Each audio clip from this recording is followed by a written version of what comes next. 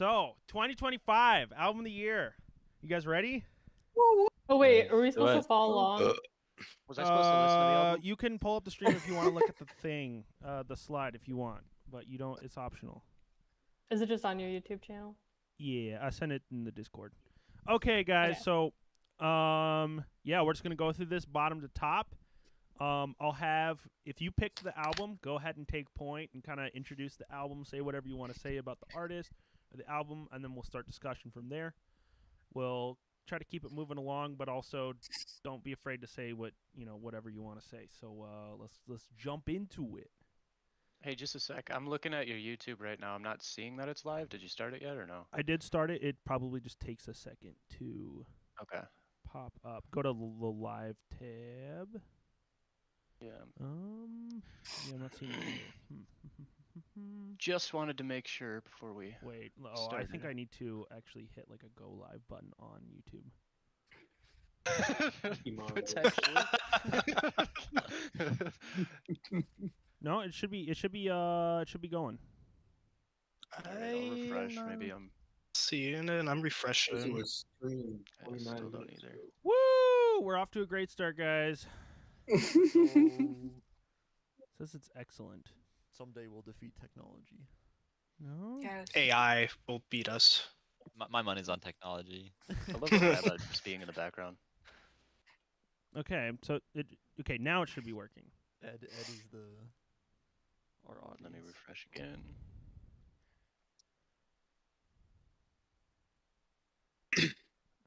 Yeah.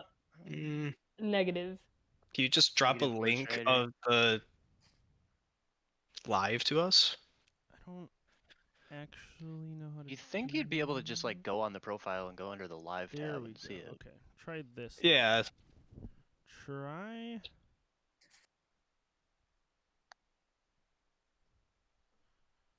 Try this link. Nope, not that link. Oh, okay. Psych.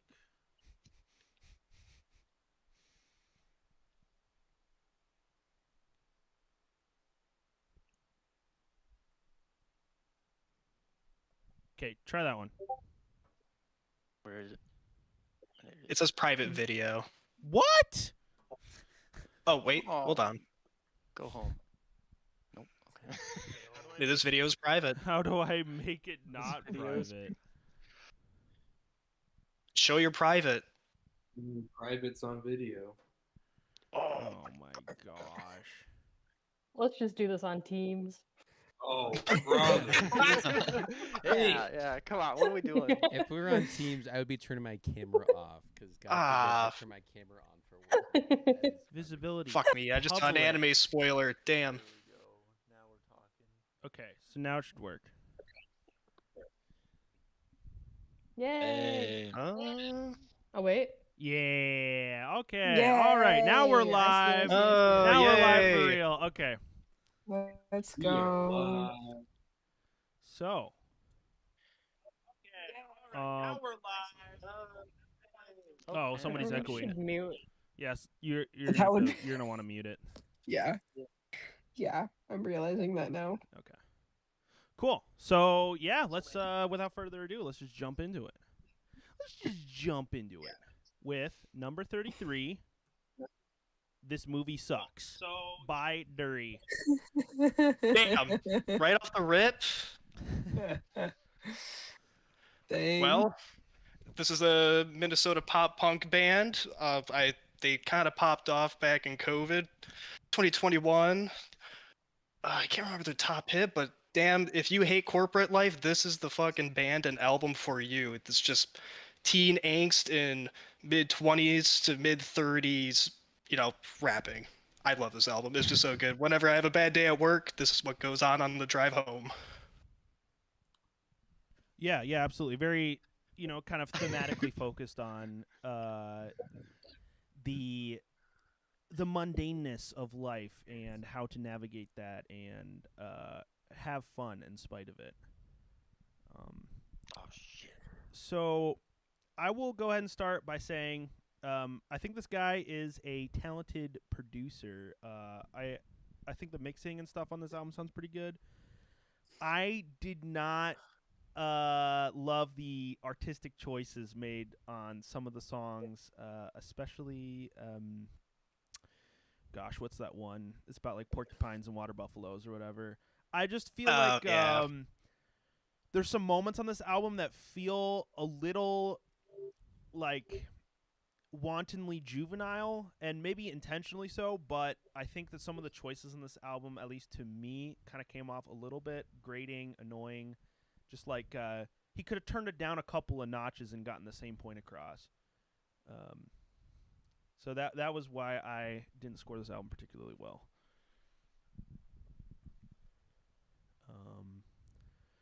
Ethan. Yeah, I mean, I think that's kind of the vibe that he's going for, right? Like, Yeah, he has, like, the candy necklace, you know, like, he's trying to relive the good old days, but, you know, he's growing up. Yeah, I think the thing is that he has grown up, and I think he needs to embrace that. Damn. He's literally a rock star. He's a rock star. He doesn't have to grow up.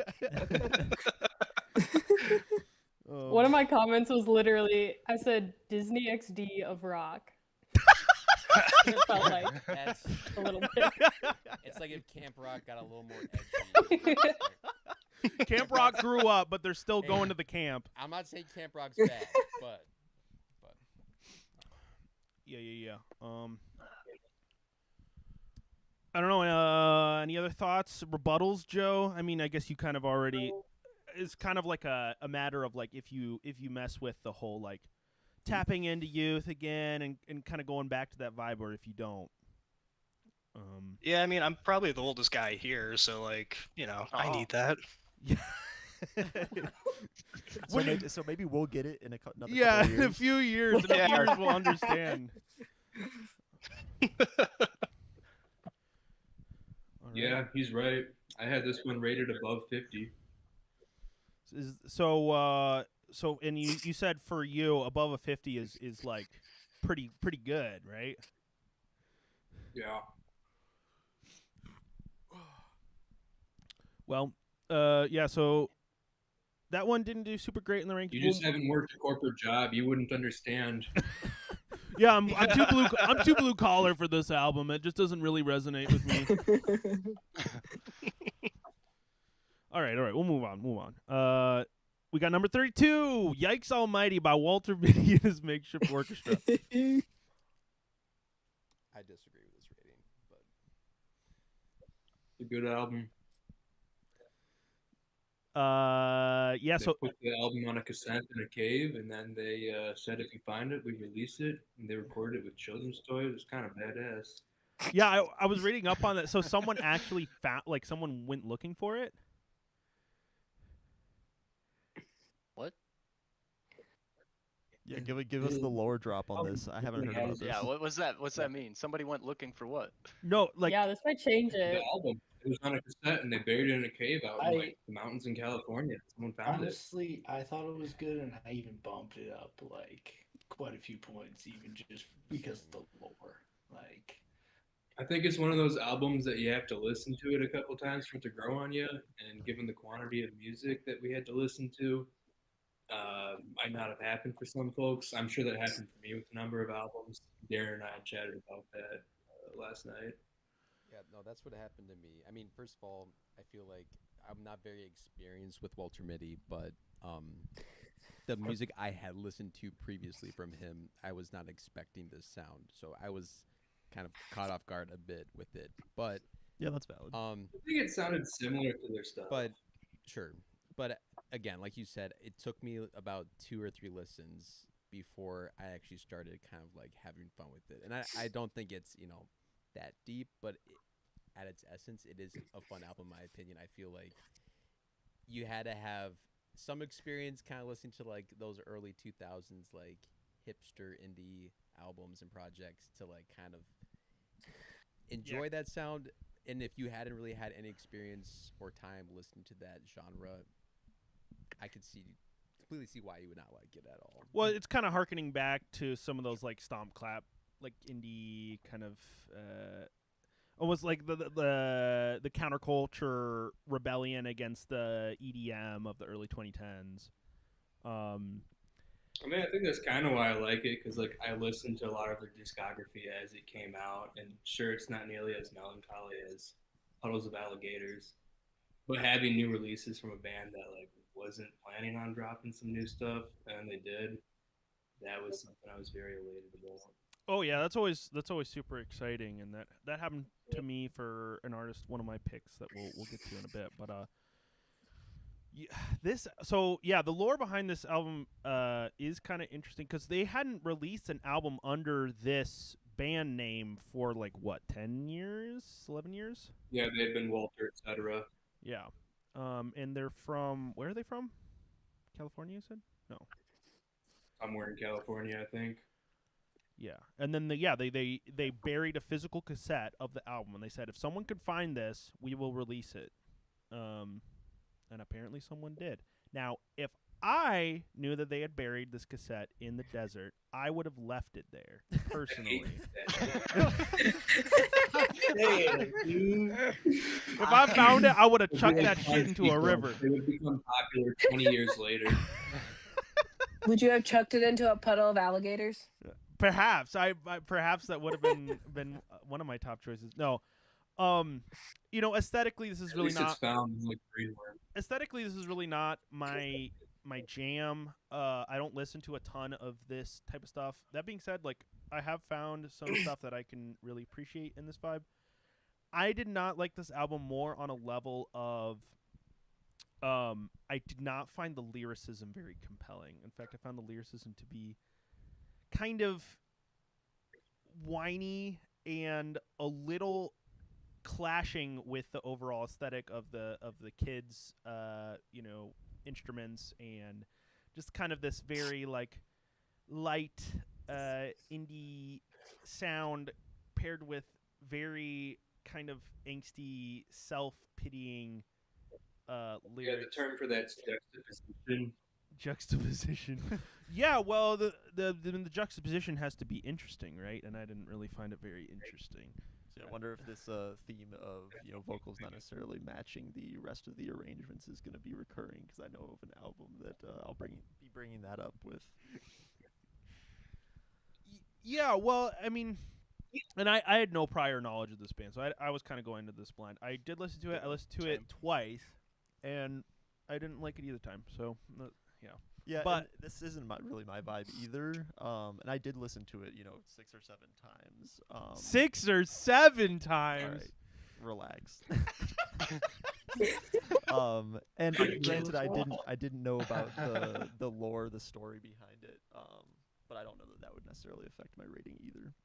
And yeah. All right. Well, it's Walter Midian's Makeshift Orchestra. Check it out.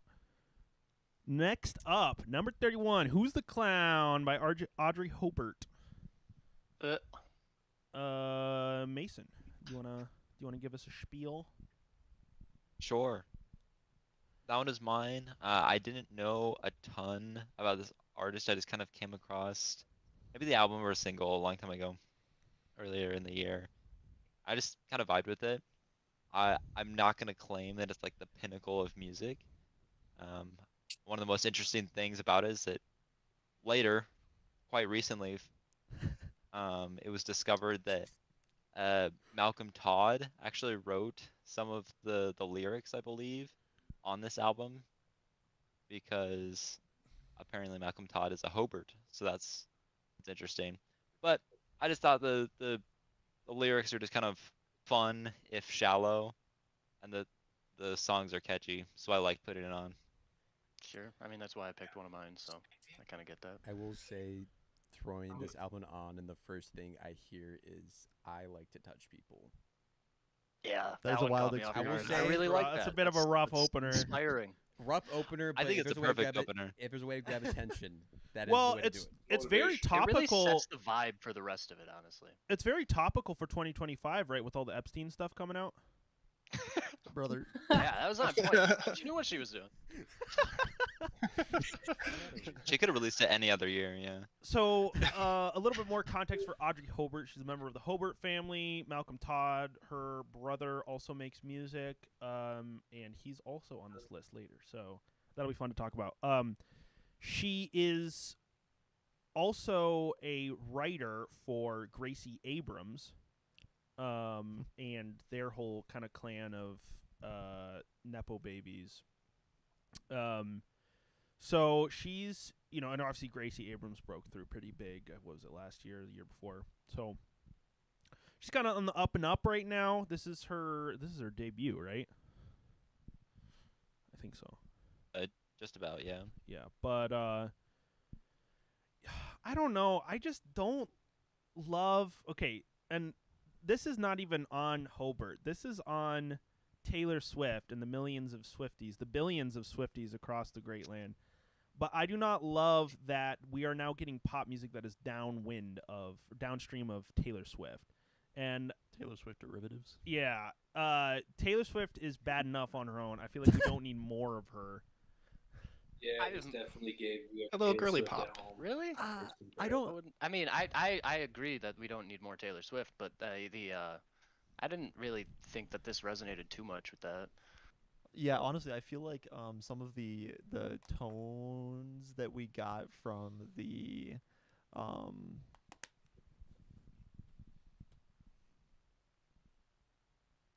shoot, the name is completely blanking me.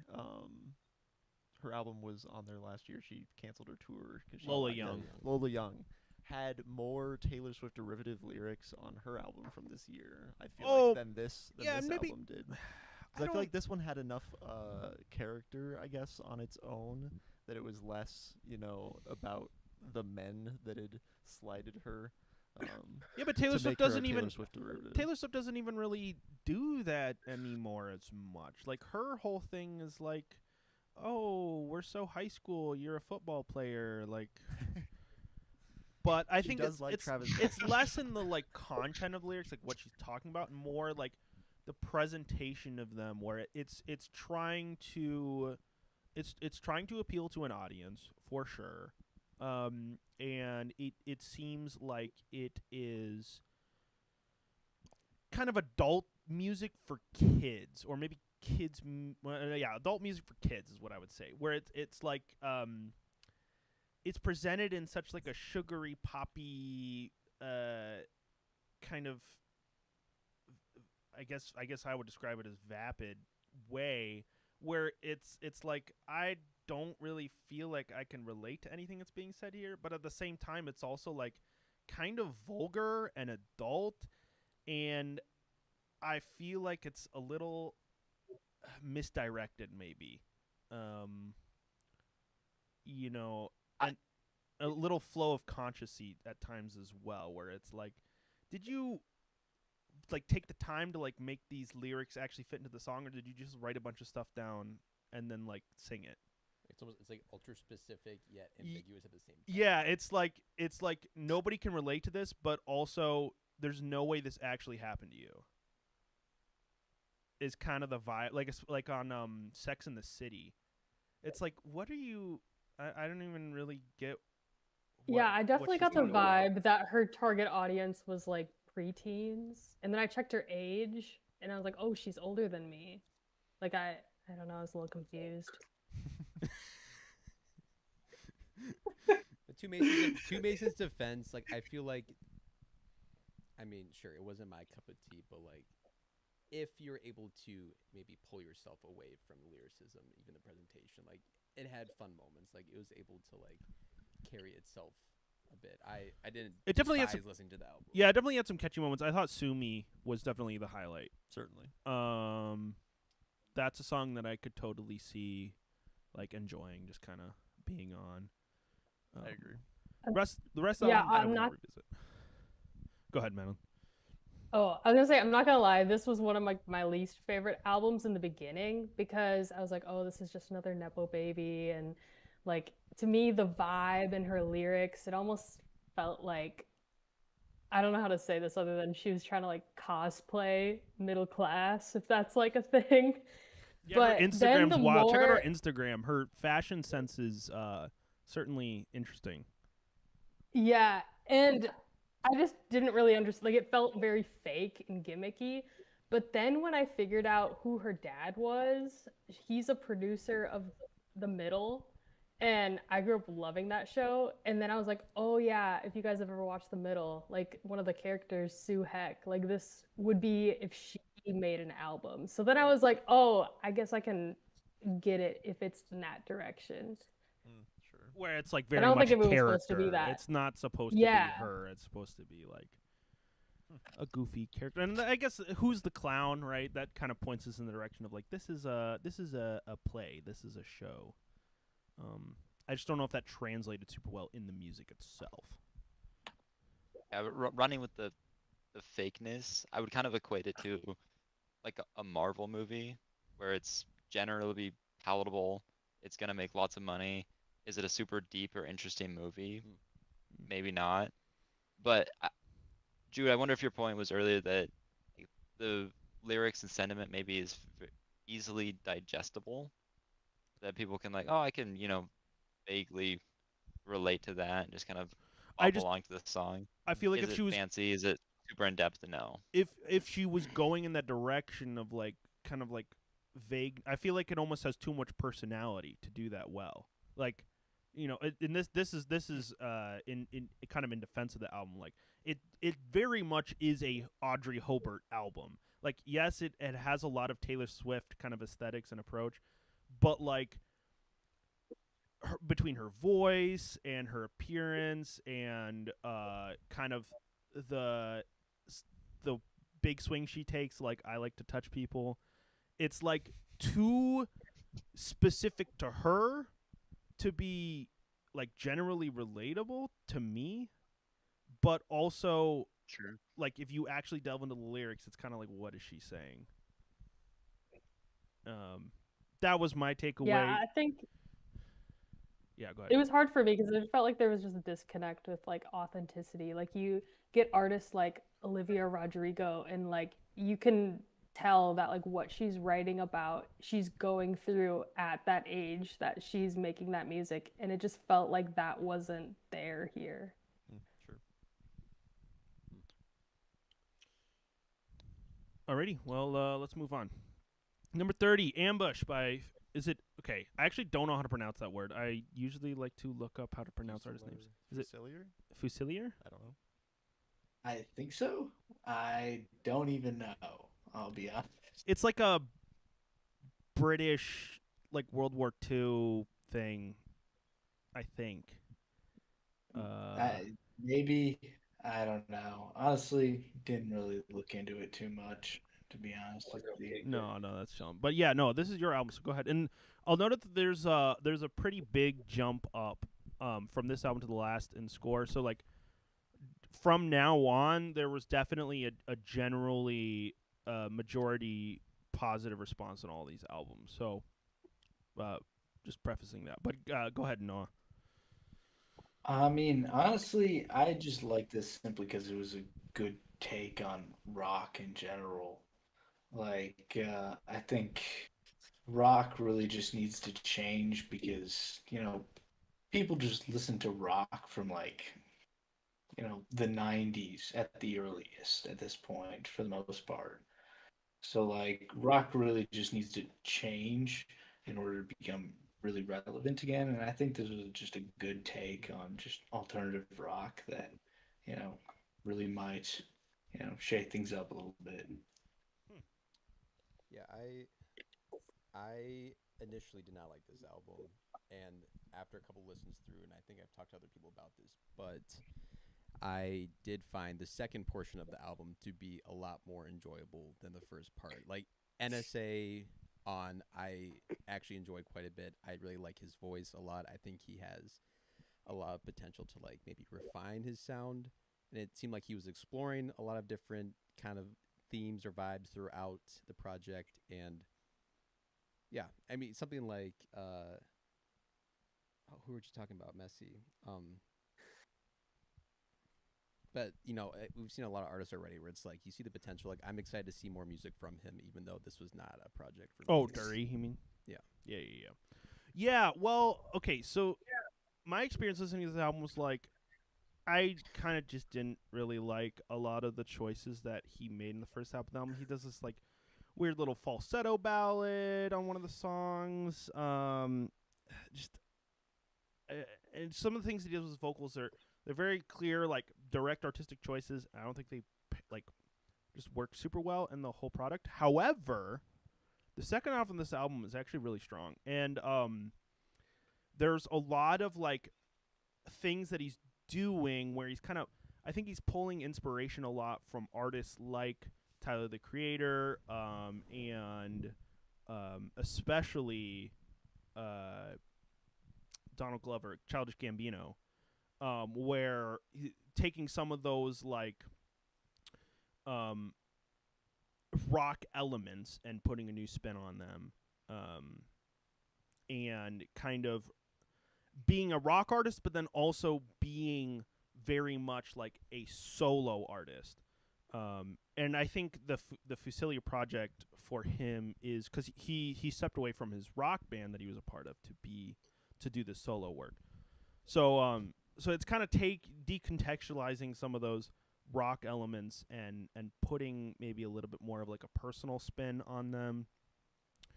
And there's some I can't remember the tracks here. Let me pull them up real quick. But there's some really gorgeous stuff on the back half of the album, I think. Particularly, I think it's Satellites and Hello. Just have some really, really cool build-ups and moments. I think this guy he's a very ambitious artist. I think he's got a lot of creativity. I just don't think it's executed in the best way throughout the album. It's a little inconsistent. It's kind of doing a few different things at once. And like Ethan said, this is an artist that I will be listening to his next album. I just didn't really love the whole product here. That's totally fair, honestly. And like even the album cover kind of like depicts that, kind of unfinished. Like it definitely seems like this was experimental. Yeah, almost like Ethan pointed out the first time we heard Lola Young on, was that 2023? Yeah. Where it was like, maybe this album wasn't the best work ever, but there's like potential there, and yeah, excited to see what they do next. Yeah, and then her album in 2024 was great. We won't talk about her album this year, but rest in peace, Lola. It happens to all of us. No, I think this was a good find though. I really enjoyed this one. Yeah, definitely a hidden gem, a little bit of a less on the radar artist, but one I will be curious to see where he goes. I was surprised you picked this, Noah. Actually, if I'm gonna be honest, when I went through and actually saw that you picked it, I was definitely surprised and slightly impressed. So I liked it. I mean, my honorable mention last year was alternative rock. True. I kind of had to at least pick that this year. I was searching pretty hard. Alrighty, let's go to next. Number 29, All You Are by Drudis. Drew, take it away. It's a vibe. Kind of some grungy sounds to it. Some might say it gives a We Had Deftones at Home. Behind that. Yeah, they're a UK band. Really? I didn't know that.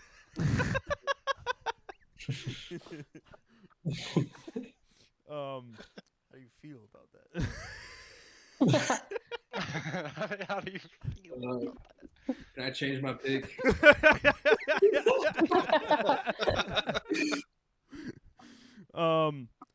No, yeah, so I don't know. I don't have like a ton to say about this album. I didn't love it. It just felt a little monotone by the end. They have this sound that they're going for. Like you said, kind of Deftonesy, some of that 90s. They're going for that kind of 90s sound. And I think they nail it. I think they nail it a little bit too hard. I would like to see a little bit more kind of I guess a little bit more diversity in the sonic palette. I'll put it that way, where it's like, when I listen to an album, obviously you want a certain amount of cohesion, a certain amount of like, this album's all connected. But to me, this felt like none of the songs really stuck out, either good or bad. Like it just was what it was, and it did it well and kind of got out of there. So yeah, and I'm not a huge Deftones person, but songs like Coma stand out pretty good compared to the rest. I agree. Yeah. Okay. And yeah, like I'm not a huge Deftones person, but like if we could get some new Deftones, we did this year. We literally did, yeah. Okay, I didn't listen to that. Surprise! Happy birthday, Asher. But this was like this was idiot. Anyways. of what I wanted out of Deftones, having not listened to their newest work. I do agree that this is what I kind of a newer imagine it would take. be like. You don't even need to listen to the new Deftones anymore. You've already listened to this. I've listened to Druid S, so we're good. I will say I UK don't Deftones. listen to grunge metal shoegaze. I'm not sure what this category falls in exactly, and I feel like this group in the years past we haven't really highlighted any albums of the genre. So I appreciated the exposure. I had a lot more fun listening to it than I thought I was going to have. Yeah, I'm actually glad we had a little bit more diversity in picks this year. Yeah, definitely. A lot less hip-hop. And I feel like this year was kind of less hip-hop-y in general. There really wasn't a lot of good hip-hop. Not mainstream hip-hop anyway. And like, even the projects that did come out, like, I think GNX would have been in the window for us because that was a December drop. And Don't Tap the Glass, by Tyler, the Creator, I just didn't really... they just didn't feel as strong as some of their previous works. So yeah. Definitely a little bit of a void in the hip hop, but it that's for a lot more exploration. I feel like, especially for me personally. Oh yeah, awesome. no, yeah, I kind of honestly appreciated it to an extent. There is good hip hop. We will get to that later. First, we're gonna do number 28, Heartbreak Hysteria Deluxe by Sawyer Hill. There it is. I knew it was coming.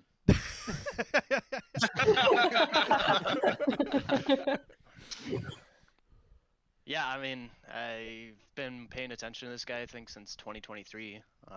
He's a weird-looking fellow with a unique voice, and I think he's got a lot of potential, but he's still kind of a young artist, and he's kind of figuring himself out right now.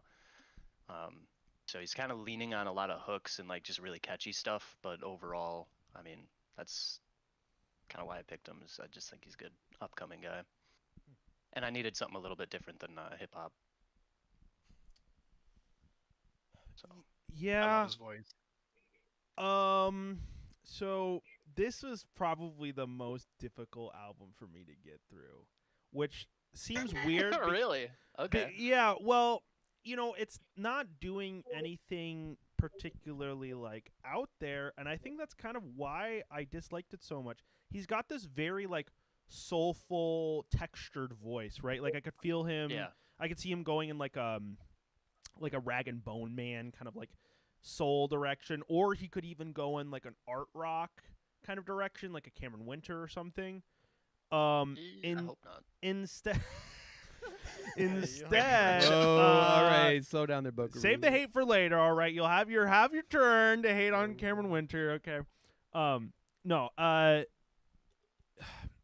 I just felt like, he's got this more textured voice. He could go in a really interesting direction with it. Instead, he's making these like super basic like pop rock hits that don't really hit. Like they're kind of catchy, but not quite catchy enough. They kind of go hard, but not quite hard enough. Like his voice like reminds me of like a more trained or more interesting Brendan Urie. That's what I put in my comments. No I literally way. wrote, I was like, it sounds like 2010, like Brendan Urie in some moments. So if you could take his voice Sure. and put it over like some of the more catchy like Panic at the Disco songs, I feel like that would be an amazing combination. Well, Darren, Yeah. can you remind me? Well- he blew up on But social then it's media, just a right? version 2. Yeah. Like, I think he's got something. I think it's just he's got a unique, I don't know, voice. It's just got to take it in a different direction, I think. I'm pretty sure he blew up on 100% agree with that. He blew up on social media. Like I said, the main reason I picked him is he's just got a unique voice. I think he's got potential. I just don't. I don't think it was perfectly executed in this one either. I think he blew up on social media, and I think he got a little bigger, a little faster than he needed to, and probably just got some writers who wanted to push content out faster than he was ready for. And again, like we've been saying for the previous albums, I'm really excited to see him in future years with new projects. I'll be listening, but yeah, because he blew up and then he released this album this year, and when I say this year, I mean 2025. Just I'm not talking about 2026 at any point in this, so just assume that I mean 2025 when I say that. But he pushed out this album and it was very short. It was like 25 minutes. He added a few tracks with the deluxe, but it's still like under 40 minutes. So that could be a sign of maybe being rushed out. I also feel like the production is really lacking, and that could be like a budgetary thing. That could be he just doesn't know people in the industry yet and just kind of hired somebody. But I felt like the production was a little thin. The mixing didn't really hit super well. So, yeah, just needs a lot of improvement on all fronts, and I would love it if he took his voice in a different artistic direction. That's kind of my takeaway. Yeah, I definitely agree. I think I almost felt bad like how poorly I rated it, but like I think it was still fair. You know, I was like, no, I definitely don't like this album better than these other albums that I rated like a 50 or a 60 or something. But yeah, I think if he literally just tried a different genre, No, I don't disagree. The guy's 23 years old. He needs a little bit of time. I hope he does. I hope he tries something else. We'll see. I don't know, guys. For some reason, I really liked this album. Maybe I'm just really basic, but I liked it. I don't think you need to worry about being too basic. Just knowing you, but thanks. No, I can definitely see this album appealing to you. Like if you're just, he's got an interesting voice. If that's enough for you and like some decent pop rock songwriting, then like I feel like I could definitely see liking this album. To me, and maybe this is me as a musician and producer myself, but I just felt like there were a lot of choices he could have made that would have been more interesting or better sounding that he didn't make. So we'll see where he goes. He's in his accumulation phase. He's appealing to a broad market. I think he'll trim it down eventually. Well, just get the name out there and pay the bills. Blowing up on social media is such a double-edged sword. Like, there's something to be said for slow growth, where like sometimes you don't want your first album, your first foray into music, even in a professional setting, to be overexposed. Like, you wanna grow as a musician as your fan base grows, and if your fan base blows up out of nowhere and you aren't fully developed as a musician, that can be a tough spot to be in. So, all right. So that was Heartbreak Hysteria. We're moving on to number 27, Dreams of Being Dust by The World is a Beautiful Place, and I Am No Longer Afraid to Die. Drew, take it away. So this is a album that's from The World is a Beautiful Place, I'm No Longer Afraid to Die, that's previously released Midwest Emo. This was quite the change up from what we've done previously.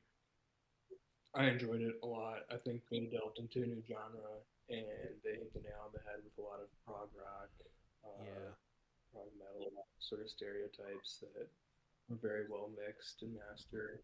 I think that an artist that were to transfer from a radically different genre and be able to do as well as they did with that is really a phenomenal testament to their ability as musicians. That's why I really liked it. No, this album demanded to be listened to on like a good sound system. Again, Ethan, shove that mic down your throat. Shove it down my throat. I don't think anyone wants to see that. No, I'm not like very well versed in the genre of music, but I obviously, the production is amazing. The mastering is incredibly impressive, and like again, it demanded that you listen to it on a good sound system because, I mean, you could like hear the chains of pedals on the guitars, and like if you spent enough time, like you could keep coming back and coming back and coming back and just find more layers to it. And again, I feel like I didn't have the respect needed going into it for this. And I left pleasantly surprised. I like rated this upwards towards the 80 realm. So, and interestingly, it wasn't even for me like about the quality of the speakers. Like it had to be like large speakers in order to like really kind of get the prog rock for it to really kind of shine through.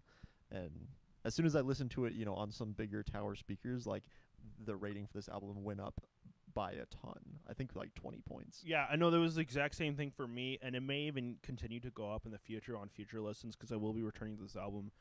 I feel like this album got a little shafted on the rankings. I'm not gonna lie. This is definitely my favorite of your picks, Drew, and I like this one a lot. So too. initially, I was really disappointed by this album because I knew that The World is a Beautiful Place and I'm No Longer Afraid to Die they do like more of kind of like the Midwest emo stuff, and I was really excited to like get into some of that for the list, and they didn't go in that direction. So initially I was like, this sucks, I don't want to listen to metalcore, whatever. But I listened to it loud one night on my headphones, and there's a ton, like Ethan said, there's a ton of detail. The riffs go fucking hard, and like I kind of just generally enjoy the vibe lyrically and musically that they're painting of just kind of like this techno dystopia like on Captagon and stuff like that, where it's very immersive and very vivid, and I always appreciate that in an album. So yeah, I may have even I could think I gave this like a 78. I probably should have given it a higher score, to be honest.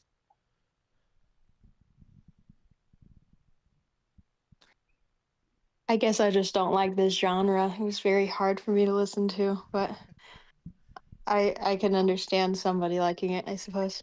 Yeah, I suppose prog rock leaning metalcore is not. I can see it not being for everybody. With a dash of the screamo in there. You know what? If album of the year is anything, it's Exposure Therapy. Facts.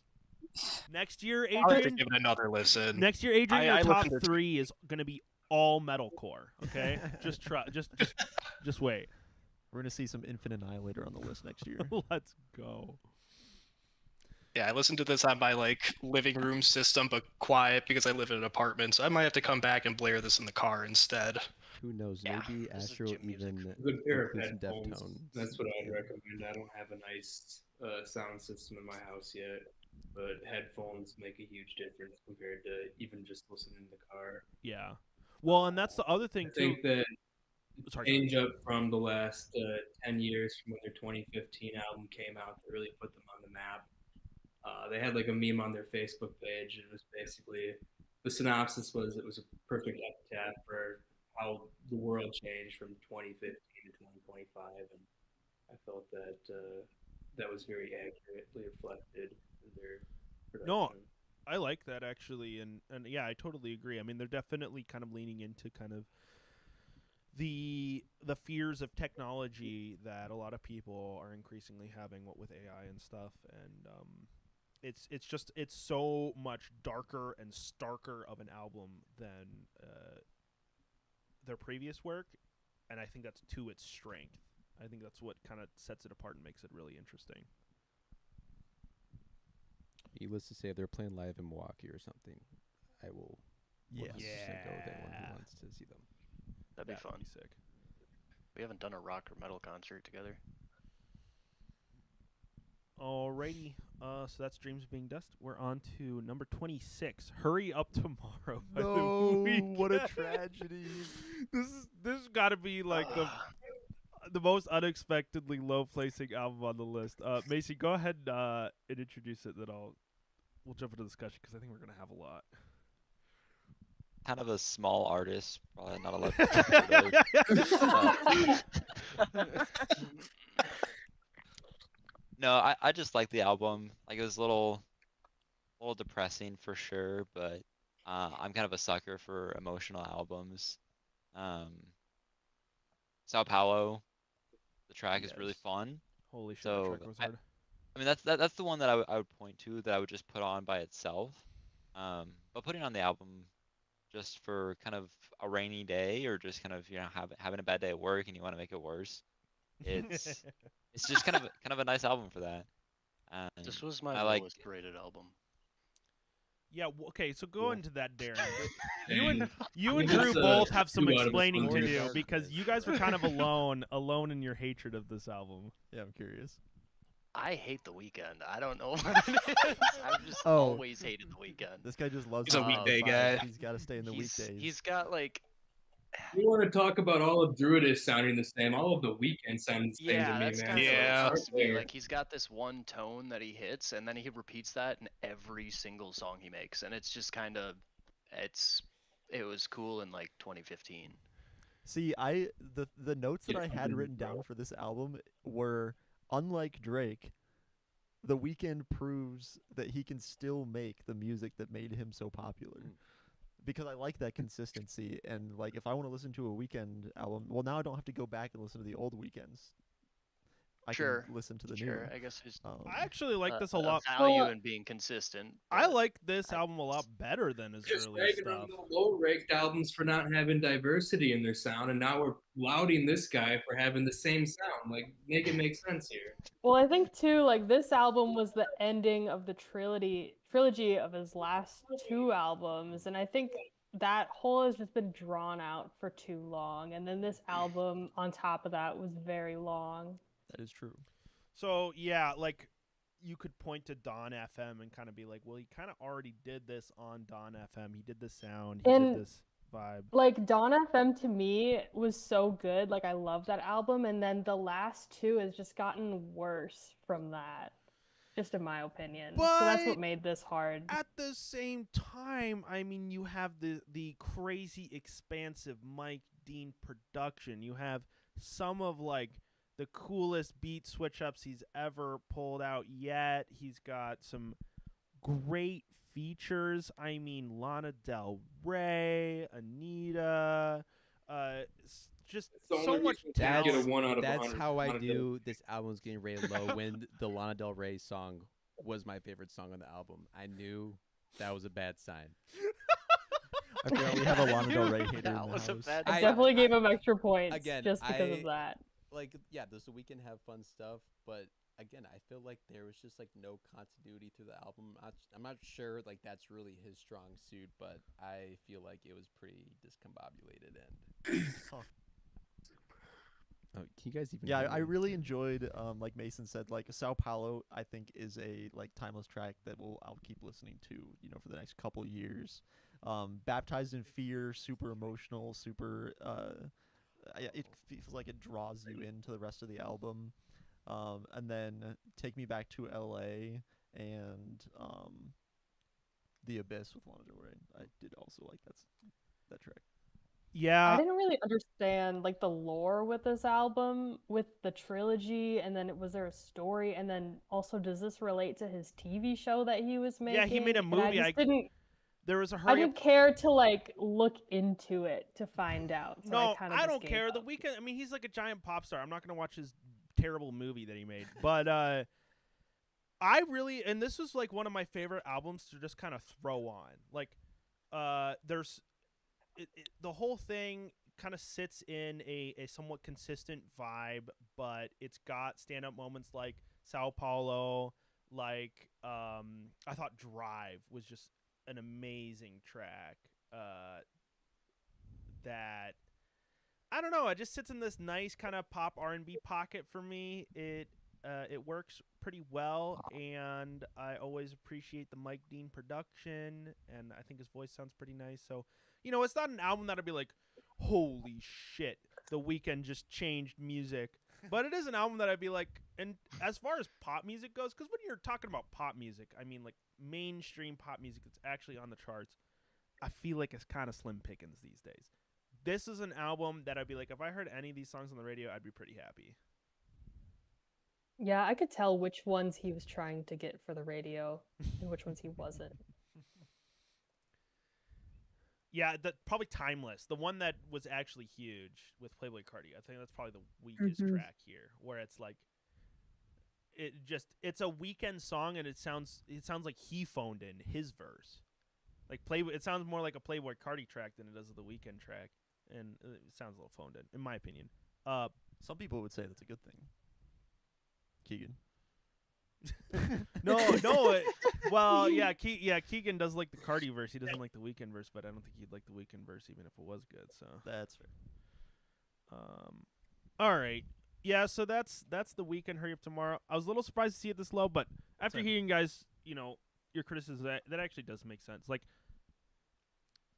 I outside of the vacuum of like I don't listen to a lot of pop music. I feel like if you're familiar with the Weeknd, you don't really need to listen to this album. You could probably just listen to Don FM and have an equally good or better experience. So,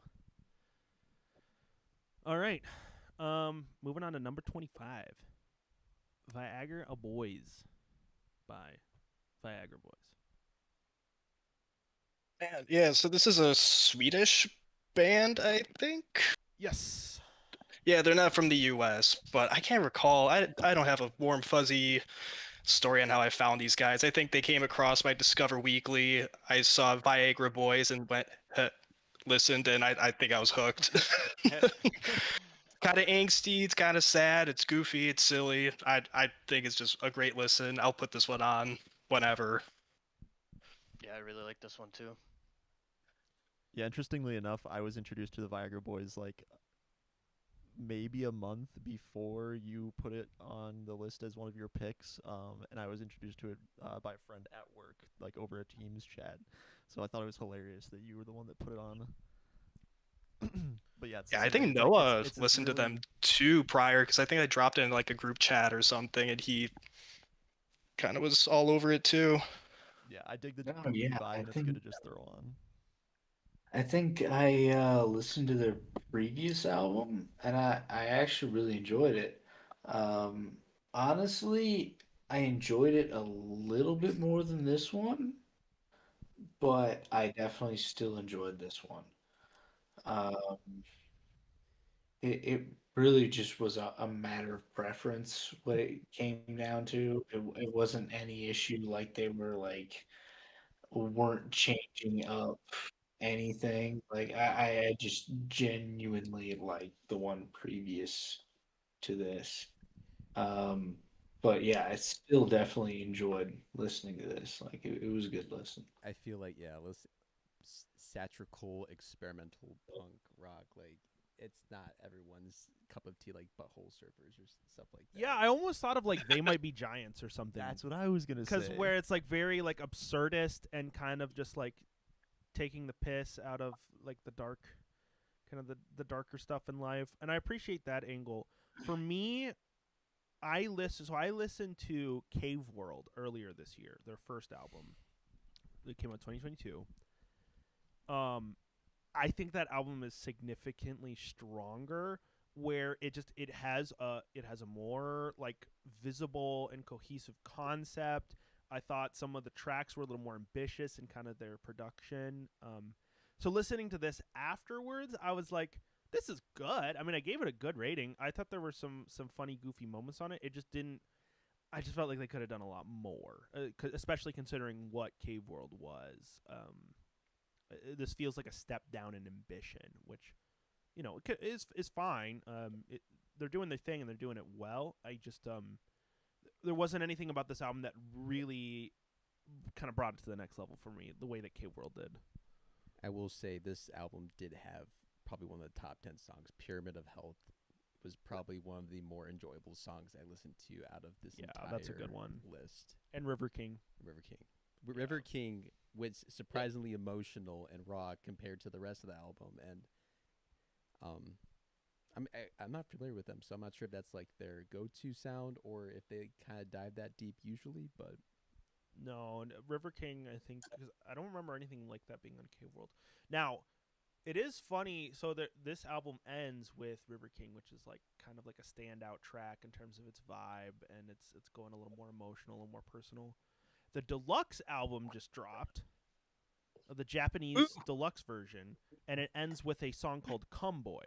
So I think they're going a little bit of a different direction with that one. Talking about family members passing away and then jumping to Come Boy. That's it. Epic transition. That's what we love about Viagra Boys. You know, they bring a little bit of everything to the table. This was one of the albums that I was like avoiding listening to because I was like, I didn't like Joe's other 2 albums, so I'm probably not gonna like this one. But I actually really liked it a lot. After the first like couple songs, I was like getting really into it for sure. For sure. You to protect your LL Bean sweaters. I thought it was super fun. It was just like free will making music, saying whatever you want. Yeah, no, and it's you know, very much harkening back to probably, I think it's like early 2000s kind of post-punk revival. It's a post-punk revival, but it's doing it well. And it's doing it both like respectfully to kind of the origins of the genre, and I feel like they're also doing something new, and love to hear that in rock music. So.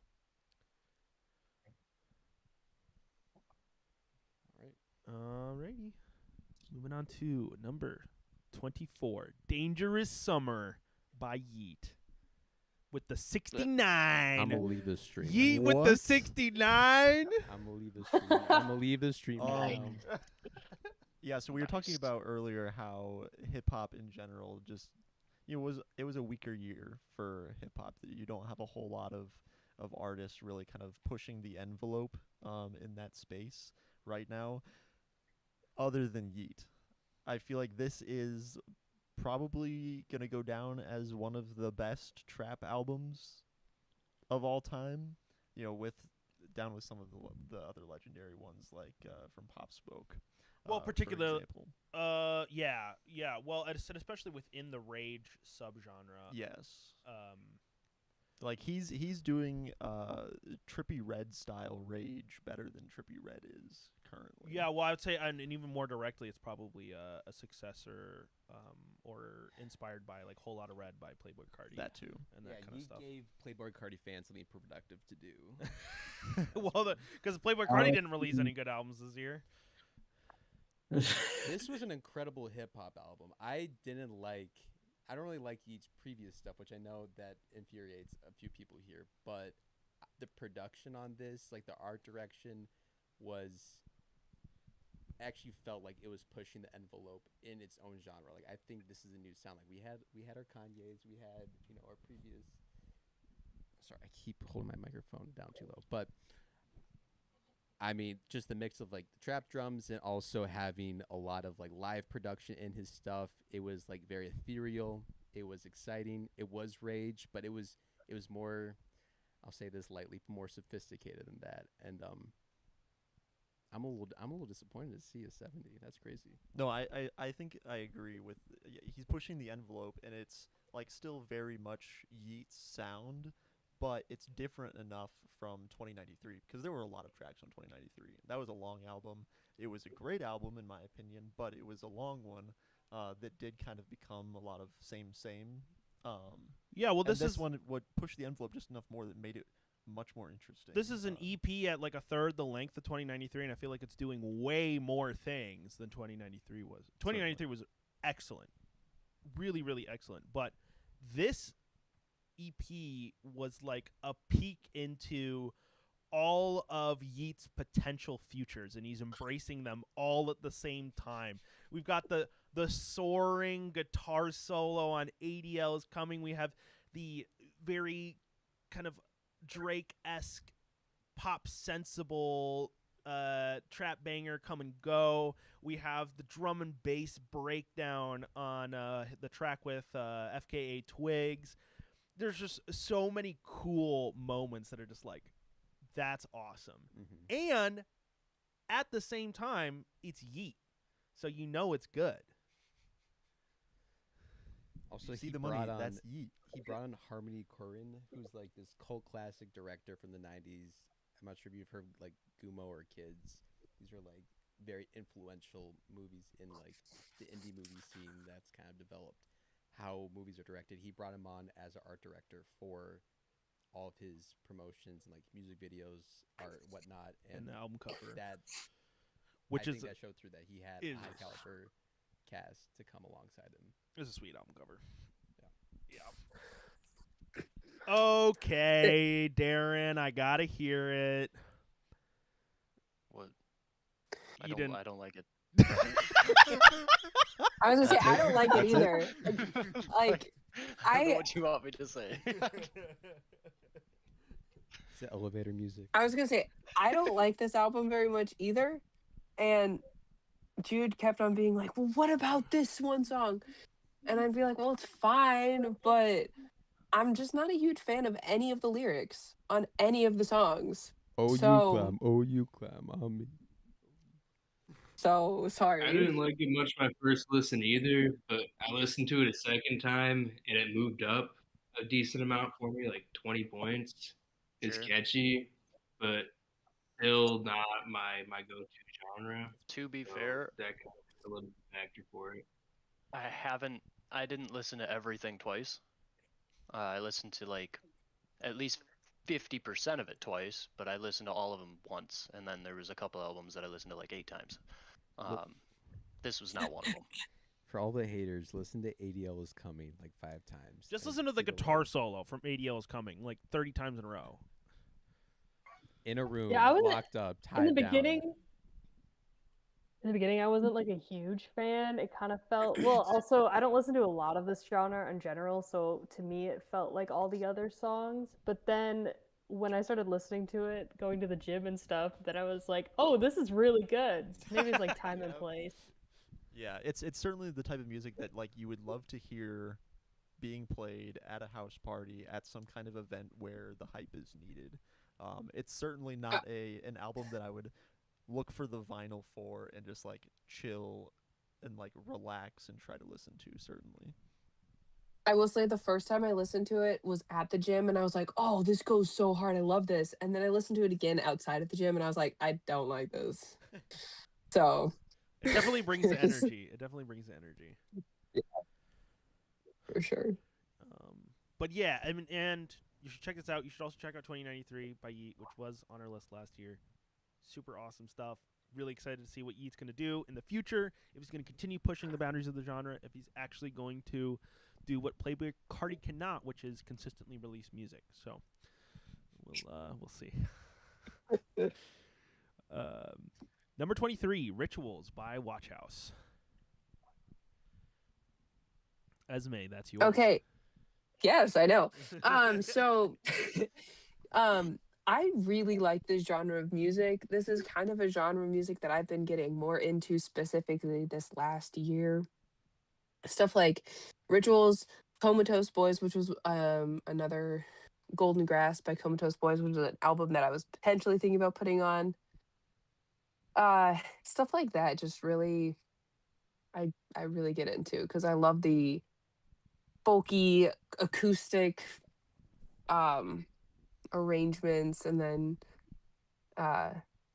the singers from Watch House just both have such great voices. So I just like chill music. So this is that's why I got such a high rating for me. Am I correct in saying that they're married? Correct. Yes, they're a married couple. I think you had told me Pretty that awesome. when you threw the album out there, and I do think that intimacy does shine through. It's so cute throughout the album.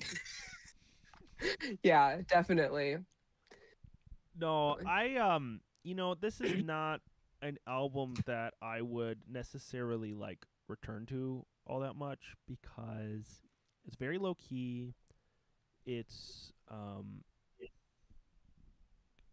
just in a pocket that I don't go to a ton. That being said, I appreciated the hell out of this album. The instrumental performances on this thing are just gorgeous. The mandolin in particular is mind-blowing.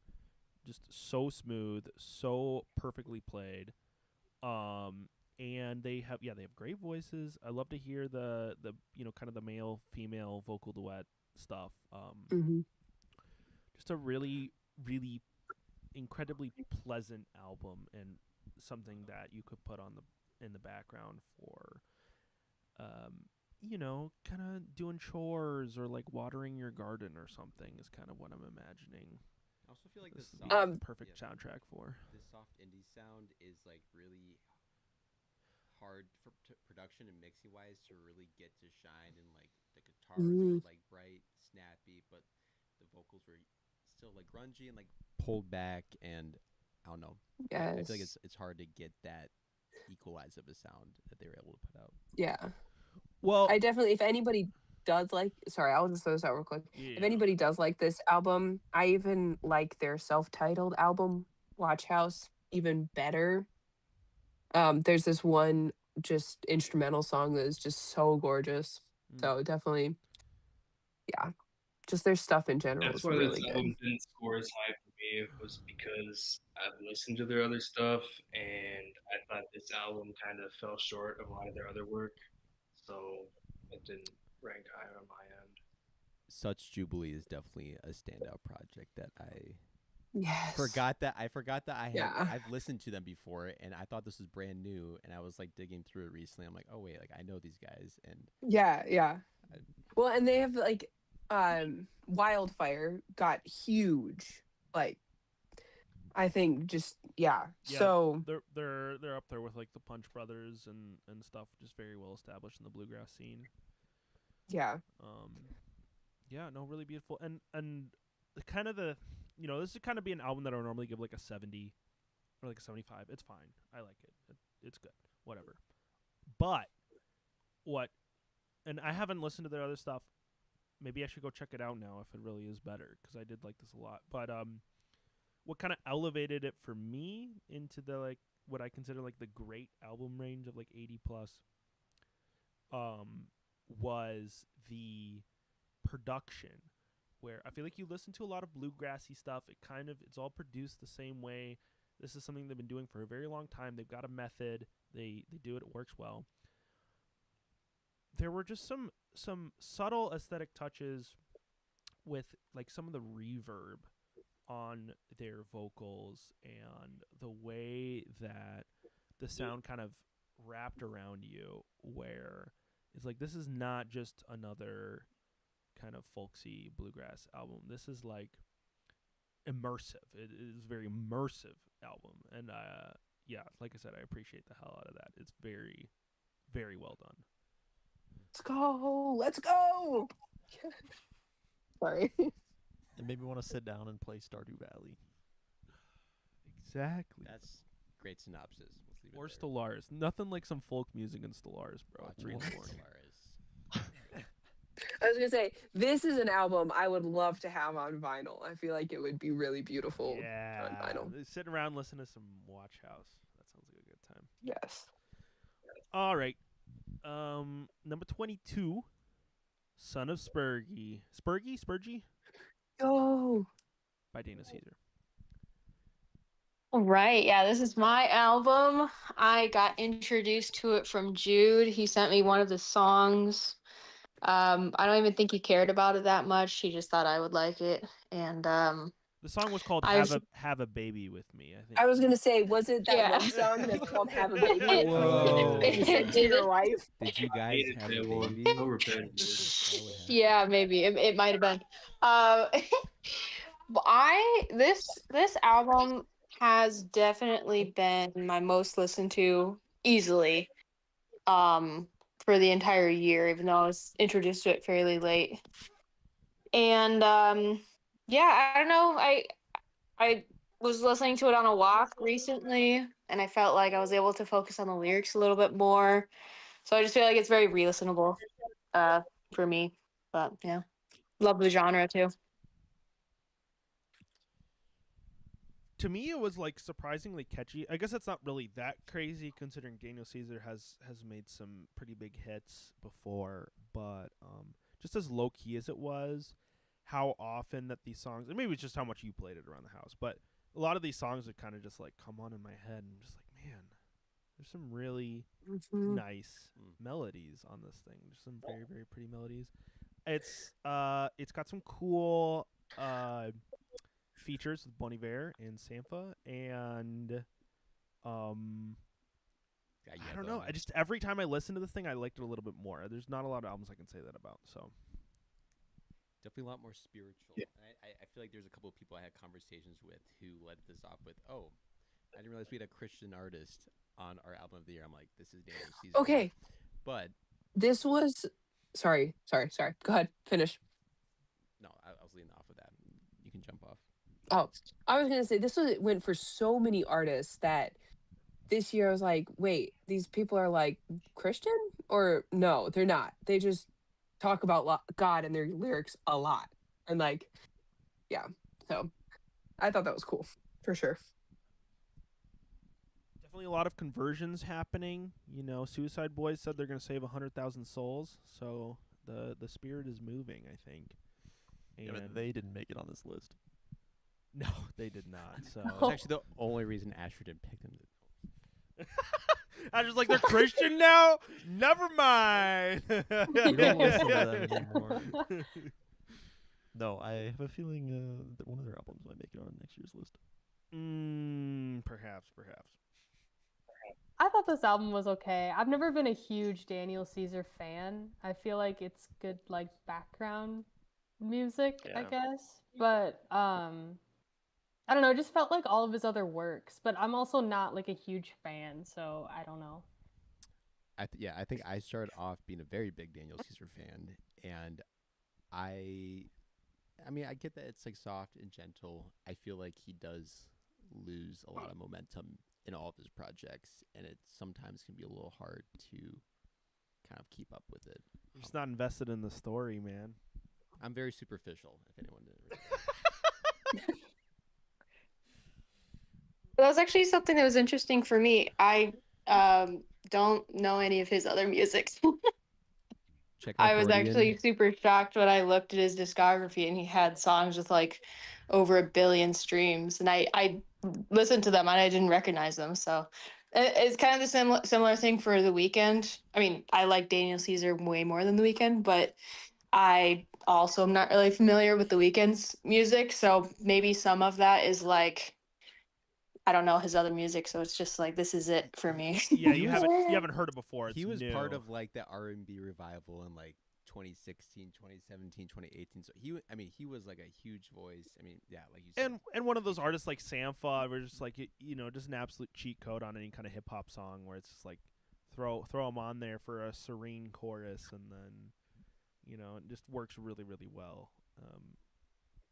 Yeah, I think I made a comment in our group about how, like, I like Daniel Caesar as a feature artist, but not necessarily as the main artist. And I feel like the songs that I did like on this record were the ones that had other artists in them. And I kind of wished, like, oh, I wish this was a Sampha song.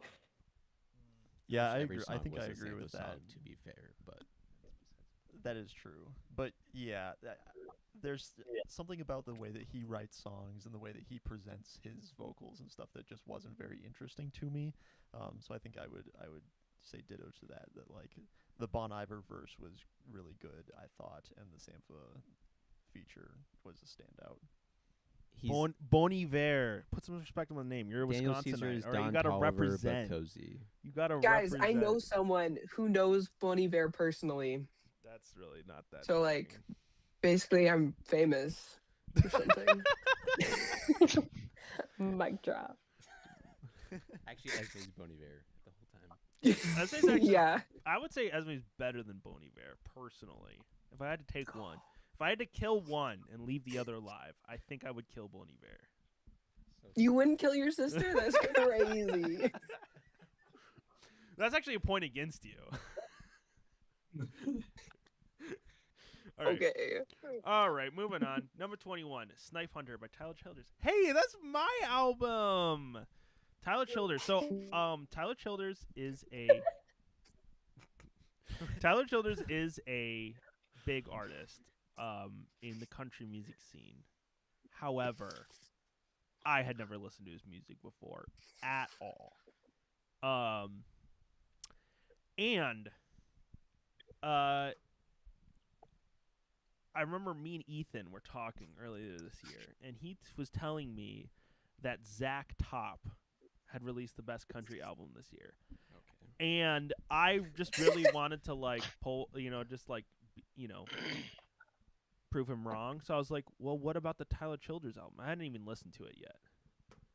And he's like, oh shit, I forgot about that album. And so then I was like, you know what? Maybe I should listen to the Tyler Childers album if I'm going to tell him that it's better than Zach Top. And I was right. It is better than Zach Top.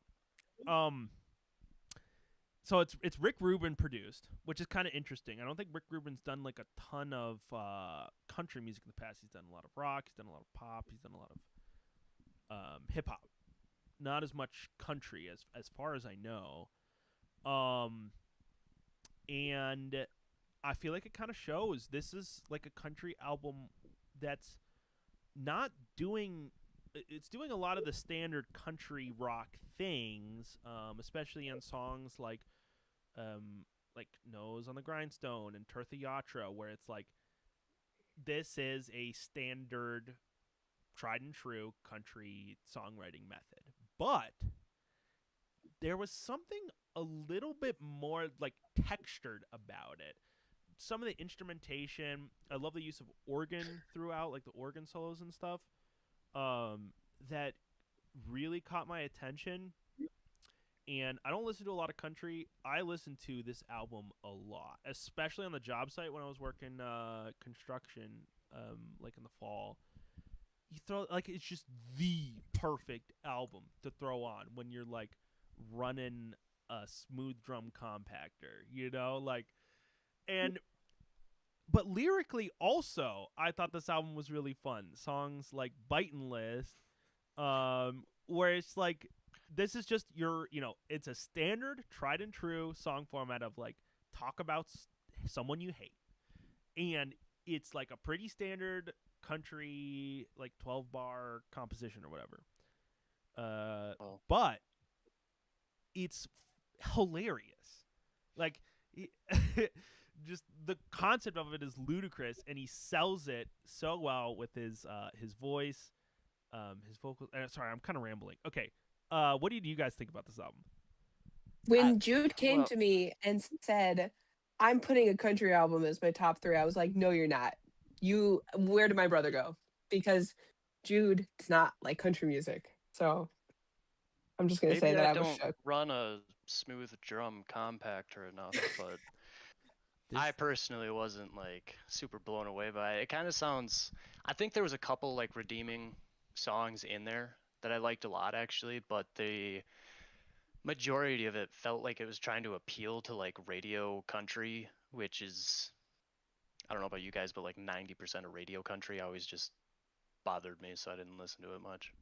I'm gonna disagree with that a whole lot. I feel like this album. Sorry, okay, I'll say this right now. My computer just died, and so I'm not on Discord. So if someone else is trying to talk, I apologize.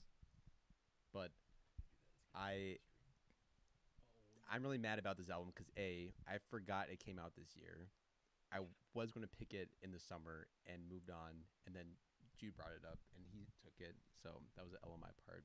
And I was supposed to see him this summer, which didn't happen because of some family stuff. But I feel like it's very different than like the radio country you're seeing, and like on a lot of different levels. Like, sure, it's like he's more bluegrass than anything. We're seeing a lot of like neo-traditional like country music starting to pop off, like Zach Top, for example. But I think where he's shining, and like probably due to like someone like Rick Rubin, is you're hearing like a production that's very new inside the world of country. And I mean, you hear it in like every instrument.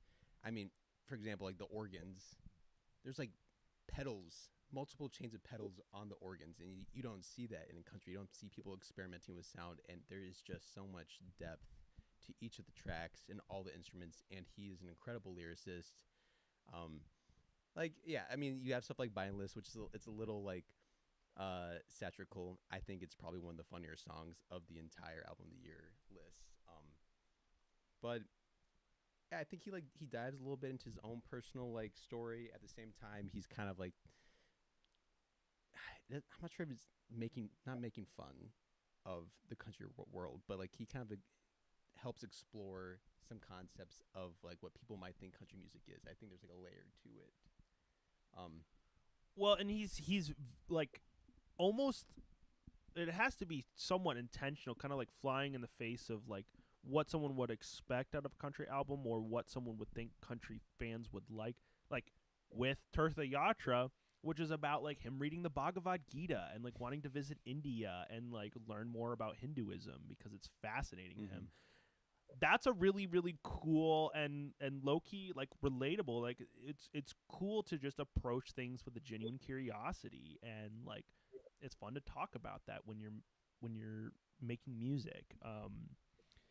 But it's just kind of an unexpected detour on again, like a lot of the elements of this thing would be like a pretty standard country rock album, but there's just little things about it that make you go like, huh, like this guy's is doing like very much his own thing and providing his own spin on this. It's just kind of in these maybe slightly satirical kind of pithy ways, you know. And he's stepping away from like like, even though he's producing country music, he's stepping away from the country world. Like he didn't show up to the CMAs, nothing. Like he's trying to distinct himself as a separate artist, and I don't think he's subscribing to kind of like the normal expectations of country music. I think it's very different. I think it's experimental. For me, that's a very big thing to like see someone like pushing boundaries of a genre, and country is we can all probably agree is a very stale genre in many aspects, and this was something new, and I can only have respect for someone who's deciding to push that. Yeah, I agree. I think the lyricism, the storytelling, the production, they all brought new elements into country music. I mean, I listen to a lot of country music, and I thought this was a really strong album this year. And in general, there weren't a lot of country albums getting released this year, and I did think this was really good. I had this rated high. I'm surprised it wasn't this higher. When Jude first showed it to me, I was like, I don't like his voice. He sent me Nose to the Grindstone, and I was like, you've never heard this song before? What the heck? It's like a huge song. But no, I didn't like it at first, and I listened to it more. And there are a couple songs like Watch Out really stood out to me for some reason. But yeah, it grew on me a lot, for sure. Sure. Yeah, maybe I'll give it another shot soon. Like I said, there were some songs that I actually really did enjoy on it. It's just I'm usually not super big into country, so I can get easily put off of it. No, I agree. Maybe I'll echo your thoughts. Maybe I'm too white collar for it, just like Jude is too blue collar for the Dury album. But it's certainly more interesting than like the recent albums from like Morgan Wallen or Luke Combs, because I'm not a country fan. If country is the only element that's part of the album, then it's a 0 in my book generally. And this certainly wasn't that. Like you said, things like that had the little bit of whimsy, like Biting List, made the album as enjoyable as it was. So I wish he had kind of, I guess, gone more in that direction than he did. Okay, well that's Snipe Hunter, and now we're getting into the top 20 of the list. This is everything from now on is getting a 70 or higher aggregate score, and I think that it really seemed like the vast majority of people were like positive about these albums. So, without further ado, number 20, Time Flies by Dexter and the Newsagent. Yeah, so this is kind of a late add to the list. I actually had another one planned and then discovered this one and had to swap it out real quick, just because I thought this album was really beautifully put together. Her vocals are just incredibly soft and exactly what you want in kind of an R&B expose, I guess. Just the way that she presented it and then blended her vocals over kind of equally soft instrumentals made it just a incredibly pleasant lifts and something that I've gone back to a number of times. Yeah, I mean, you kind of have we're having like a revival. I mean, we've had it for a while, but like the revival, like the Y2K or 2000s R&B sounds been kind of coming back in. First of all, I am seeing that R&B is starting to progress. It's starting to explore old trends, also like kind of expanding. This was a really fun album. 18, also top 10 song. I felt like 18. It's a 2010s Justin Bieber track. Exactly. It's a J Biebs track. It's like everything you want. It's catchy. It's a perfect hook. And I feel like pop music has kind of lost the power of hooks. And seeing 18 pop out, I haven't seen something that catchy in a really long time that stood out. Because we got new Justin Bieber recently, and it just wasn't quite Justin Bieber enough. And then we got 18, so it was all right. It was swaggy, bro. It was swaggy. I need Justin Bieber times Justin Bieber. Swag needed to make the list. I'm sorry, that was a huge miss on our part. I had it on my list at some point. And I don't disagree. I'm sorry. No, but yeah, this album is super fun, and she's part of this like, I guess, scene, British UK scene. She was on Jim Legacy's mixtape this year, Black British Music, and I'm really, really loving what they're doing, kind of taking hip-hop and R&B, like British hip-hop and R&B, in a more pop-centric direction, and I think it works so well. There's so many catchy, fun, faintly nostalgic tunes on this thing that this is just like a huge, pleasant surprise that she wasn't on my radar hardly at all. She was on that Jim Legacy track, but I hadn't even looked into her. And then, Asher put us onto this, and I was like, hell yeah, more of this, please. Well, I mean, there's a Shawn Mendes reference song, so yeah, and she interpolates Shawn Mendes' Lost in Japan on Tonight, which is great. Yeah, love that song. Jude put me on even has years this, ago. Like, she even has, like, one of the songs has kind of like that goofy, bloopy EDM drop that kind of like reminds you of like Trendsetter or something from like the 2010s. There's just a lot of early 2010s nostalgia, which is kind of crazy that we're in that period now of like 2010s nostalgia. Yikes. But like, she does it well, so I can't complain. It's youthful. It's like pretty innocent for the most part, and I feel like we've kind of been seeing a lot of albums, like critical albums, that are more mature in like their concepts and a little like higher scope. But I think it was fun, and that's all it was, and that's what it needed to be.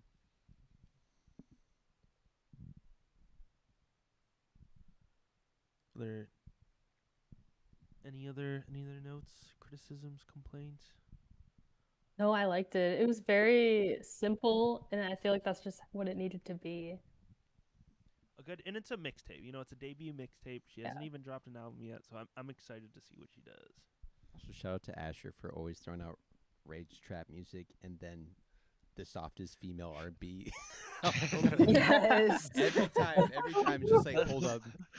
Asher's like, I'm actually a sweet, soft guy. I like it. Yeah. No. Got many faces. No, I think he even said, like, oh, this is kind of girly, kind of a girly pick, but I think it's a good girly pick. Everybody needs to be a little girly sometimes. Yeah, I think I said, Pause. I think I'm on my soft girl shit with this one. Soft girl shit, dude. Hold up. Throwback to me, Asher and Jude on the car singing 18. Dude, it's a banger. I'm scared of being something. Could you save me? And then none of us knew the lyrics either. So like every one of us took just like kind of the fell next apart line. like that. Yeah. All right. So that's Time Flies. Dexter News Agent. Check it out. UK music. Great stuff. Number 19, Vanisher Horizon Scraper by Quadeca.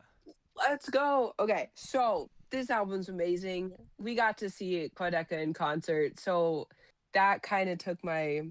See, originally, I think Jude was going to put it on the list. Someone was. And I was like, oh, great. I don't have to put it on the list because it's already on there.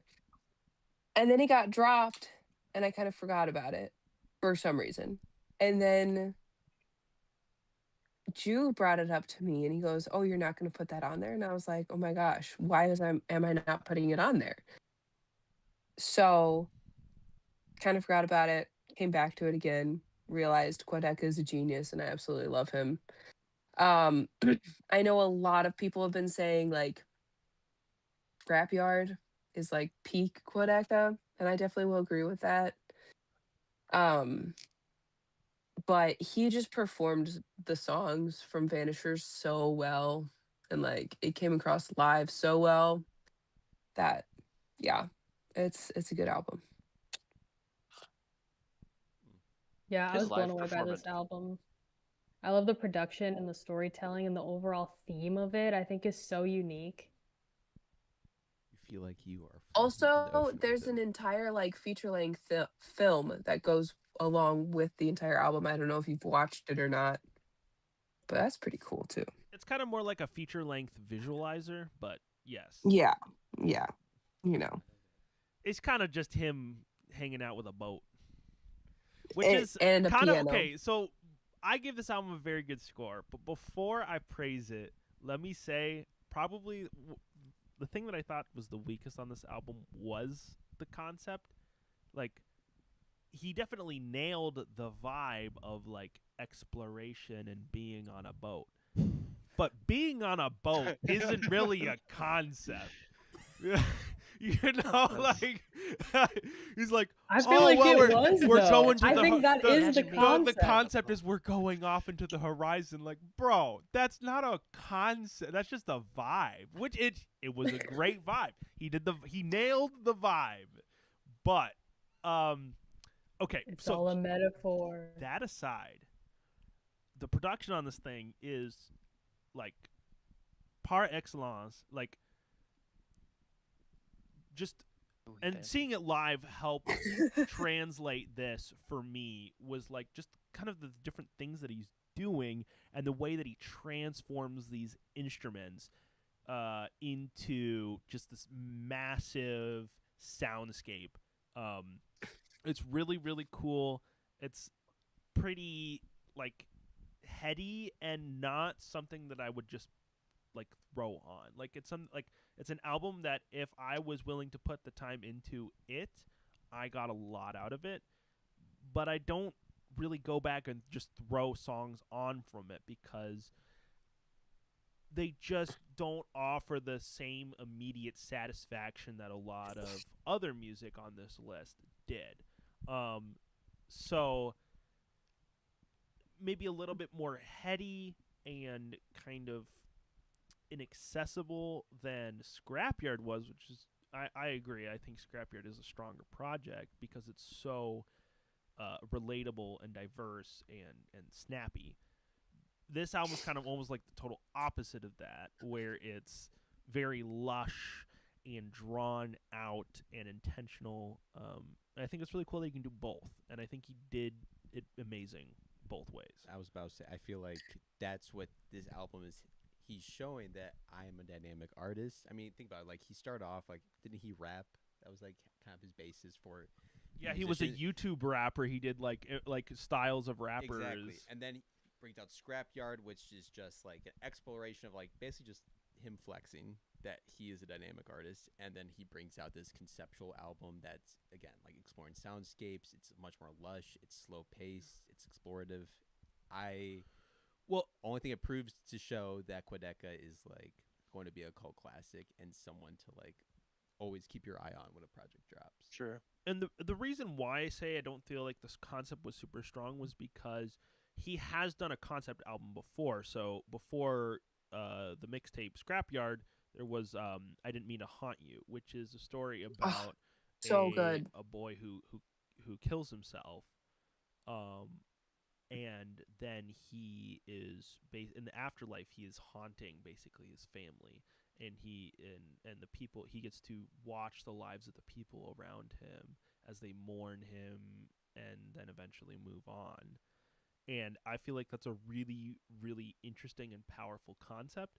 I feel like going from that to I'm on a boat is it's just not the same level of ambition. I'm on a boat. Look at me, motherfucker. Oh, there's a big fish. Like, yeah, you can tell that his like production chops have just grown since that project because the music on Vanisher is much better. But yeah, I think I agree. Just the concept itself, I agree. Yeah. Well, he said from the album. He said he was like the original idea for this album was it was going to be about a cult, and each of the songs was from the perspective of a different cult leader, and that sounds way cooler.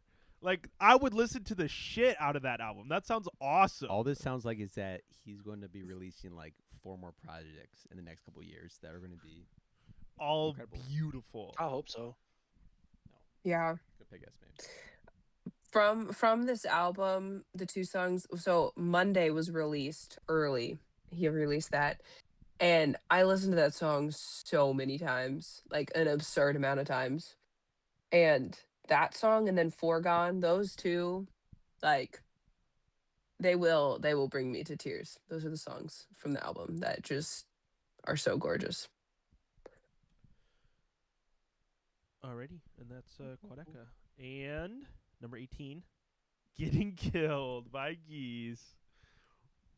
That's crazy. Yeah. It should have been higher. This is higher. like the biggest Right like where it shafting belongs. of an album all year. This is sad. yeah, this is so disappointing. I'm disappointed in a lot of what people. made That's this All those crazy. Cameron Winter haters out Who did there. this? This album been better if it was just Cameron Winters. Oh wait. Oh. Well, what? Only if there was an Disagree. album on this list like that. Crazy. Okay, well, we'll get there.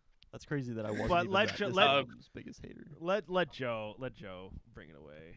Yeah, so I've been a Geese fan for 3 years now. It's like an intervention here. I don't know, but I. Yeah, you should get checked out, man. Dude, I'm obsessed with this band. It is literally my favorite band. I heard them open for Greta Van Fleet, and I was like, damn, these guys are fucking awesome. Like, I gotta check them out. And I listened to their album at the time, 3D Country, and 3D Country is just a banger. Like, I think that's still maybe a little bit better than Getting Killed, but there's just so much more range on this album.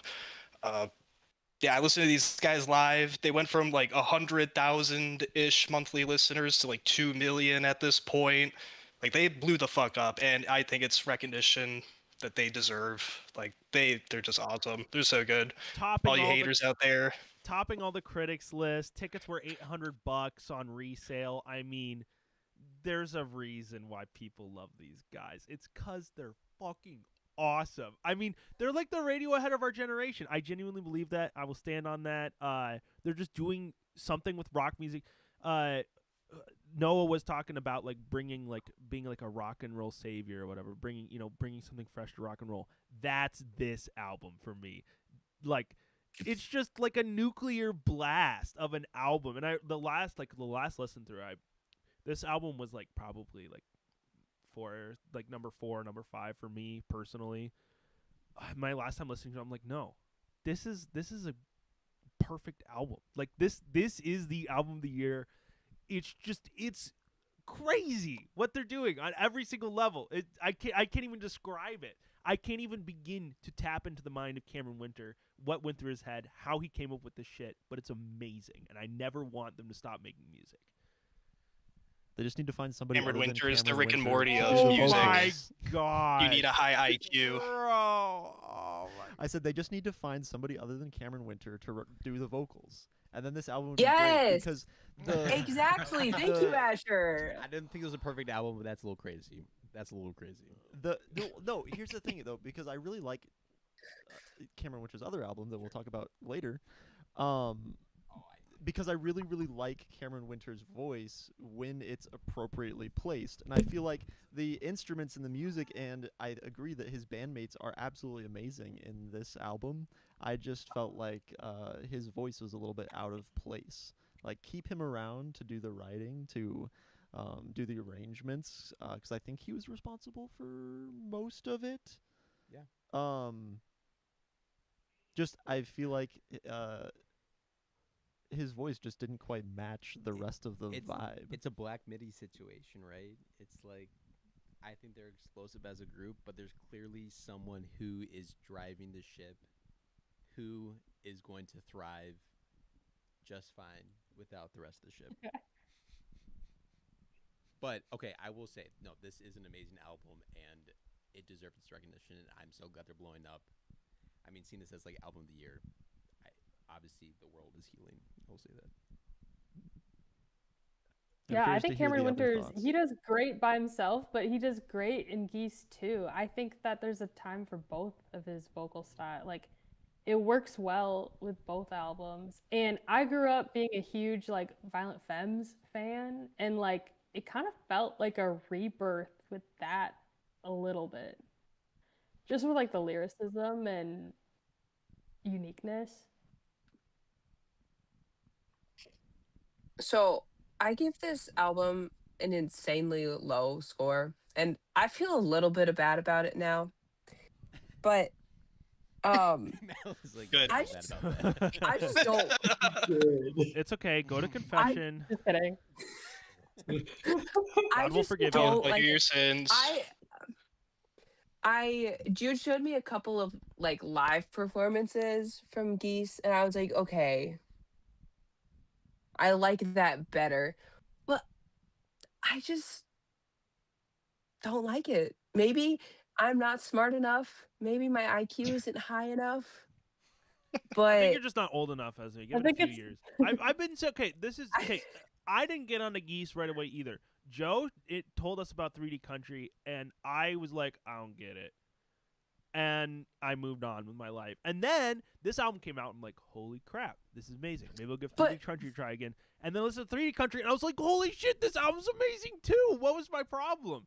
So give it 2 years. Give it 2 years, and I mean, it only took me what, like 20 years for me to like Radiohead, so you know, I'll get there eventually, I'm sure. I don't know. It's also Cameron Winters' voice. I don't like it. I don't like his voice.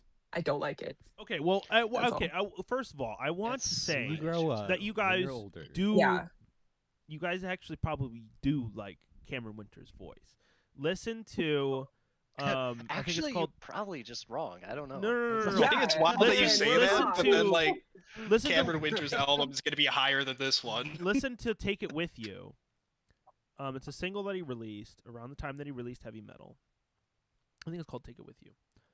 And he's singing very in a much softer, lovelier way. And you'll listen to that and you'll be like, wow, this guy actually is a good singer. It's because he's a great singer. He's just doing a specific affect on his voice that you don't like. So that's fine. You can not like an affect on his voice. However, in defense of the affect, I think that it works super well on this album that's like unhinged, kind of like a lot of the songs just kind of end out of nowhere. There's just the drums almost seem like too high energy at a lot of points.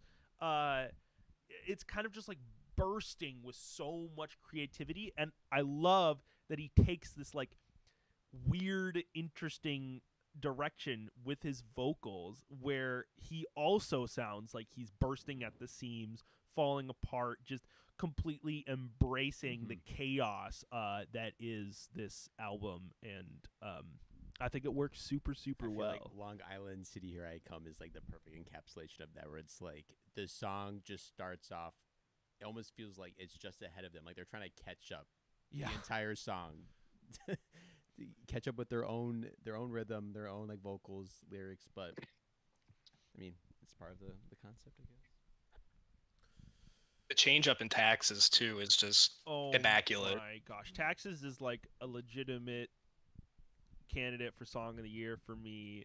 I show that to my cousins who don't listen. They listen to like Drake and like, you know, I show that they said that they listened to that song on repeat. I was there. I saw their my aunt today, and she's like, "Oh yeah, no, he still puts on Taxes all the time."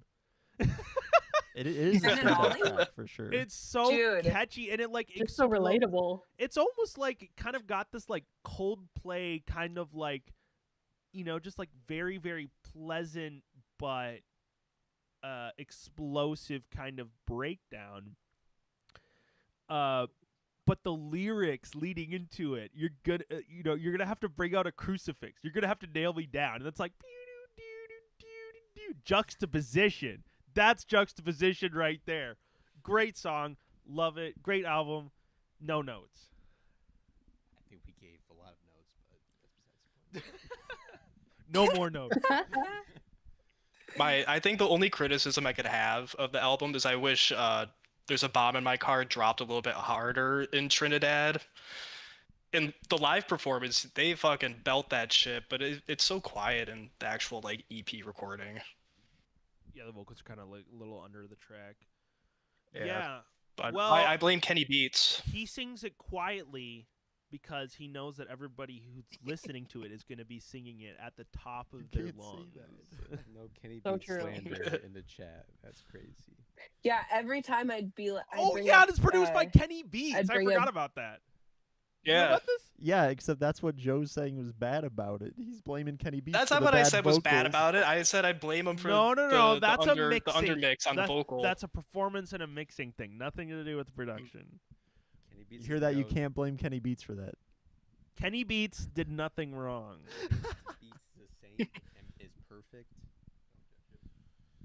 Every time I'd bring up this album, Jude would go, "There's a bomb in my car." I'm like, "Okay, Jude, I get it. No, I'm just the telling most you. memorable part of I'm the album. actually telling you there's actually a bomb in my actual car in Minecraft. Okay. Watch it be heavy metal next. Number 17. Heavy What Metal did I by say? Cameron Winter. God. Crazy. Surprise, surprise. Crazy. Whoa. Okay, Jude just spilled his White Claw. Okay. So It's fine. Joe, this is my pick. Joe had told me about Geese, and I, like a bad friend that I am, didn't take it too seriously and didn't dive into Geese as much as I should have. So that's my bad. Discover Weekly comes up. Love Takes Miles by Cameron Winters comes on, and I'm like, what the fuck is this? This album took a little while to get used to on my own part. Again, Esme, you've already voiced this opinion, but his vocals are incredibly they can be very difficult to like grasp onto and enjoy, but I think with the storytelling that he dives into, it fits perfectly. And like for example, like Jordy Greep, I enjoy Jordy Greep. I wasn't a big Black Midis fan, but so chicken or the egg, which one do you want to come at? I just think he explored a lot of elements and concepts that a lot of musicians kind of explore, where it's like concepts of self or humanity, addiction, a lot of very common themes that you see in a lot of albums. And I just think what wins it here is the fact that it's his like analogies, it's the storytelling, even his vocals is what propels a lot of the storytelling forward. It's very emotional, it's very raw. I found myself just sitting in the car, driving, putting this album on a repeat, and like for once really like diving into my own emotions while also exploring his own music. And I found it to be just a gift that never stopped giving. Again, Love Takes Miles is probably one of the most beautiful love songs I have ever listened to. You know, it's exploring themes of like how heavy love is, what it really means, the sacrifices it takes, understanding that no one's perfect. It's going to take work. I just think Cameron Winters is probably going to be an unbeaten storyteller for a long time. Again, I love Geese, but I think this was a project that was devoted purely to emphasize what Cameron Winters does best, and he just got a chance to explore everything that he is, his vocals, his storytelling, his writing. and he delivered perfectly.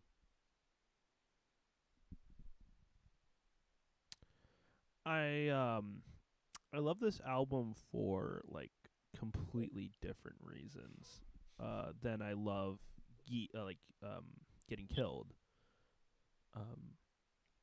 Because where Getting Killed kind of just made me feel awesome was kind of how it felt listening to it. Like heavy metal brought me to tears multiple times. Drinking Age is probably one of the best depictions of depression and addiction I have ever heard. And it's beautifully, beautifully produced. Just these amazing production choices with the piano and the bells. It's so rich. It's so tender. This album is serene and it's weird. It's awkward. It's clunky at times almost, but it's like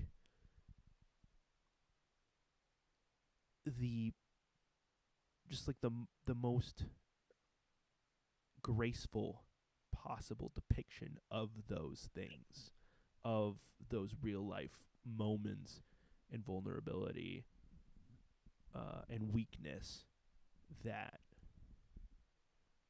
just this album is just transcendent. It's not like anything else on the list. Okay. Okay, I'm sorry. I'm glazing. I'm glazing. I got it. Another fun fact to throw in there. It is most chill Cameron Winter Jude's- fan. I liked him because he sounded Jude's like glazing car on seat the album. headrest. I'll put it that simply.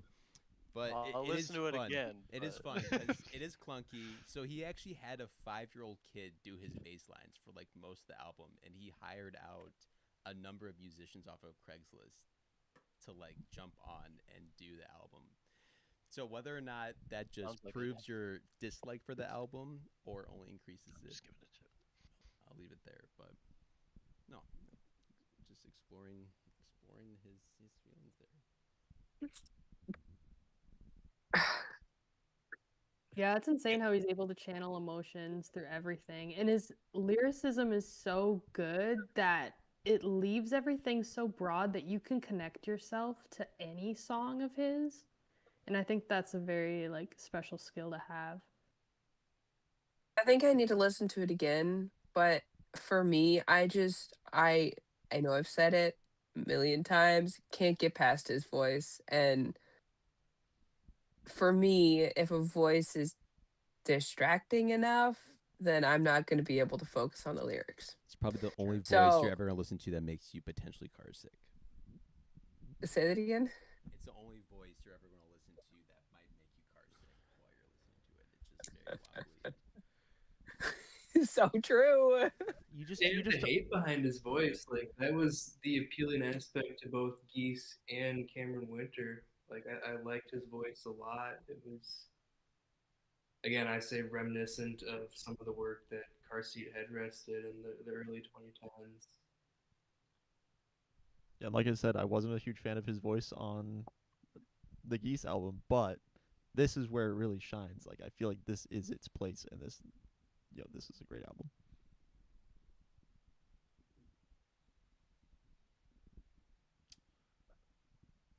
Yeah, Cameron Winter, he's an all-timer. I'm sure he's going to be on a future list in a future year. But Grant Summer's over. It's Cameron Winter now. but we have to move on to number 16, Lux by Rosalia. Hey, this is higher than I thought it was going to be. But I thought this was going to be more towards the bottom, but no, I picked this album and I wasn't really looking, like I didn't know this album was coming out until she released her single, Bergheim.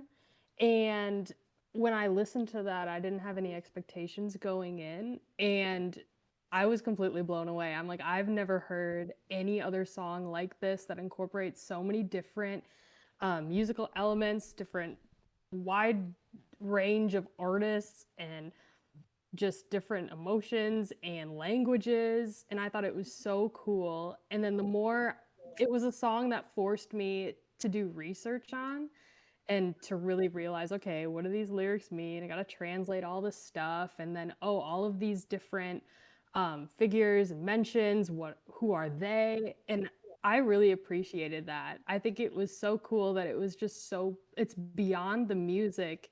You really have to do work and like gather up all these details to get it. And when she released the full album, at first I was confused because I thought it was going to be a lot like the single she put out, and it was more leaning into the classical element. But I think, yeah, the whole album, I think, is 13 different languages. There's other feature artists. 14. The whole concept is crazy. It's about her trying to live between like heaven and earth, and trying to decide between the two, and realizing that you can't have both. You kind of have to go in one direction. And I don't know, that kind of resonates with me and my like spiritual journey and stuff. So I just thought it was so cool. I never heard anything like it. I think it's really interesting that you kind of had that takeaway from the lyrics, because I just, I looked at the translations, I think for most if not all of the songs. And of course there's, I give a little bit of liberty for like lost in translation. Not everything's going to come through the way that it was intended in the language it was spoken, But for the most part, I felt this album was kind of like a little wishy-washy. I feel like she comes at all this stuff from like a very new agey kind of like pantheistic perspective, and it's kind of using the aesthetics of religiousness without really doing any of it, or relate, kind of relaying the information in a way that makes sense to me. And I also feel like that like shallowness of perspective in that realm, the spiritual and the emotional, was also somewhat reflected in the production, where like there were a couple, I gave this album a good rating because there were like a few songs that genuinely I felt like did what they were reaching to do and had some amazing vocal and production moments. But overall, I found this album to be like just not what it was implying itself to be. There were a lot of songs that felt like filler. There were a lot of songs that felt like generic pop songs. And it's like this album was advertised with the lead single Berghain in such a bold and like crazy way. And it's like there's 13 languages on this thing. This, there's never been done before. And then you get into it and it feels a little like shallow. That was how I left after a couple of listens. That's kind of what I felt about it. And I'll come at it from a little bit of a different perspective, because I probably translated and read 15% of the album. A couple of the songs that I really, really like, I went through and read the translations. But the way that I consume music is so about the audio more than it is about, analyzing the story and figuring out, what an artist means. I'm more interested in kind of what they are portraying through the sound. So this album got a very high rating for me because of that, because of how grand it was.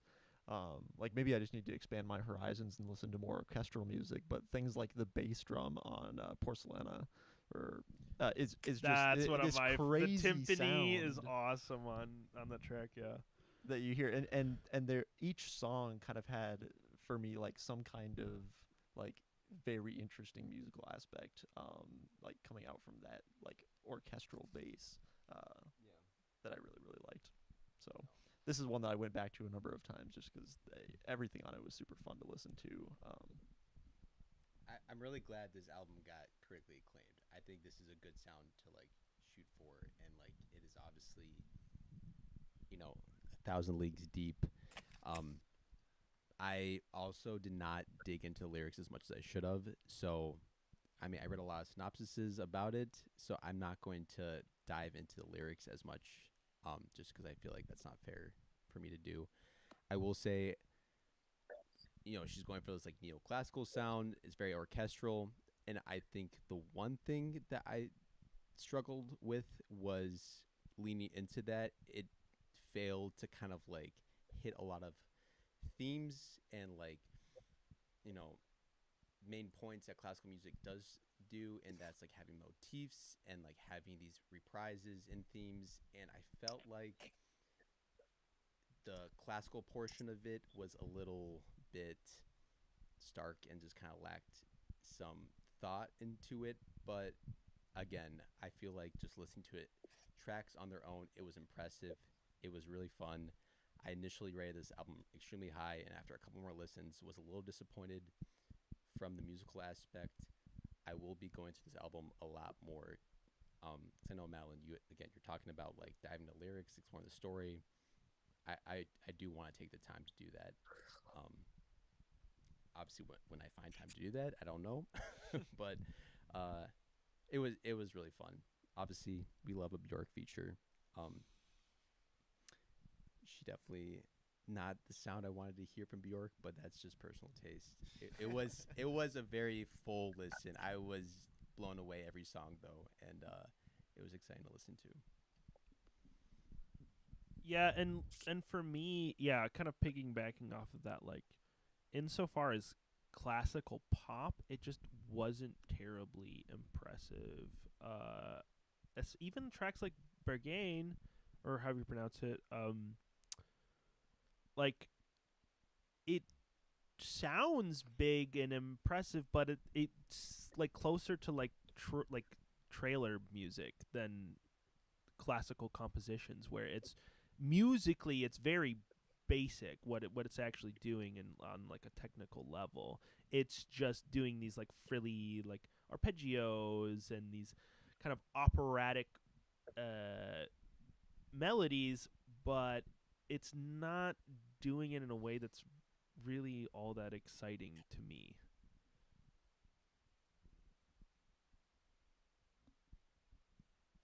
Yeah, and I'm not I don't listen to a lot of classical music, to be honest. So this is like my first introduction, I guess, to modern classical music. So I don't know anything to compare it to. So to me, I thought this was extremely unique. In the pop realm, Yeah, as Go ahead. I was gonna say, as a as a violinist and instrumentalist, I love hearing more of the classical orchestral music coming out. Like even just on super basic stuff, just being like, oh, this person decided to use string instruments as a, you know, accent piece. And I love that. I listened to Berghain, however, you know, that song, and I was like, what is this? Ooh. And then I saw that that Madeline put this on the list, and I was like, what in the world? Like just going off of that one song, I was like, what is this gonna be? And I ended up really liking a lot of the stuff a lot more than I thought I was gonna do. So yeah, for sure.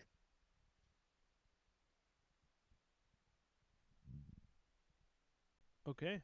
Well, out of curiosity, Madeline, how much time does it take to dig through all the lyrics?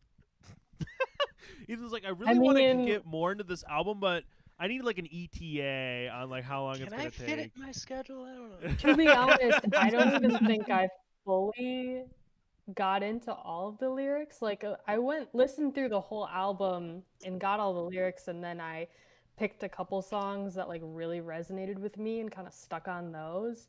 But there's still so much, and even like randomly I'll be scrolling like Instagram reels and someone else will come up with their take on different inspirations, or oh, this song is written about this saint, or this song she was inspired because of this thing. So there's so many different layers that I just don't know. Well, yeah, and all the lyric, like all the English translations are on Genius and stuff, so it's pretty easy to pull those up. But I think they even have the English translations on Spotify. Spotify does do translations now. So it's on your phone though. They don't do it on the. I hate desktop. that so much. Let's trash on. Let's shit on Spotify. Yeah, real quick. they do. Actually, get on. Listen, Apple Music has translations on their desktop client and mobile. So. No, go ahead. Unless I couldn't Just figure the it out. lyrics or the translations? The translations. Okay. I don't know. I haven't listened to a lot of foreign music on my desktop, I guess. But I know you can see the lyrics on desktop. Yeah, no, desktop is really dumb. They usually introduce a lot of their features for mobile first, and then they introduce it to desktop later or never, which is really dumb. I don't understand why you should be able to do the same things on your phone and your computer. There's no reason you Anyway, all right, okay. Number 15, The Mocking Stars by Laos the Cat. I forgot this was crazy. Yeah, I thought this was gonna be higher. I thought this was gonna be top 3, low key. Somebody phone Mason back up. I need to know why he bombed this album. Get him back in here. I don't think he was the only one who didn't like this album, to be honest. I didn't rate it super high.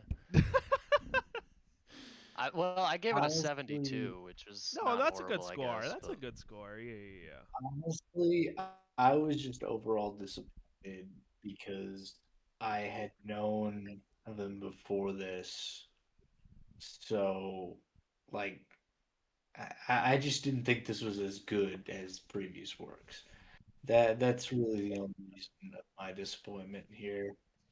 Well, yeah, let me give a little bit of a preface, because so Laos the Cat, he's a UK artist, rapper, producer, and 7 years ago, maybe 8 years ago now. Hi, Drew. He dropped an EP called, I don't even remember. I'm embarrassing myself now, but Red something?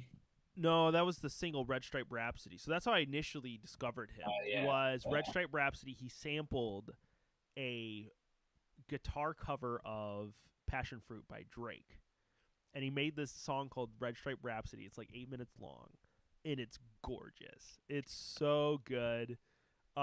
It definitely set a high bar for him now, because that was kind of like his, I would say his, like probably the song of his that got him exposure the most, because he had just released one EP prior, and then he disappeared.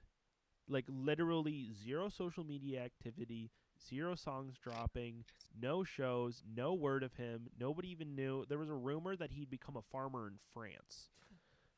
Like he just like took his streaming money and he just started a farm, and then he was just a farmer. And then sounds like a vibe, like a beacon of light in the mist, he drops on Instagram, I'm releasing an album in 7 days. That was this fall. So he drops The Mocking Stars, and this is a beautiful album. It's great. It's awesome. It's doing a lot of the same things that his first EP was doing, kind of in that conceptual realm. He's still a cat. He's still jobless. But I think that it's and he doesn't want to get a job. It's a much he does not want to get a job, but it's a much needed expansion on the world. He's given us so little, and I feel like he's doing so much at once with this album.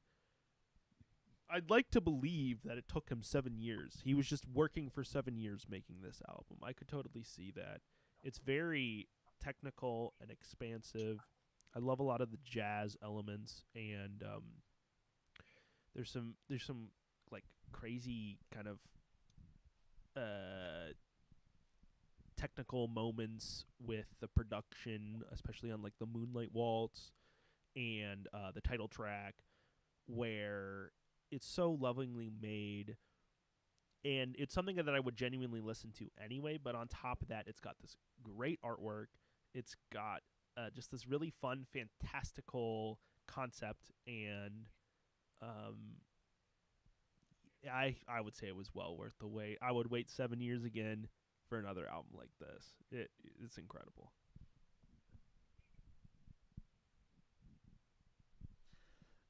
I don't know if it's a combination of the vibe in general, of the lyrics in particular, and the vocals, but like that combined with the album art, I feel like just makes you feel like you're in a children's book. You know, some fantastical level of whimsy. You know, somewhere in between, almost like Alice in Wonderland.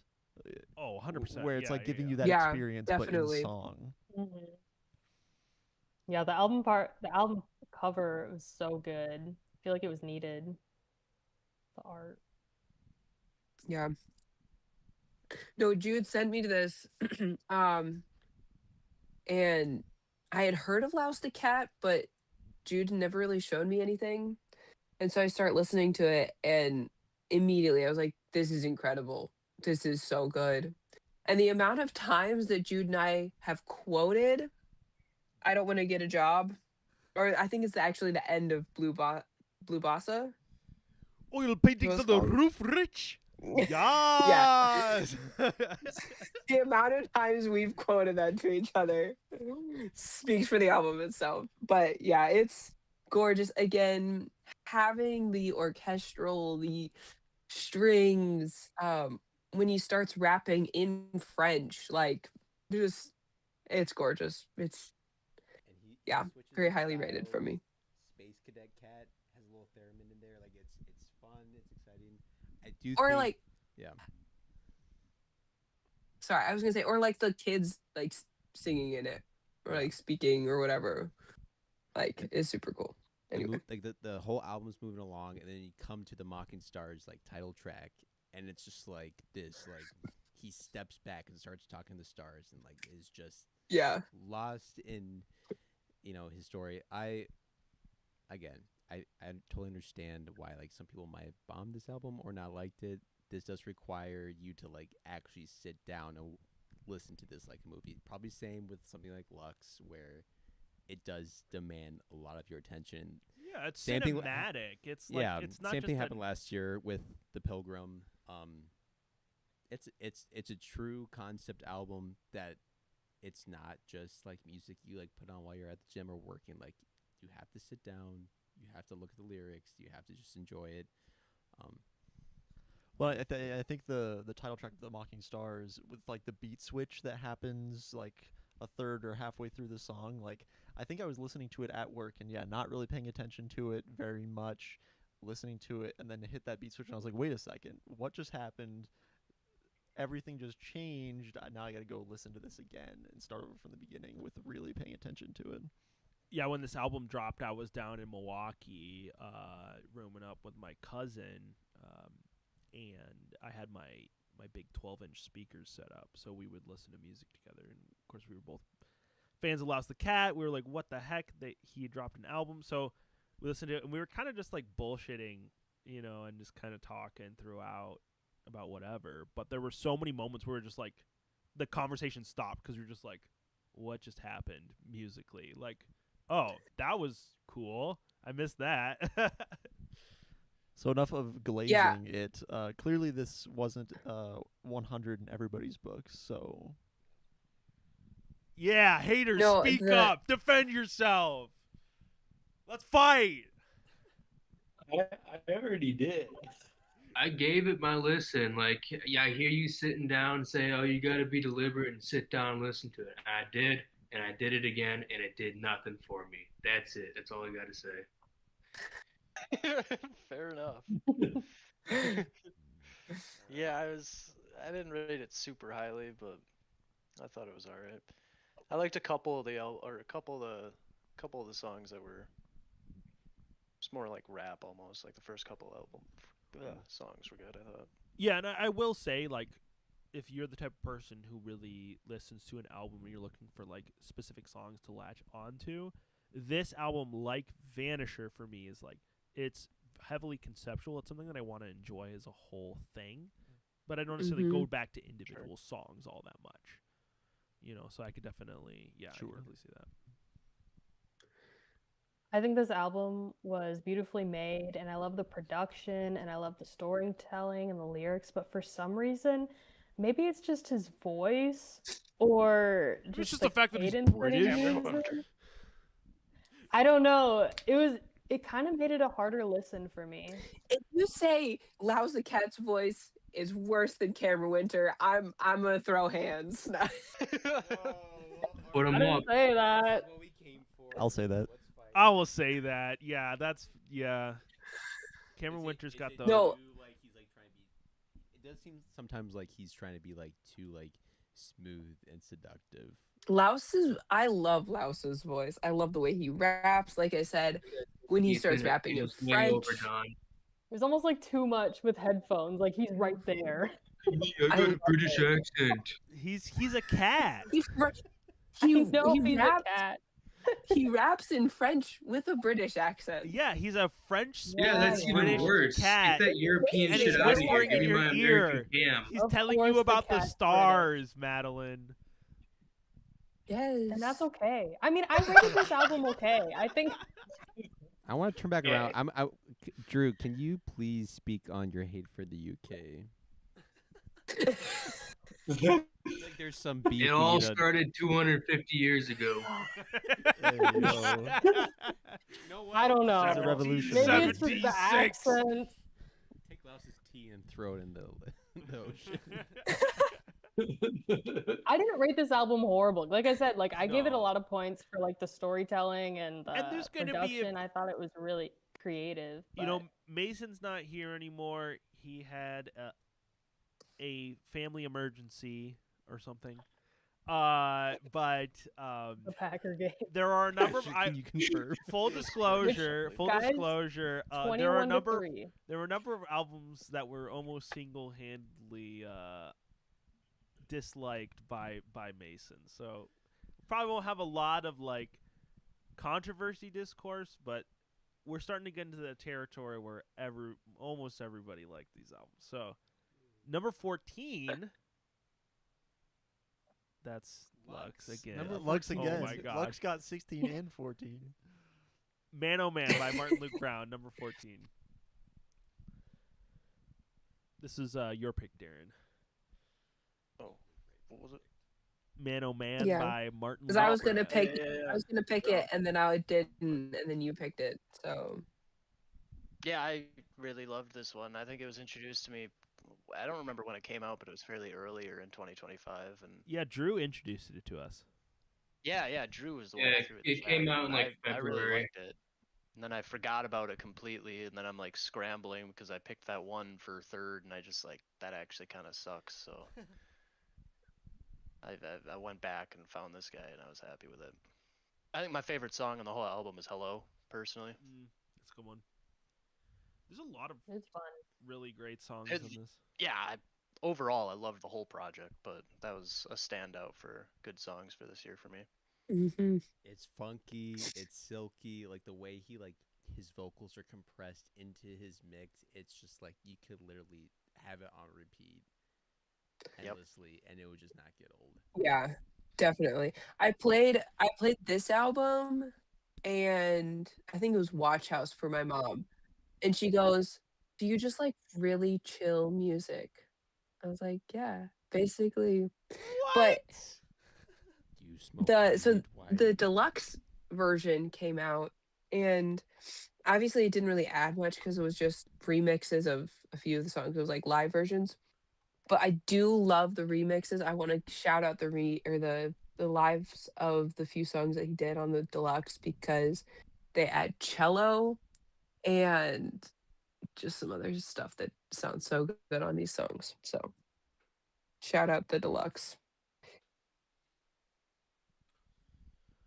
Yeah, yeah, Drew put us on this, and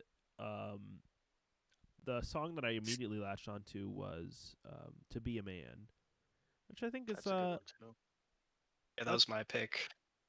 I thought that was just a really heartfelt, kind of genuine, like, there's so many things in, not to like make this political or some shit, but like there's so many things in today's like media that's like trying to latch on to like what men want, because I feel like there's a lot of like, I don't know, confusion or frustration in just men in general, the male loneliness epidemic, whatever. Anyway, that being said, I just feel like there's a lot of inauthentic stuff in that space, because there's a lot of money to be made off of that kind of like alienation. But to hear a song like "To Be a Man," which is not trying to preach, it's not trying to like say anything, it's just like being a man is sometimes confusing and frustrating and lonely, and I just feel like he did a really great job of depicting that. Another To be a man. To be a man. Now Darren is finding being a man quite simple. It is quite simple. He's got it figured out. That's awesome. That's crazy. Is that what kind of red is that, brother? It's the shit Jude put me on a while back. The hot to trot 14 hands. Hell yeah. Cheap as hell. So you take a swig out of the bottle. Why even have a glass? Oh, that's a new bottle. I didn't swig out of that one. I was just drinking the rest of it out of the bottle for this one. Oh, I see. My point still stands. No, maybe I'll share it. Probably not, but we'll see. But then, yeah, anyway, the production on this album was really good too. I liked it. Drew, now you put us on this album, but you did not give it a very good score. What's up with that? I just feel like not all the tracks were the greatest. Like, there were a couple really standout ones, but it was a fair amount of filler. A couple filler. I just felt, yeah. I don't know. Yeah, there might have been Like, not every song has to be great, but like, it was. The ones that were great were definitely great. Like, I enjoy them. Definitely like listening to them again, but the album as a whole, I don't think I'll ever sit down and listen to start to finish. Do you have you been listening to him for a while, or? No, he showed up on my Discover Weekly like in early March, like a week or so after that album came out, and I was like, okay, it's all right. Like, it's listenable. Like, I got through it, and then the last two songs I really liked, so then I like shared it with the guys, and that was that. Sure. Yeah, that's one that definitely a few of the songs on there are gonna make it onto like some playlists of mine, and already have. Good stuff. All right, number 13. Lust for Life, or How to Thread the Needle and Come Out the Other Side to Tell a Story by Courting. Honestly, gonna sound like a broken record here, but great alt rock album in general. Just really hit the sweet spot. I would honestly say definitely one that would require at least 2 listens. But it hit quite a few sweet spots for me. Not necessarily lyrically, but more just musically. So like honestly, this one just kind of scratched a few itches as far as rock goes. Yeah, this one got a 69 from me. I like this one quite. Dude, I started listening to this song. I was in the car driving back from Chicago, listening to Marabou State. And I was like listening to our list, which we'll get to that. But this album came on, and I think it's like rollback intro is the first song. I was like, okay, what am I listening to right now? And then it like cuts into the album.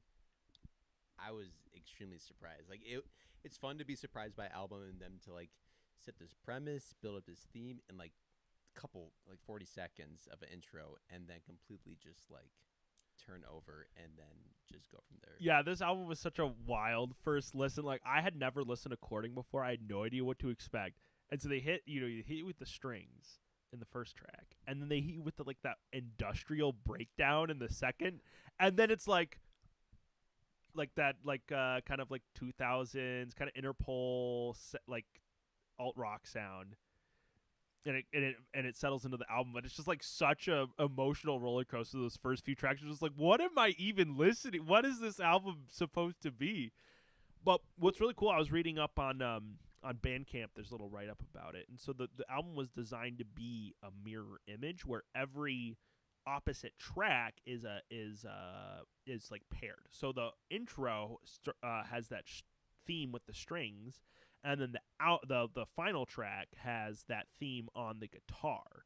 The second track, Stealth Rollback, which is like that industrial, like kind of experimental track, has the same sample drum loop as Lust for Life, but used in a completely different way. So every two tracks mirrored each other in the album, are like paired in a cool way. And I felt like that was something I kind of picked up on at first, but to read it and be like, oh yeah, they are kind of all doing these cool little like paired things, was really dope. And I love an album that makes a good use of motifs, of callbacks, of kind of those methods of continuity. I felt like they did it great. And there's some really fun, like Namsi, so kissable, so kissable, so catchy. Like me and Esme could not stop singing that all month. So yeah, super fun album. So glad you put us on this because this album slaps.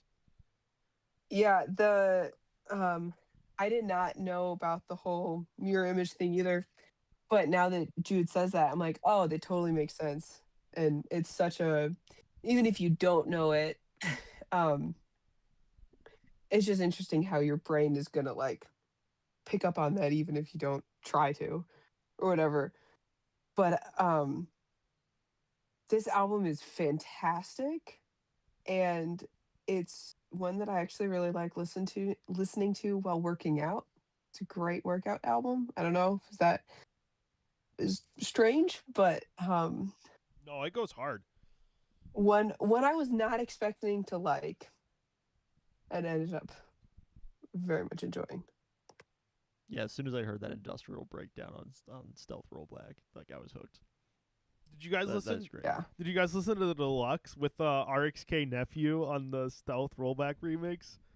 Holy moly! It's a banger. That was like the funniest thing ever. I'm like, ooh, what's this deluxe? Just RXK Nephew just dropping the goofiest bars ever. I love it. Dude, that was like the whole reason I didn't pick it. I was like, because all the live versions of the deluxe and the remixes are all really good. I thought so.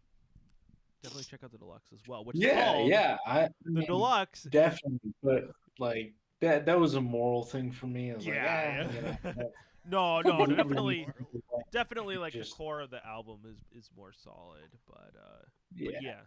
If you want to listen to the deluxe of Lust for Life or How to Thread the Needle and Come Out the Other Side to Tell the Story, the deluxe is called How to Thread the Needle and Come Out the Other Side to Tell the Story or Lust for Life. So just don't get those two confused. It's easy. I can see how you mix those up. But... Okay, we got number 12. Anywhere Here Is Perfect by Sam Galatry. Okay. All right, this is my pick. This was not the number 3 album of the year for me. I had a couple albums that were picked out from under me.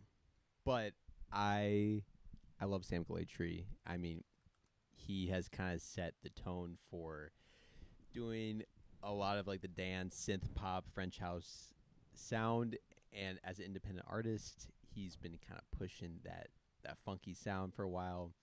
And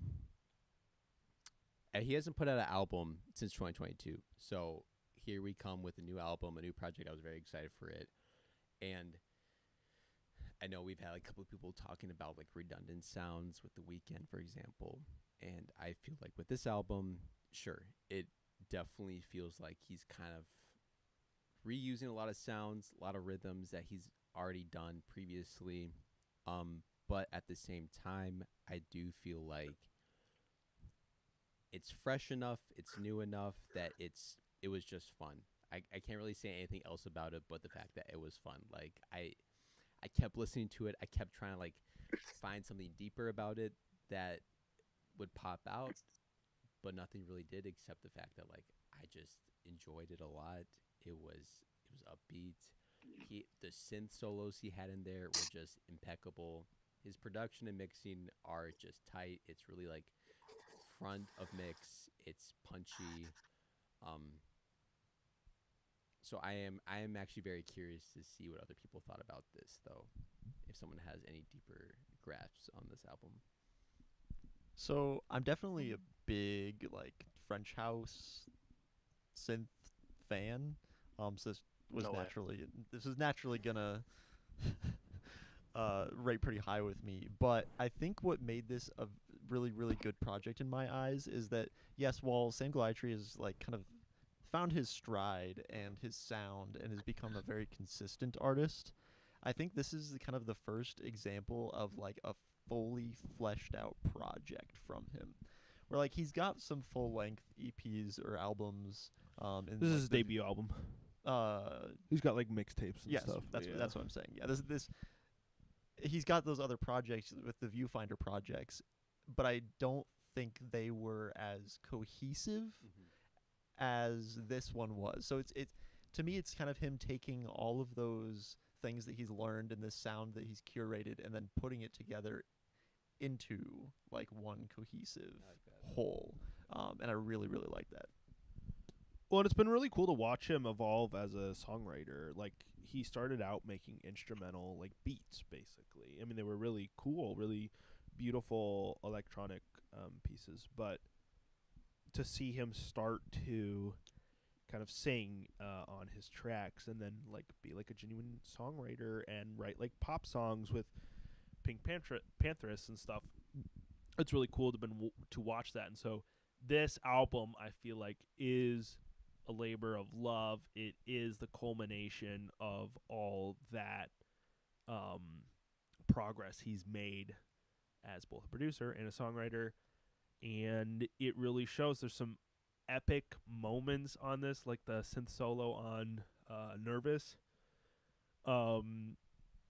There's a lot of songs that, even though like they didn't like latch onto me at first, just really fill out the album in a nice way. It's got this very full, lush feel to it, and I think it's a really fun project. Yeah, I don't have anything necessarily deep or introspective to say, but the production of it was really good. And out of all the albums, this one was a really good social album. I feel like I put this on a lot, like driving around with other people or at hangouts and stuff. And that was kind of hard or almost impossible with a lot of the other albums we picked for this year. Yeah. So I think that was a good point. This was probably the only, like, I feel like, again, we haven't had a lot of EDM representation this year. Well, there's one album I could think of. Okay, there's a couple. But I feel like in years past. Oh, dear. I'm obviously talking about Fuck You Skrillex, You Think You're Andy Warhol, But You're Not, which was a banger and should have been on the list, but I digress. No, I feel like I spent a lot of time like building out like this like rubric for like rating songs and like how much they're pushing the boundaries and the lyricism, the storytelling, and then like I came across this and I was like, okay, how do I rate an album that's just like fun? Like it's just enjoyable to listen to. Yeah, no, absolutely. It's a blast. Yeah, I didn't listen to this as many times as I feel like I should have, like the whole album. But the one like full time I listened to, I was like, yeah, that's a really good album. I'm gonna give it a really good rating because it's just like you said, fun. It's fun to listen to. And then I think obviously I said this in the chat, but like a different song from Sam Galatry came on at work, and I was like, oh, this is Sam Galatry because it's fun and it's got amazing synth, and I And while yeah while he doesn't do a lot of vocals, when you hear his voice, you like know exactly yeah who it is every time. yeah. So Yeah, I will say this album could have been better. It didn't have any songs that were better than Assumption. And Assumption it's just a banger. You gotta if you like Sam Galatry, listen to Assumption. If you like Sam Galatry, you've probably already heard Assumption. But Not right now, my headphones. Assumptions, sorry. It's a banger. But this album is also a banger. And the next album is also a banger. It is The Art of Loving by Olivia Dean. yo, let's go. So yeah, this is one of my albums. Obviously, I know like a few people threw in the chat like this album is amazing. But yeah, just super easy to listen to, super catchy lyrics. I really like her voice. I like the style she does on her voice. And yeah, just a really solid, maybe kind of girly album that just it hits all the marks for me. And also her vocal range is pretty much ideal for me to sing, which means I can sing all the songs, which is a huge, very huge important. thing very important because most female singers just sing too high for me. So, yeah. I knew this album was like something special when I had a meeting in Madison, so I have to pile in the van with all my late team members at work, and my manager plugs his phone in and proceeds to play the entire Olivia Dean album for like all of our like 40 plus workers. I was like, okay. I looked over at him. I was like, just nodded at him. He's like, yeah, my wife kind of likes this album, but like, that's okay. Listen to the whole thing. No, I know. Thing. I know. I was talking to my dad about this album, and he's like, all the lyrics are so feminist. And I'm like, what does that even mean? Hater. Oh my gosh, yeah, I have no idea what he's yapping about. Yeah. So I know Noah mentioned about like saving rock and roll music. We talked about saving rock and roll music. Who's the rock and roll savior? Well, Olivia Dean is the pop music savior right now. She's the only person that I see on the Spotify charts, on the Billboard charts, that I'm like, oh yeah, I like her music. Like just Morgan Wallen, Taylor Swift, K-pop Demon Hunters, and then just gold in the coal mine, Olivia Dean. Demon Hunters, bro. What the fuck? Catching unnecessary shade. She does a song. She does a song called "Back to the Start." I think that's what it's called. But it's with She does a version with Leon Bridges, which is really good because I love Leon Bridges' voice. So yeah, but just she's solid. It's just hard to find like someone who can like she keeps it simple. It like the entire album just like it pops. It's rhythmic. It bounces the entire time, and like we have a lot of great vocalists. So, like Sabrina Carpenter, for example, is a good vocalist, but like she lacks a lot of like that like technical appeal that you want in an album, like variety. And Olivia Dean thrives in that, and she gives you something that feels refined. It feels like it's been worked out. She's creating a story, and she keeps it simple, and it's nothing more. It's a good pop album, and that's what it should be. Yeah. And she's also British, so shout out Britain. All right, Drew, say your piece.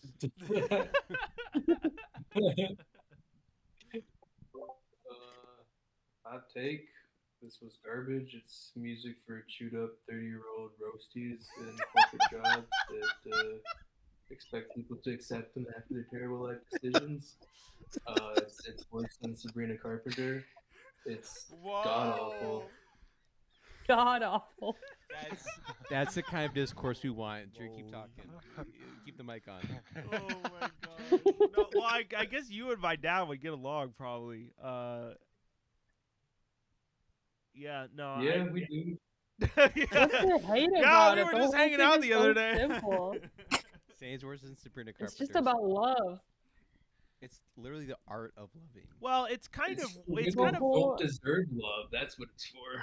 It's Drew's got the art of hating. Yeah, well. For real. I'm about to drop it out. No, I mean it is like I could see if I was just just a degree to the left or to the right, I could definitely see it being like a little sickly sweet at points. Like it is pleasant to the point of being edgeless, and even the pop, like even the big hits on it don't feel as big as you would kind of expect them to be. So I can see that, but I don't know. I just really enjoyed it. This is like the weekend for me, where it's just like one of these albums where I could very easily listen to the whole thing just kind of in the background, and it fits whatever vibe I'm in. I will say, based upon the picks that have been given this year, we've been given a lot of picks with edges, which is great. That's true. Sometimes it's nice to just put something on that's like, doesn't matter the mood I'm in. It's just going to, fill in the space and do well. So. Yeah. Definitely. All right, I don't even remember what's next. Number We're getting 10, the top 10 here. Racing Mount Pleasant by Okay. Racing Mount Pleasant. Okay. Oh, I thought. Sorry. Yeah, this is one of my picks. To be honest, when I found this album, I listened to it all the way through, and it didn't really click for me.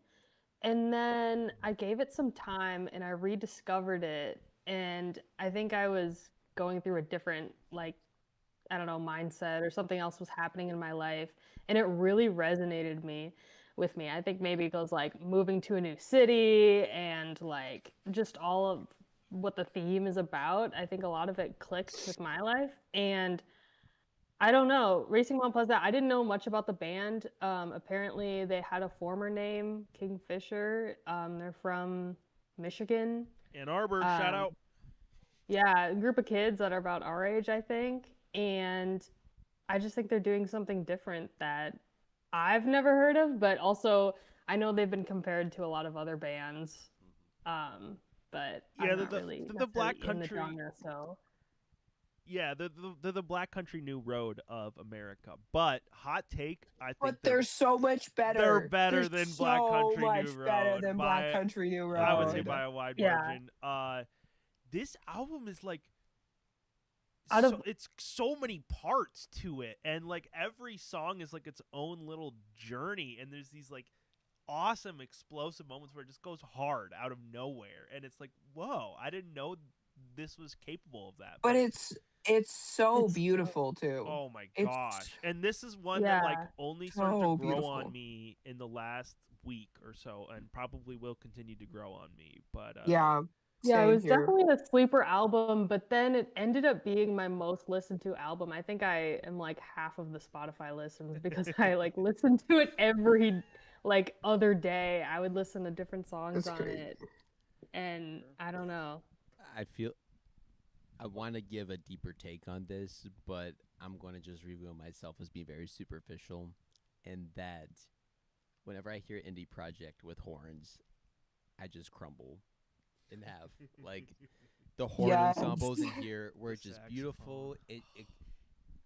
I think with indie albums, it's all about setting this like safe haven to like kind of like let yourself into, listen to the lyrics, listen to the story, and every song, I just feel like they were able to like set up the world that you're entering into and the story you're entering into and they were just very gentle, while like kind of like giving some edge to it, but at the same time, it was like a very safe project. I don't mean that in an offensive way, like safe in a good.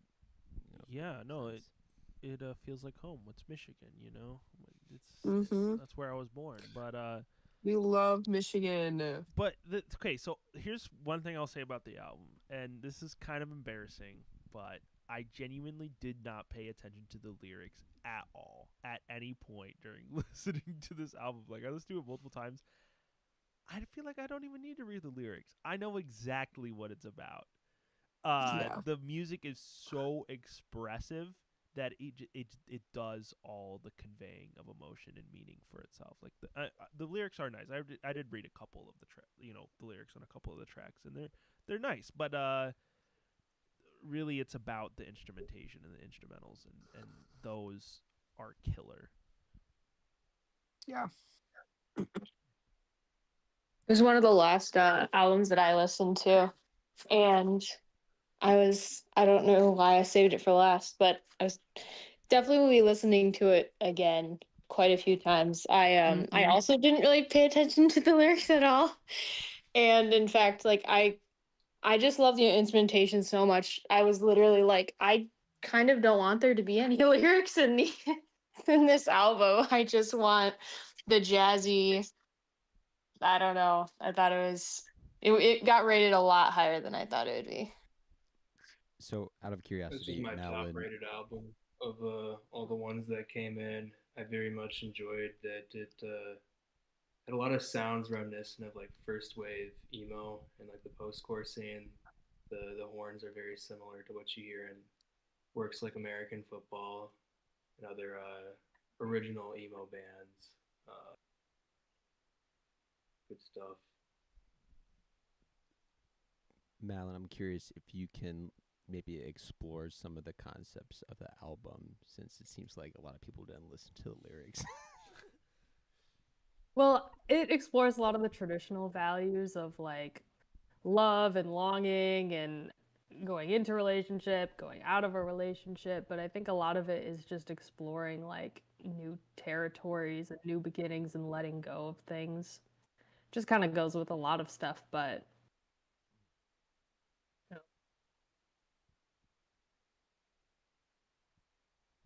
yeah, great album. I also didn't pay attention to most of the lyrics, but there was one song. I need to look at the track list to remember which one it is. Emily. Emily is such a good song, and mostly because of the lyrics of that one are really good. But yeah. Yeah, even the word choices in the lyrics, like it really makes Yes. you visualize things about like depicting lakes freezing and just different elements.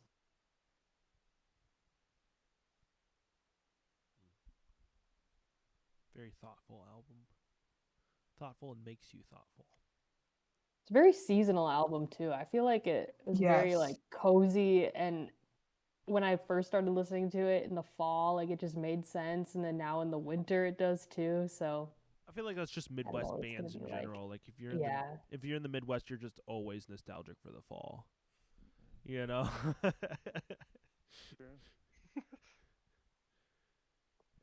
Okay. Well, number 10, Racing Mount Pleasant. We're moving on to number 9, I Love My Computer, Nina Geraci. Back to back, Madeline. Made it so high up the list. Whoa, that's what? All right. So we're gonna hold off on that. picked this album. Sorry for that. No, I also picked this album. I found this album because somehow the first single that she put out, iPod Touch, came up on my Discover Weekly, and I was like, oh, this is so fun. I've never heard anything like this. And it was just so nostalgic, and the way she paints the picture of like, I don't know, it reminded me of being in middle school, having my iPod Touch, like staying up late on my phone under the covers, watching YouTube videos, making art. And it was just so nostalgic. And then I didn't realize this came with an album and that she was going to put out later. And so when I saw that, I was like, oh, I'm hoping it really leans into this theme. And it was cool that it did. Just the relationship with the internet, how it's such a good thing, but also a very bad thing, especially to the exposure like so young. I don't know. I thought it was cool.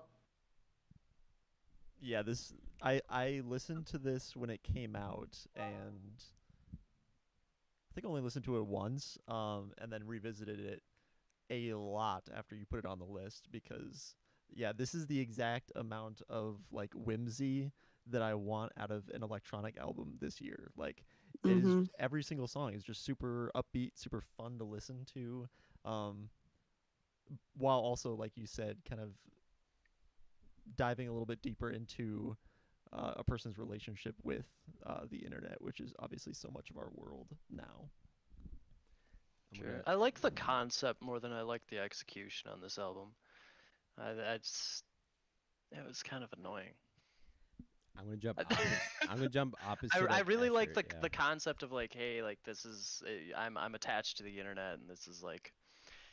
But then she's like, I want to fuck my computer, and I just thought that it was kind of weird. Because no one in the world knows her better. It's about trust. It's not about sexual attraction. Yeah, I understand that. She the analogy says it like 400 times in 30 seconds. Bro, have you never wanted to fuck your computer, bro? Weirdo. Am I wrong?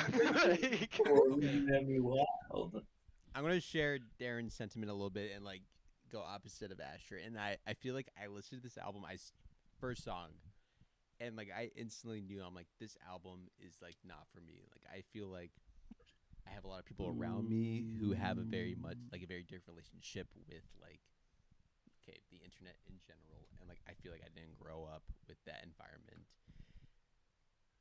I didn't get it. Oh, you're just jealous. You're just like, oh, that's the FOMO. You're like, oh, I didn't have this. I wasn't on 4chan at 10 years old. I'm a fucking loser. No. No, but like I thought it was fun.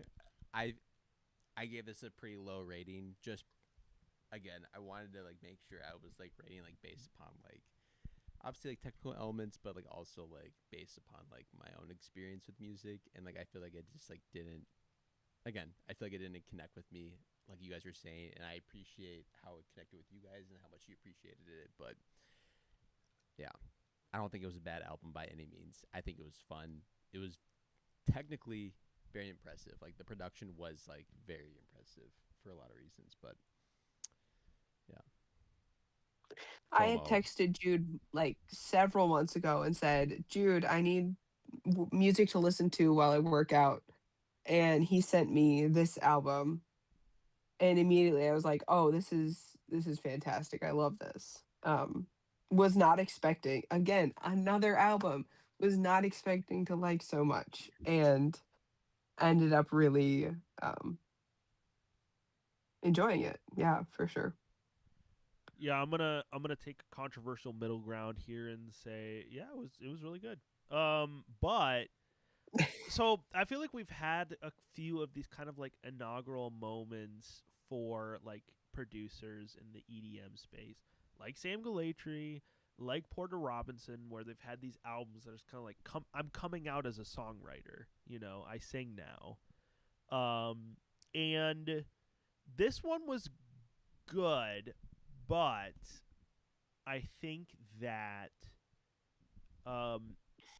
it's not doing anything particularly new to my ears. You know, I've listened to a lot of EDM and a lot of kind of the stuff that she's doing has been done 10, 15 years ago. And it's fun. I like that she's kind of putting her own personal story over the top of it. I think that's what makes this album like a pretty great album, is that it's very whimsical, it's fun, it's personal. I love the album artwork. It's probably one of the best album artworks this year, I think. And but it just didn't blow me away, I guess. It was like, okay, she's doing some of this kind of electro house dubstep-y stuff. It's fun. She's doing it really well. For a young producer, I think she's got a really, really great grasp of the genres that she's doing, but just didn't blow me away. That sucks.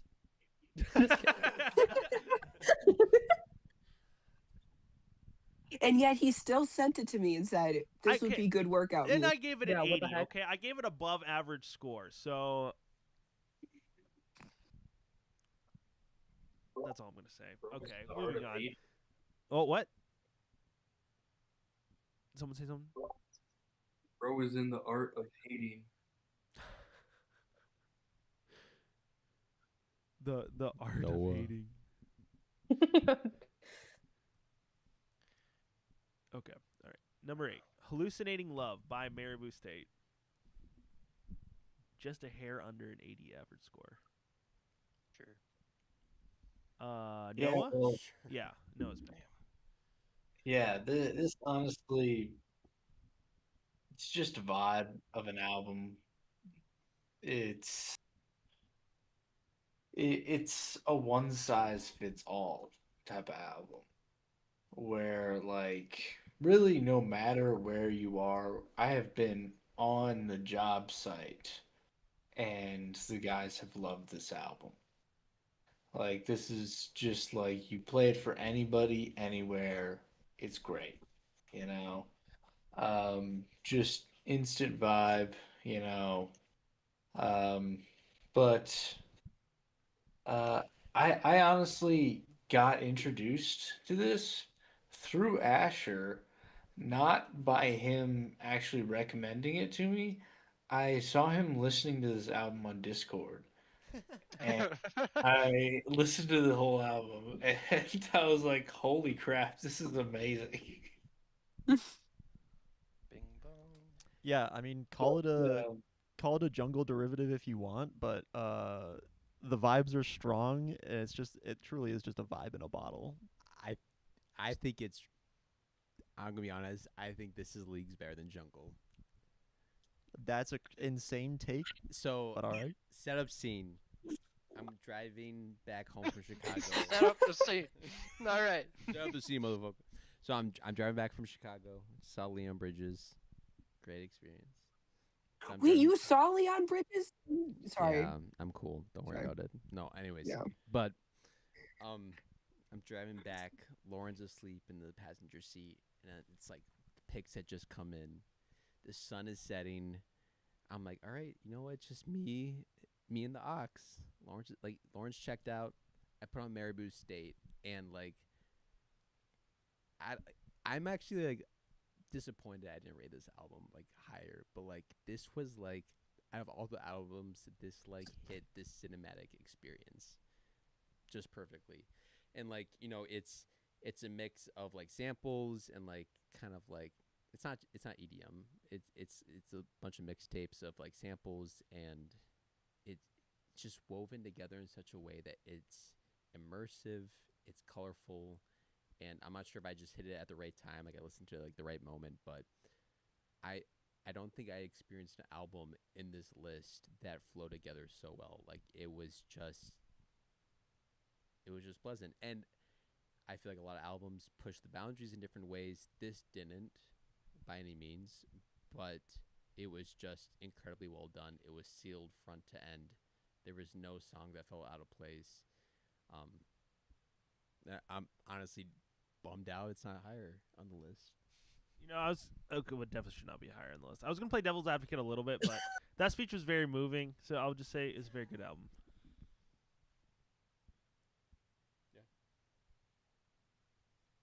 Yeah, I mean, honestly, like this has kind of become my go-to album. Like when I'm down, I'll just listen to this album, and it's just a very comforting kind of album. I need to give it another listen. It's been a bit since I listened to it. I've listened to this album probably like 10 times. I think 8 of those times were here in Asher's basement and him just playing it in the background. I do be playing this shit. And it's perfect for like playing games, playing video games, chatting, relaxing. It goes really, together really well. Yeah. In the morning at work, because we're there at like 6, I usually get to play whatever music I want in that hour before we open. And there were definitely a few times where I'd put on this album and I was like, this is a great morning album, or just anytime, anywhere album. Great coffee shop album. Absolutely. Yes. No, definitely a good coffee shop. Bouncing off. I like. Yeah. Oh, sorry. Actually, I was about. Oh, you can go. Madeline said, but you know what? Instead, Madeline speak. I was gonna say that I like this album, but I will admit I rated it lower because while the production was really good and the vibes were really good, sometimes the lyrics were just a little too repetitive for me, to the point where like I even could close my eyes and it's like, I'd do that for you. Like, it's still doing. They're still saying it. And I don't know, sometimes it got a bit too much. What is it, even when your heart is breaking? Yeah.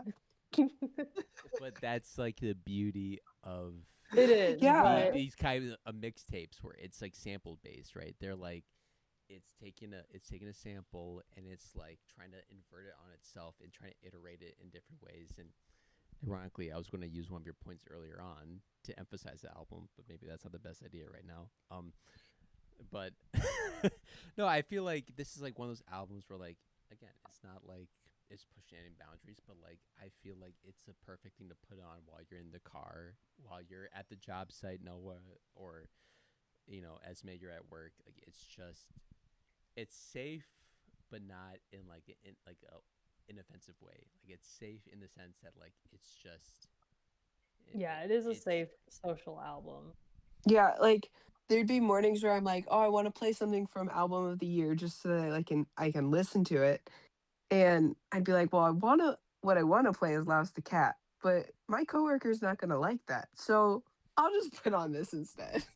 Put on I Love My Computer. My main problem, this is such a me complaint, you know me, but my only complaint with this album is that it's like almost too agreeable, where it's like there's not enough edge for me to latch on to be like super interested in it. I guess I can't be mad at that considering you prefaced it. I don't know I don't know how to say this in the nicest way, but that's the lamest fucking take I've ever heard ever. All right. Well, yeah. I mean, that note. I would agree. Nothing really blew me away with this album. I think one of the notes that I had said is like, if I close my eyes while listening to this album, I'm in like an overpriced store in the mall. Like, this is what they're playing. It's the best elevator music you've ever heard, but it's still elevator music. Okay, Darren, hold your thoughts. Relax. Hold your thoughts. Relax. I guess I'll save that for later. Kick me off. Madeline's just put herself on the naughty list. Okay, Santa has put you on the naughty list. Madeline, I'm sorry. It's okay. You're getting cold this year.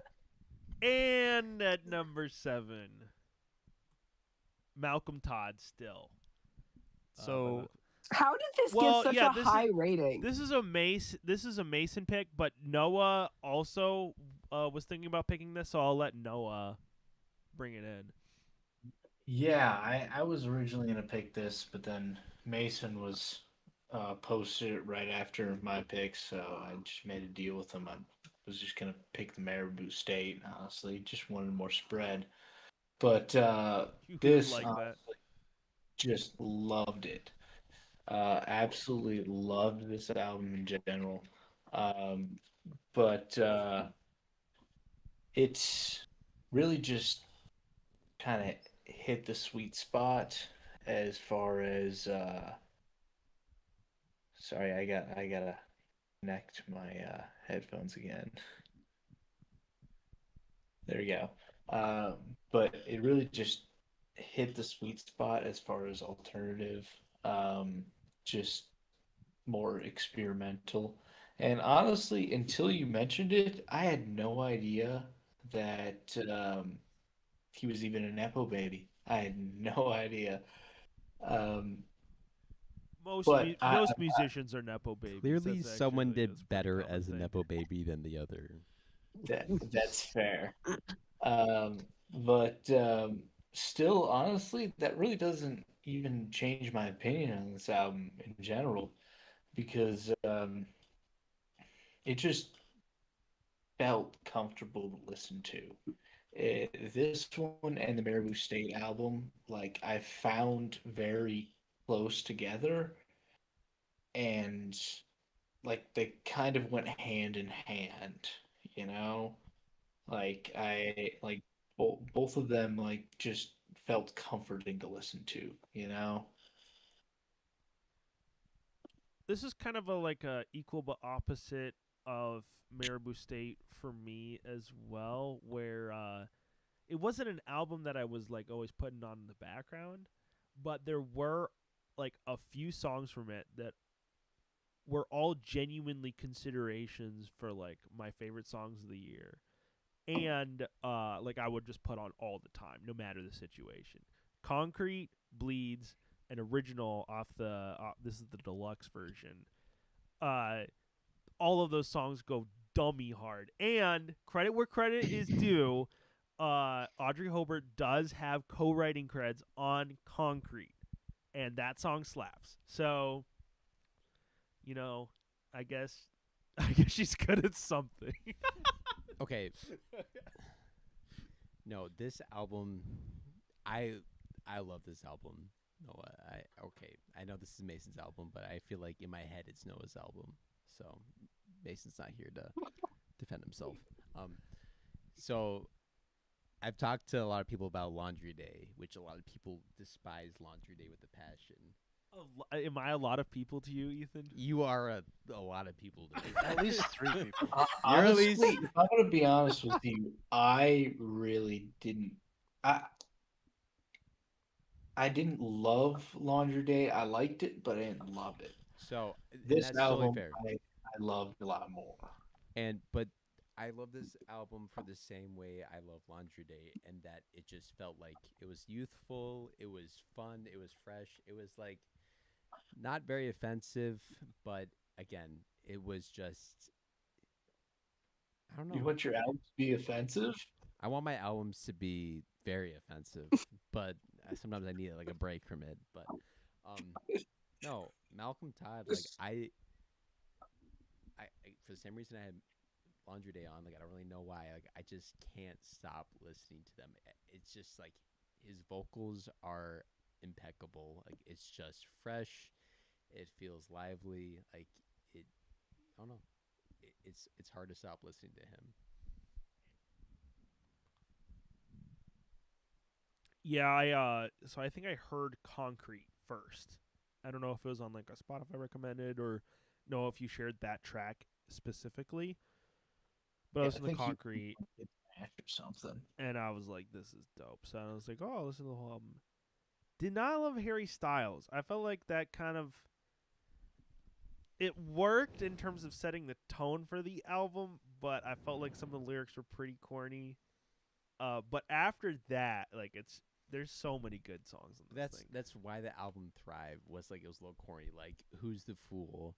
Like it just it tells like the simple story, but it's like it's specific yet it's a little like on the nose. And that's what I feel like he does so much better than his sister is like making his songs like kind of vague and generally applicable, but they're done with so much confidence that you're like, oh yeah, this is him, you know? You guys I are do gonna love hate me. when. Oh, sorry. Go ahead, Madeline. Oh. ahead. I didn't rate this album pretty high because although I do think that the lyrics are good and the production is good, I for some reason wasn't a huge fan of his vocals or his voice for some reason. Really? And That's understandable. I can see I where you're seem to coming from on only that. like the parts of the songs where he wasn't singing. And, like towards the end of his songs, they were more of like a I like the parts where he's not doing his own He's music. just not making noise. Yeah, like in the beginning of the songs, like I didn't like him at all, and then he'd stop singing, and then it would turn into this like instrumental type of thing, and then I really liked it. Yeah, like on original where it goes I into can- the da da da da da da. I just felt And like it's, like, his really fun. vocals were like very much like sitcom. Like it was like a little like usually you would use the like term like girl next door, but like it's just kind of like some guy you knew was just like telling a story about some dumb bullshit. Like it just felt really like just Yeah, some guy he's you kinda knew, a like- friend you had who's telling a story about something. He's kind of like 50% girl next door, 50% fuckboy. Like he's kind of somewhere That's exactly in the what it realm is. there. Maybe. Yeah, I don't maybe know I'm why I attracted to couldn't him. really get with it. Maybe his voice is just Maybe too, that's what like, it is. Malcolm nasally Todd or, is like- actually a Understandable. sexual awakening for Ethan. No, I can definitely see where you're coming from, Madeline, on not liking his voice, because there are like I like most of it, and then he'll do these like things with his voice where I'm just like I didn't like that. Yeah. It just didn't sound good. But again, love his use of strings and instrumental stuff like that. And Yeah, I feel like if you took this album and put a different singer on it, I'd love it. What about someone? you should put Audrey Hobart on it. But nobody That's- else that's the did key. make this What if you album, put did Cameron they, Madeline? Winters on this album? What, dude? Winters on this album? Crazy. What if we put Cameron Winters? I Yeah, said- I like that. Second that, get Cameron Winter on there ASAP. No. Cameron Winter. Okay. Okay, Malcolm Todd No. feature on the new Cameron Winter album. Cameron Who's Winters with is, me? He's not you from the UK, so he's approved by at least 9% of the people in this group. I want Cameron Winter to be on Geese's next album. I was looking I at don't think you'll be disappointed. I was looking at the stream chat and I just see Drew's message pop up. I legit did not know Cameron Winter was in Geese until now. I didn't. I learned that today. Wait, Drew, honest opinion. It know makes what, though? sense now. You know No what, wonder though, they're Drew? both so peak. I can't even diss because I genuinely did not know that for like a couple months after listening to Cameron Winter no, for the first time. That's what I had to say. I listened to heavy metal. I'm like, wow, this guy's so good. Geese fucking blows. And then dude's like, hey, did you know Cameron Winters is on Geese? I'm like, wow, I feel fucking retarded. And then you were like, wait, actually, Geese is really good. Wait, holy huh? shit! This is the I'm a glazer. Cameron Winter I'm a glazer. Glazers. Cameron Winter pilled now. All right, I'm sorry, Joe. I'm sorry, Joe. All right. In the end, everyone comes around. Goes around, comes around. Did you guys know that Geese is just one person? His name is Cameron Winter. I was waiting for that. Did you guys know that Cameron Winter, it's just one guy? He's the whole band. And a 5-year-old bassist. It's just Cameron Winter and a 5-year-old alone. I mean, I saw the whole play live. album. He just goes between the instruments really fast. Hey, yo. And then he covers Audrey Hobart's song, I Like to Touch People. I was about to say Malcolm Todd wins because he literally had to fight against genetics to make a good album.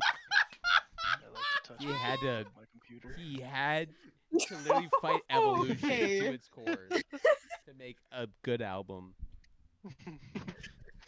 All right, moving on. We got number 6, Holy shit! Choke Enough Deluxe by OK Luke. I'm gonna choke on these bad decisions. Let's go. That's I'm gonna where go it fucking choke on belongs. my No, Sig it needs to be sour higher. 9mm. It didn't need number 1. That's for damn sure. Darren, I'm so I'm- shocked. Actually, I thought it was number You- one. I'm so very I shocked actually right now. picked it for this. number 1, but I didn't like it as much as Darren everybody goes else into seemed to. timeout. That's I texted- crazy. I texted Jude yesterday and I said, sorry, go ahead, Asher. But yeah, let's If let you're- Asher talk about his album first. Yay. So this album is a masterpiece. This album is a 100 out of 100 for me because it so perfectly and emotionally captures like everything about living life in its entirety and why she loves life. You've got pain, you've got joy, you've got connection, you've got motherhood, along with all of the associated feelings that come with that, like sorrow. And then it does all this over French EDM beats and this like crazy cool, like almost underwater mastering where everything is just ever so slightly blurred, which I think she mirrors perfectly with the album cover for, obviously not the deluxe, but the original album art. But everything in the album is just like this perfect haze of, I guess, just the human condition. And despite, the ups and downs of that, why the whole experience is beautiful.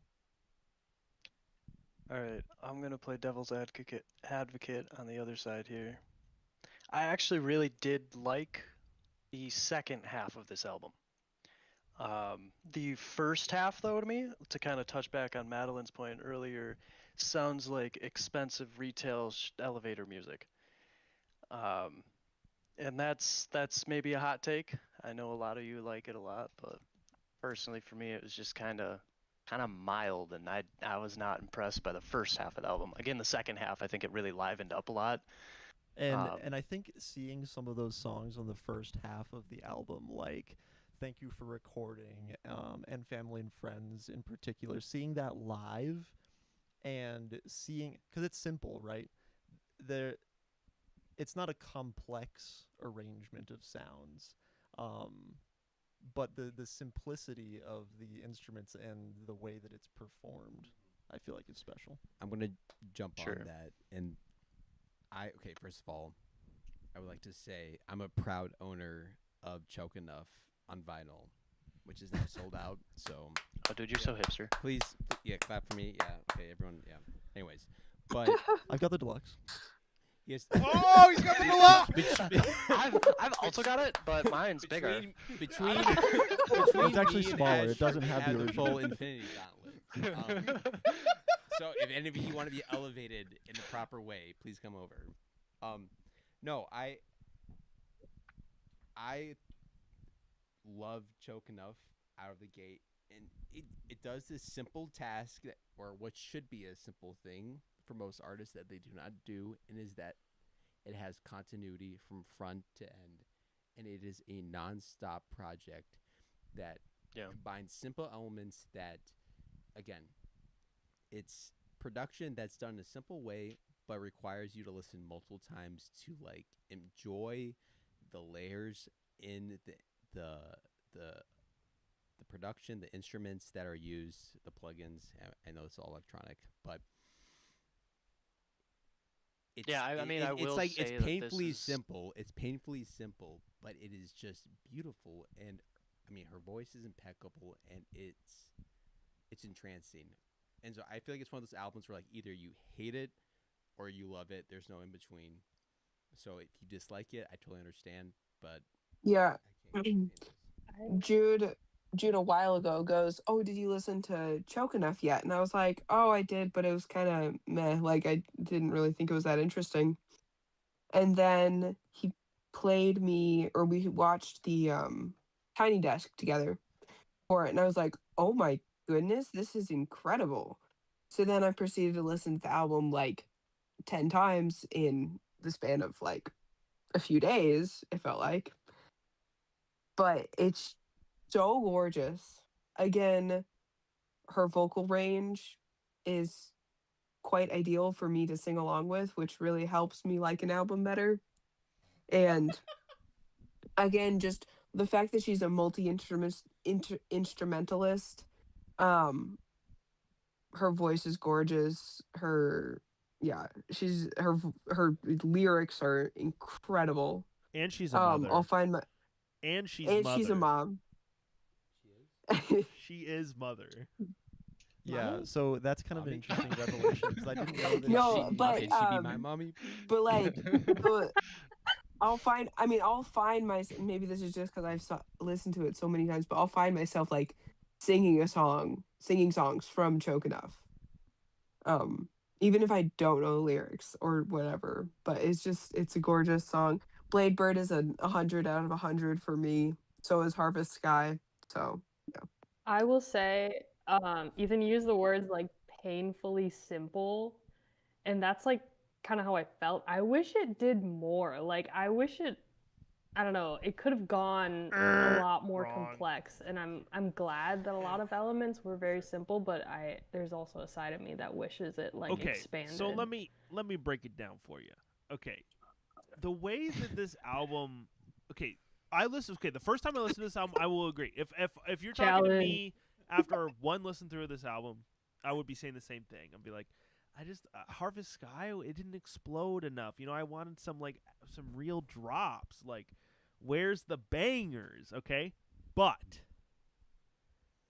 as I came to listen to this album further, I realized that this album is not really simple at all. It's quite a bit like a Baroque piece of music, like the Bach cello suites or something, or like a fugue or cantata, where it's only a couple of moving parts. It's only one melody and one bass line, or maybe it's not even a bass line, it's just a melody and a counter melody, But they're crafted in such an intentional and colorful way that if you dive into it, it takes you on this whole journey without ever needing to be super loud or without ever needing to be conventionally mixed and have these like standard moments. It doesn't need to do any of that because the duet effectively between Okelu and her producers, with A.G. Cook and KCMQ and Daniel Harl. Yeah, I really like you use the word like precise. Like it almost felt like strategic and and it's crazy. I really appreciated that. It's crazy too because this is a debut album. I feel like you don't see a ton of debut albums that have this level of like laser precision. Is Galore a mixtape? Yes. Yeah. And then you have the deluxe, which is what we're talking about here. I mean, just the album on its own is already absolutely mind-blowing. It ends on this totally soul-crushing moment of Blade Bird. But then the deluxe picks up expands on the sonic elements of the original album, but then also adds some fresh stories. The sound is a little bit more conventional and kind of pop sensible. And then it ends on Dance 2, which is like this actually really like glorious, optimistic track. And I think it like makes the album just even a little bit better for me because it takes you on that roller coaster ride a little bit further and it ends on a high note. And I think that's beautiful. Yeah, because you kind of have that theme throughout the album, right, where it's these kind of more emotional lows like Thank You for Recording, up to things like ICT, and then kind of back down to Choke Enough or Plague Dogs. And it's that up and down that, just continues. And I like the fact that the deluxe, takes the wonder and the emotion from Blade Bird and kind of just lifts it right back up with What's Good and then Dance 2. Have we heard from Drew and Darren about this album? Darren, yes. Yeah. Darren shit all over it. I didn't shit I all would over like I'm to just echo kidding. Darren's point. I shit thought on that it the before I first do. half of the album was, I think as Madeline was saying, was painfully slow. The latter parts of the album did offer some redemptive categories, but it still didn't do a ton for me. Like, yeah, it's better music, it's listenable. I'll play it again, but I'm not gonna go out of my way to listen to the rest of the tracks. So yeah, that's why it didn't score greatest for me. I'd like to listen to it again. I feel like I only gave it, I think I had 2 listen throughs for it, but again, for me, it was just the first half kind of was slow, and yeah, that'd be like I'm shopping in a retail store of some sort. Second half, nice and bright. I love that part, but it was just, I don't know. I'll listen to it again though. I'll give it the benefit of the doubt. All right. Well, that's Choke Enough. I think we've spent enough time on Choke Enough. We've choked on Choke Enough. We've spent enough time deluxe on Choke We've Enough choked Deluxe. enough, yeah. It was okay, Lou. And now we're on to the top 5. Number Top 5. Face Down in the Garden by Tennis. Adrian. Yes. Top No, I 5. think that's a good spot to put that one, honestly. Oh, I so agree. Could not be happier. Okay, Adrian, give your I spiel. don't think it deserves top, but All right, it does. But wow, Darren. Okay, come on. We're being The little we're darky being one is happy still right in now. there. True. Yes, it That's does. actually yes. That's so. crazy. I rated this album a perfect 100. That's just me. Illegal. I wasn't originally gonna rate it a perfect album. Of course, Jude introduced it to me. I ended up listening to it I think 4 times on repeat. One the night that he showed it to me because I was working on a sewing project, and so I was just listening to it for a couple hours. And after a couple hours of listening to it, when I went back to rate it, I was just yeah, every single song for me is couldn't be better. It's I don't know. I think it's fantastic. Agreed. Yeah, I think there was a day that I listened to this album all day at work, and I think this is when I was up north in Ontonagon. Yeah. And my foreman was son of the VP of operations or whatever, and we were supposed to be not working much overtime, but he was like, "No, we're gonna work 14-hour days anyway." And so I listened to this album all day at a 14-hour day at work. And then I told Adrian about it. You have to listen to this, and she loved it too. Obviously, just 12 Blown Tires. 12 Blown Tires is one of those songs where it's simple to the point where you feel like it's probably always existed somewhere, just waiting for someone to find it. And Tennis found it on their last album. They've broken up. They're done making music as Tennis. There's a husband and wife duo. They're producers. They're gonna be in the background writing for other musicians. But this is their last album, and they made the perfect song on it. And I think there's something so epic about that. Just to leave off on such a high note. It's a little melancholic because I really do wish that they were gonna make more music now, because this is their best album, and it's one of the best albums of the year, and it's the last we're gonna get from them. It's really tragic, but at least it was really good. So I almost cried when Jude told me that. This is all I get. Well, good thing you like this album, because you'll be listening to it a lot. So this album, so last year Jude had Slow Pulp, which it was actually 2 years ago. That was 2 years ago. Yeah. Really? Oh wow, Jesus Christ. Okay, no. Again, Watch House. I love the intimacy of the album, but this was an album where I know everyone's kind of shitting on OK Lou for its simplicity, but I feel like tennis. Okay, Lou. To be fair, okay, Lou. To be fair, tennis does simplicity in a manner that I feel like is appealing to a lot more people. Like there is texture in the production, and again, you can feel the intimacy in the storytelling. And I mean, I'm gonna leave it at like her voice specifically is just that like hypnotic, like soothing voice that just like wants to make you like lay down your couch, just like take a nap, daydream a little bit. It's entrancing. I could not get enough of it.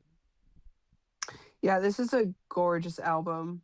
I think the song it's called "At the Wedding." Is that what it is? Yes. I listened to that song specifically a ton.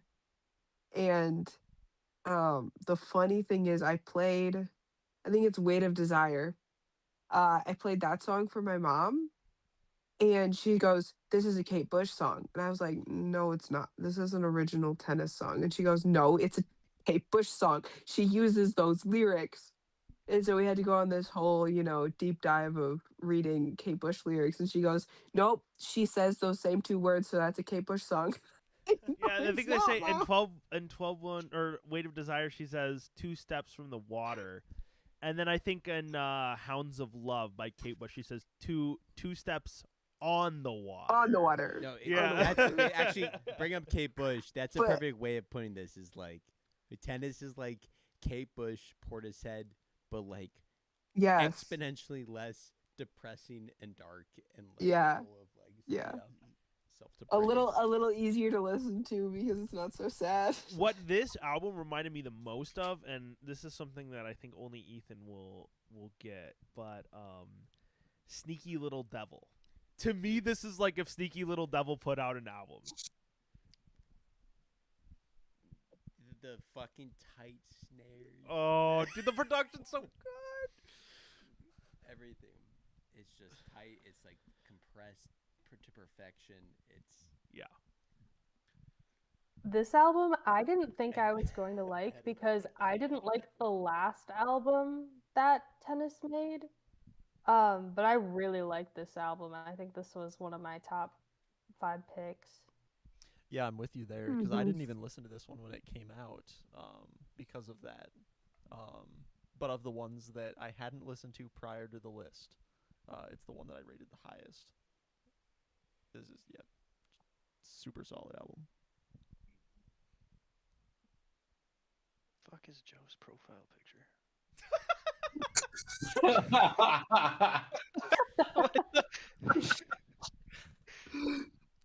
In YouTube? No, in Discord. What is that? It's my Halloween costume pose, and then it's AI enhanced with me in hell, I guess. It's just beautiful.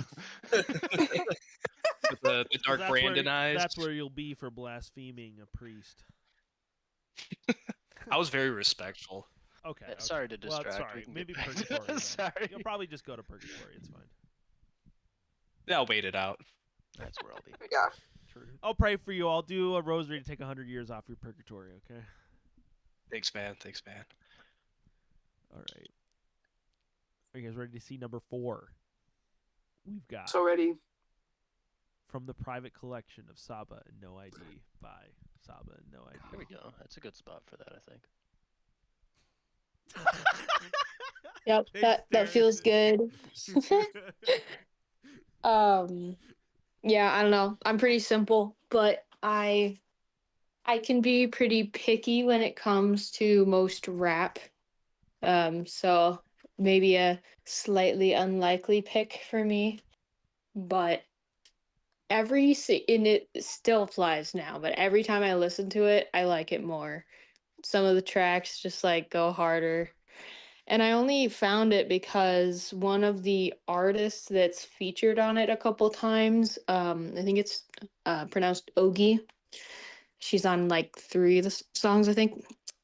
She has a phenomenal voice. She hasn't released an official debut album, and I've been waiting for it. So I was literally looking for any music that she was featured in this year.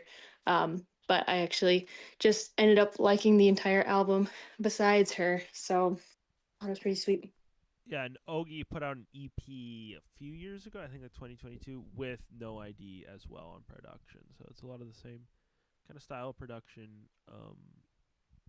And Saba, I don't think has released an album in a while himself. And then, of course, No ID is the, among many other things, the mentor of Kanye West in his early days. So this is kind of a,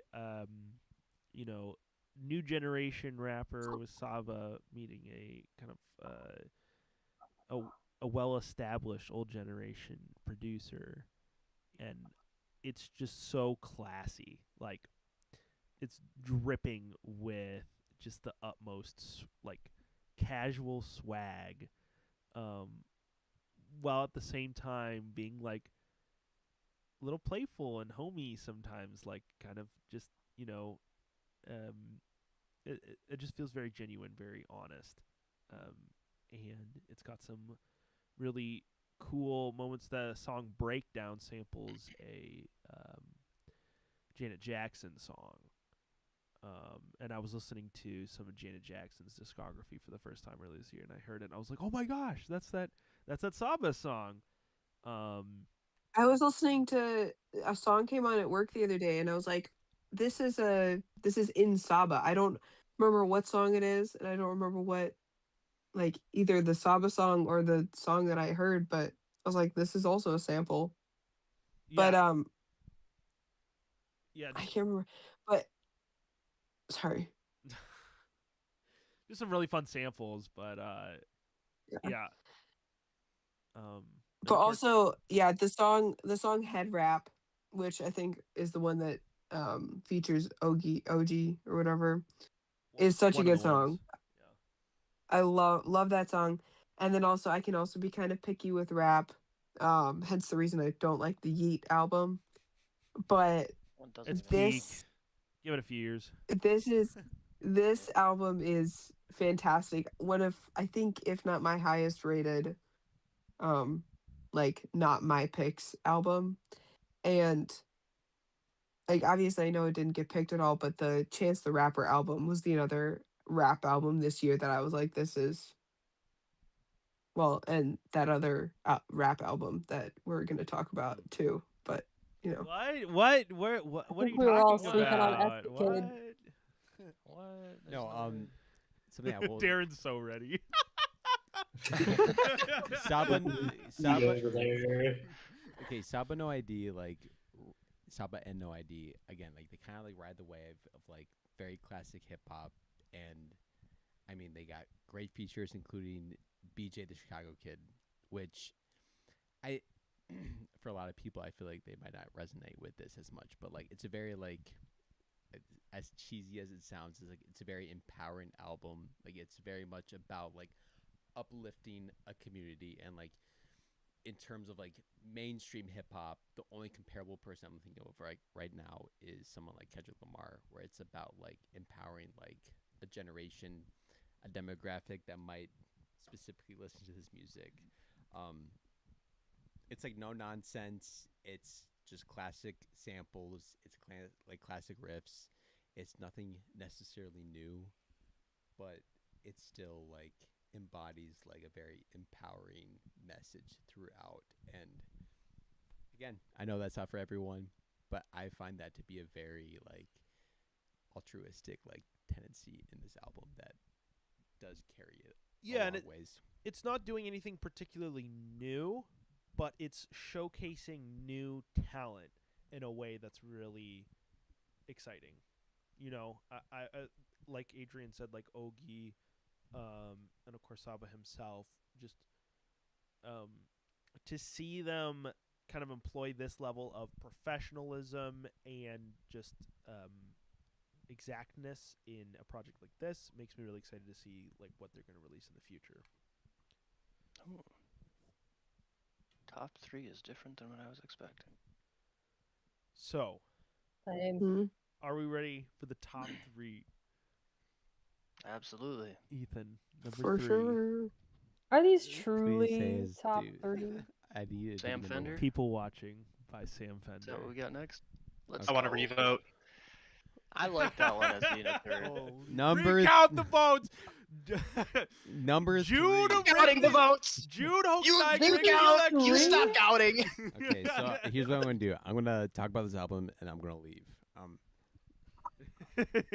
No, so okay, Sam Fender. So I've been listening to him for a while.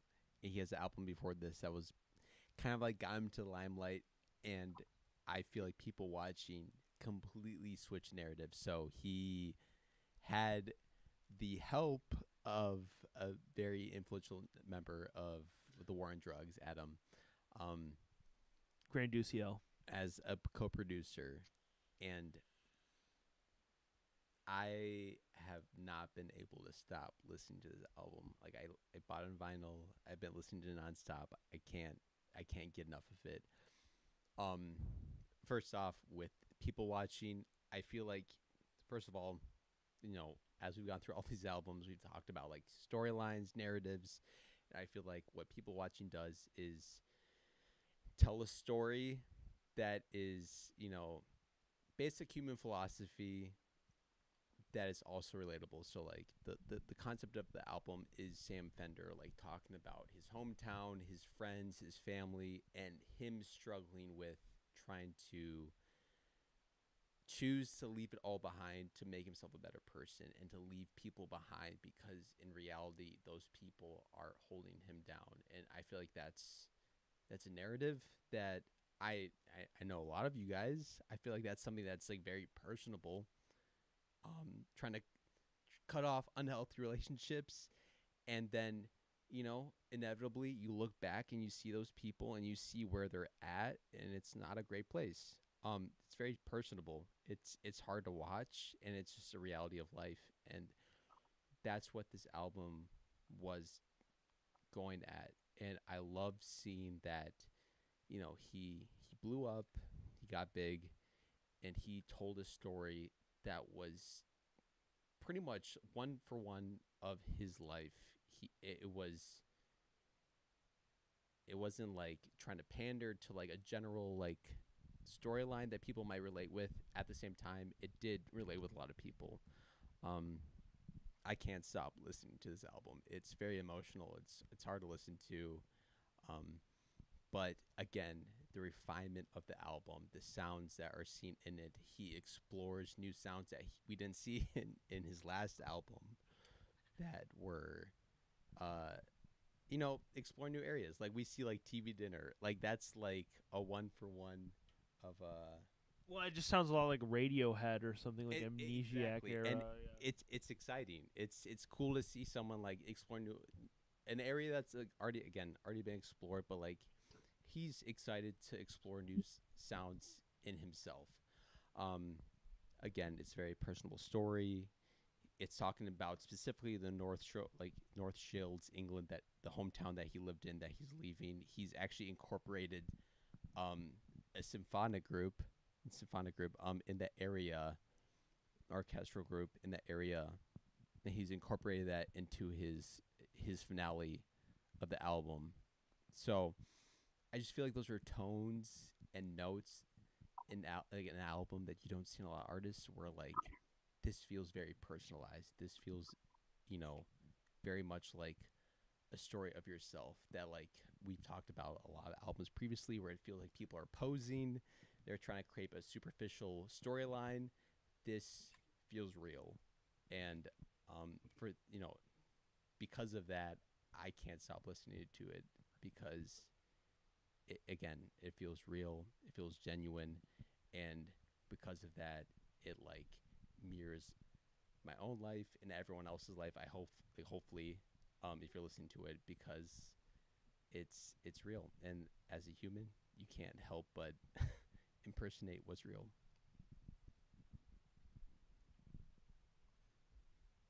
Yeah, I read some discourse online about this album, and one of the criticisms that I kind of saw about it was that it was ostensibly ripping off, Billy. No, sorry. Bruce Springsteen. I was ripping off Springsteen. Yeah, he reminds me a lot of Billie Eilish too. But Shut the fuck I was up. gonna say Billy. I was gonna say Billy Joel, which is almost as bad.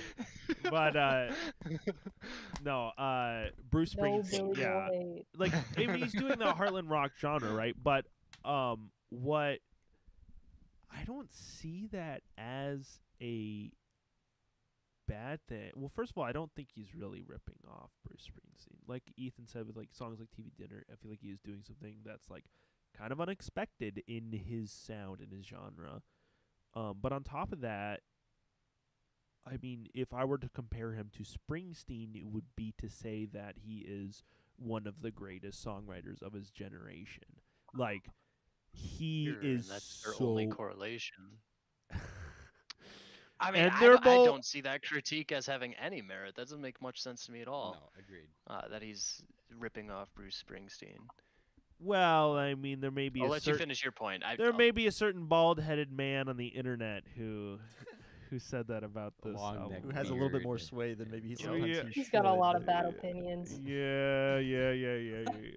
But no, I really feel like when I'm listening to these songs, it's like this is like the songiest song I've ever listened to. Like this is what when I like if I were to like describe a song to an alien, I would send them a Sam Fender song like off this album. Yeah, I This is think human music. he doesn't sound at all like Springsteen. I think if you wanted to compare him to another artist, I think The Killers would be an apt comparison. No, Sure. which Sure, And that's a more reasonable. I comparison. think that if you were to introduce an alien to Mr. Brightside, they'd definitely understand what music is about. And if you wanted a close second, a lot Again. of songs off this Fender album. Sam Fender is exploring heartland rock, which again is the genre that we haven't seen like highlighted like this in a long time since And the it's Killers and the War on Drugs and it's cool too because he's British, and Bruce Springsteen, UK? Heartland Rock is kind of like an Being American. British is not cool. Not cool. No. But Heartland Rock is kind of like more of an American genre. Like you associate it with kind of like them blue collar boys, you know. But I think he does it. He's and appropriating our culture. He appropriates it in a very good way. Like he does it kind of. I would rather listen to this album than Bruce Springsteen, to be honest. But True. I have not Definitely. found, Don't not found a lot disagree. of albums that I'd rather listen to than the Killers in terms of like Heartland rock. Like Sam Fender is the only person who is comparable in that realm. Again, I will bring up that his songs are also very fun to play on guitar. So, yeah. all that Esme cares about is, can I play this on guitar Can and I sing sing it? myself? Can I play it? Which again, Hey, I mean, But I mean, that's a good quality for someone who's trying Yeah. to make like classic songs. Like you want it Yeah. to be singable, you want it And to be playable. when we talk about Exactly. great artists, we always talk about their mentors, and like Sam Fender picked like probably the most influential mentor in Heartland Rock to help co-produce his album, and that's the thing that like shines out. And like we look at like artists that we've talked about, like okay, they need some refinement, and refinement requires someone leading them in the right direction. And unfortunately, you have access to someone who can lead you there. And sure, Sam Fender maybe got a little lucky with like acquiring someone like that to lead him, but at the same time, I think he's proven himself to be the person who can like take that sound to the next level. The Killers are, I mean, dead at this point.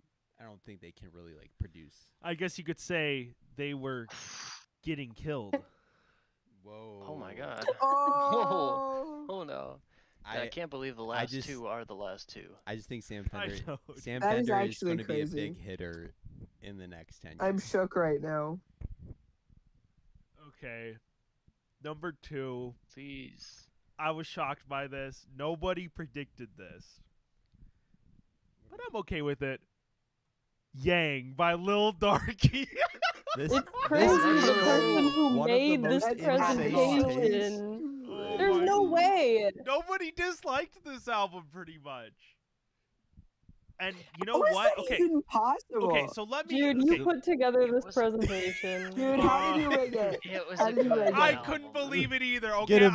Everybody, get him! I couldn't believe it Wait. either. Okay, I Wait, didn't everyone, everyone, list up your your ratings for Yang real quick. Let's make do the math. I think mine was in the 50s. Mine was in the 80s. You were the lowest rating for this, I believe, Madeline. Oh.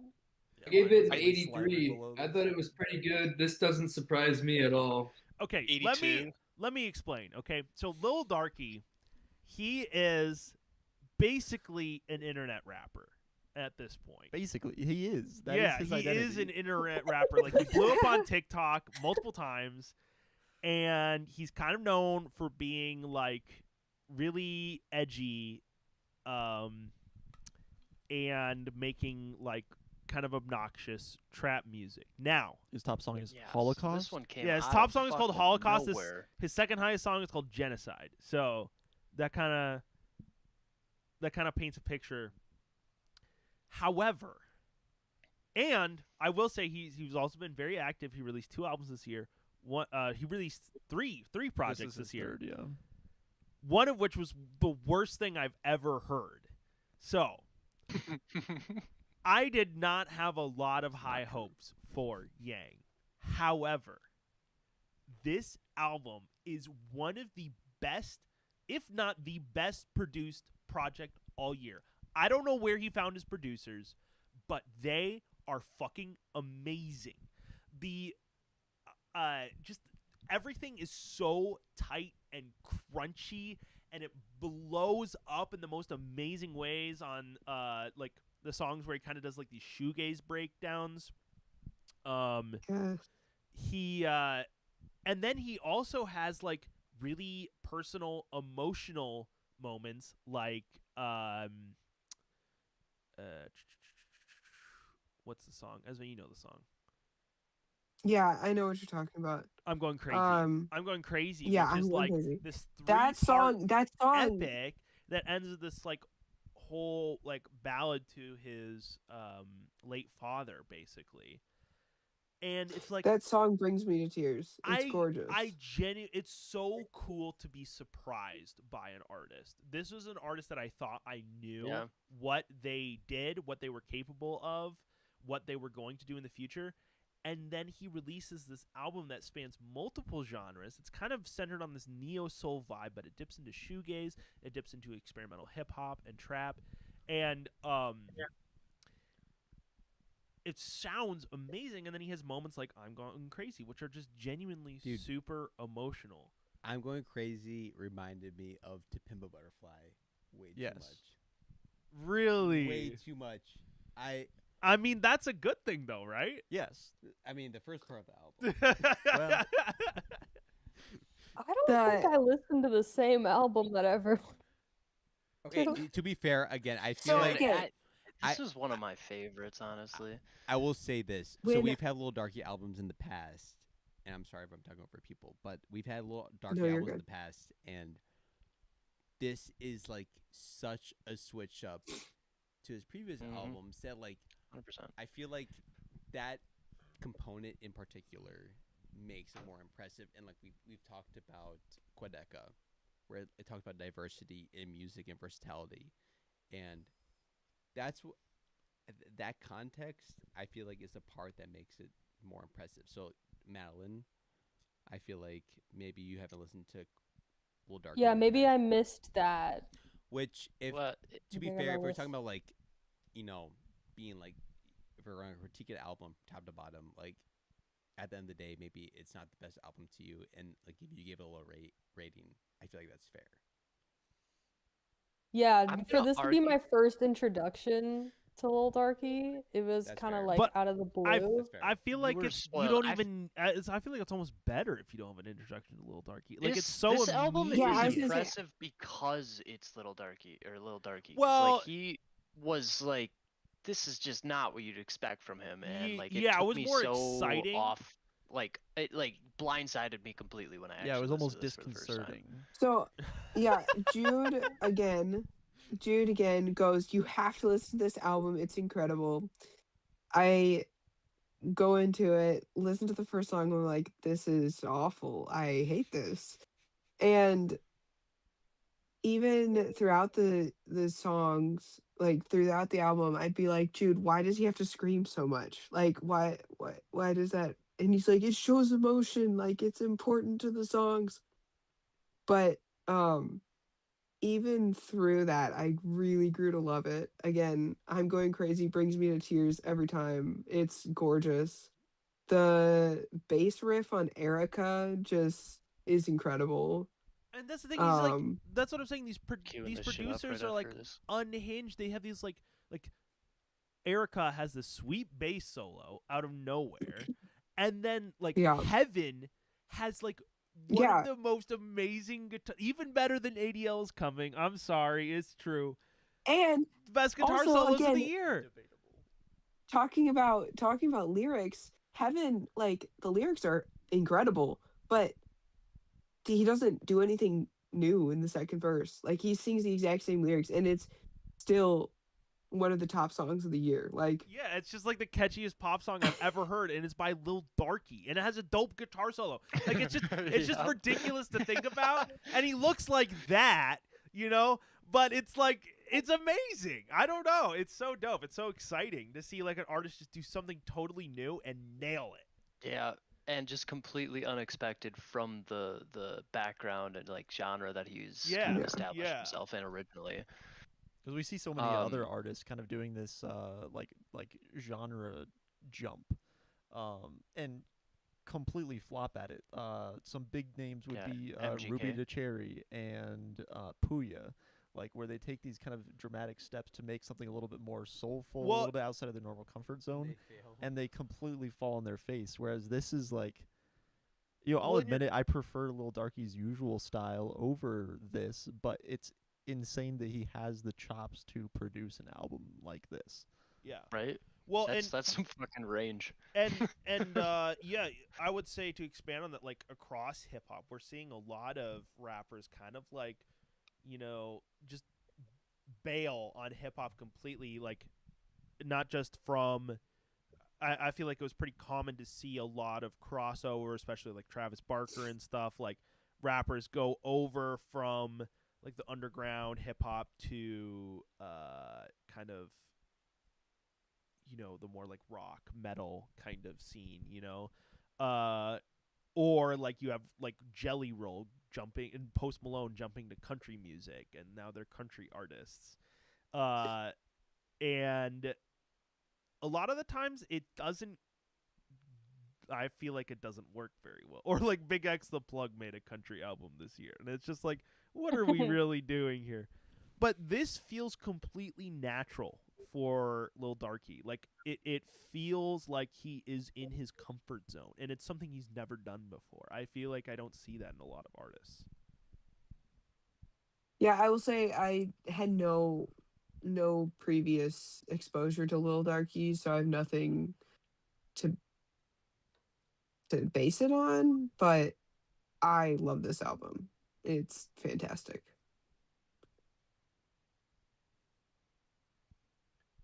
Yeah, Jude, I do want to do like one last side thing. Could you post the actual like full ranking along with scores in the chat so everybody can like access that? I do want to build a playlist around like the top ones that I really liked out of this. Yeah, absolutely. And we'll do some stuff. We'll do some stuff off stream too if you want to stick around. Because I think we're gonna go through scores and stuff. But yeah. So number one, I think most of us know what it is. If you've been keeping track, by a 4-point margin with a score of I think 85.1. The overwhelming favorite was Let God Sort 'Em Out by Clips. Deserved.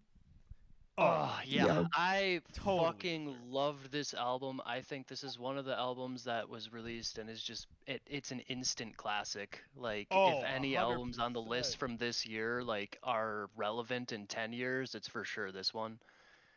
Um I just absolutely love the throwback styling that you're hearing from like the throwbacks that I am hearing in this album were like very reminiscent of when I was in high school, like the hip hop scene back then, and it's just really cool to see that like present itself again. I knew this one was gonna rank high. I didn't think it'd be number one, but I'm not surprised.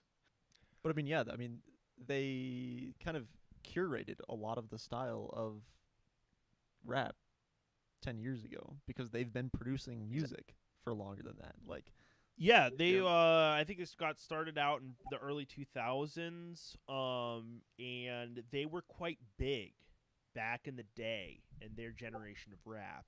They kind of had a fall off. They broke up as a duo because their manager got caught in some kind of RICO case for cocaine dealing, and they were where they were going to get That'll happen. nailed too. So they split up. No Malice, or Malice, as he was called, converted to Christianity, released a couple of Christian rap albums under the moniker No Malice. And Pusha T kept doing his cocaine bars or whatever and working with Kanye West. This is a reunion for them, I would say much long overdue reunion.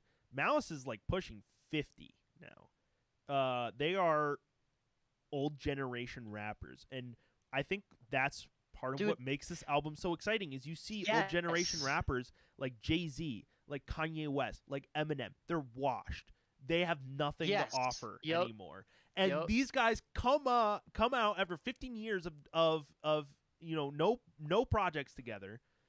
15 years, and they release the best hip hop album of the year, hands down.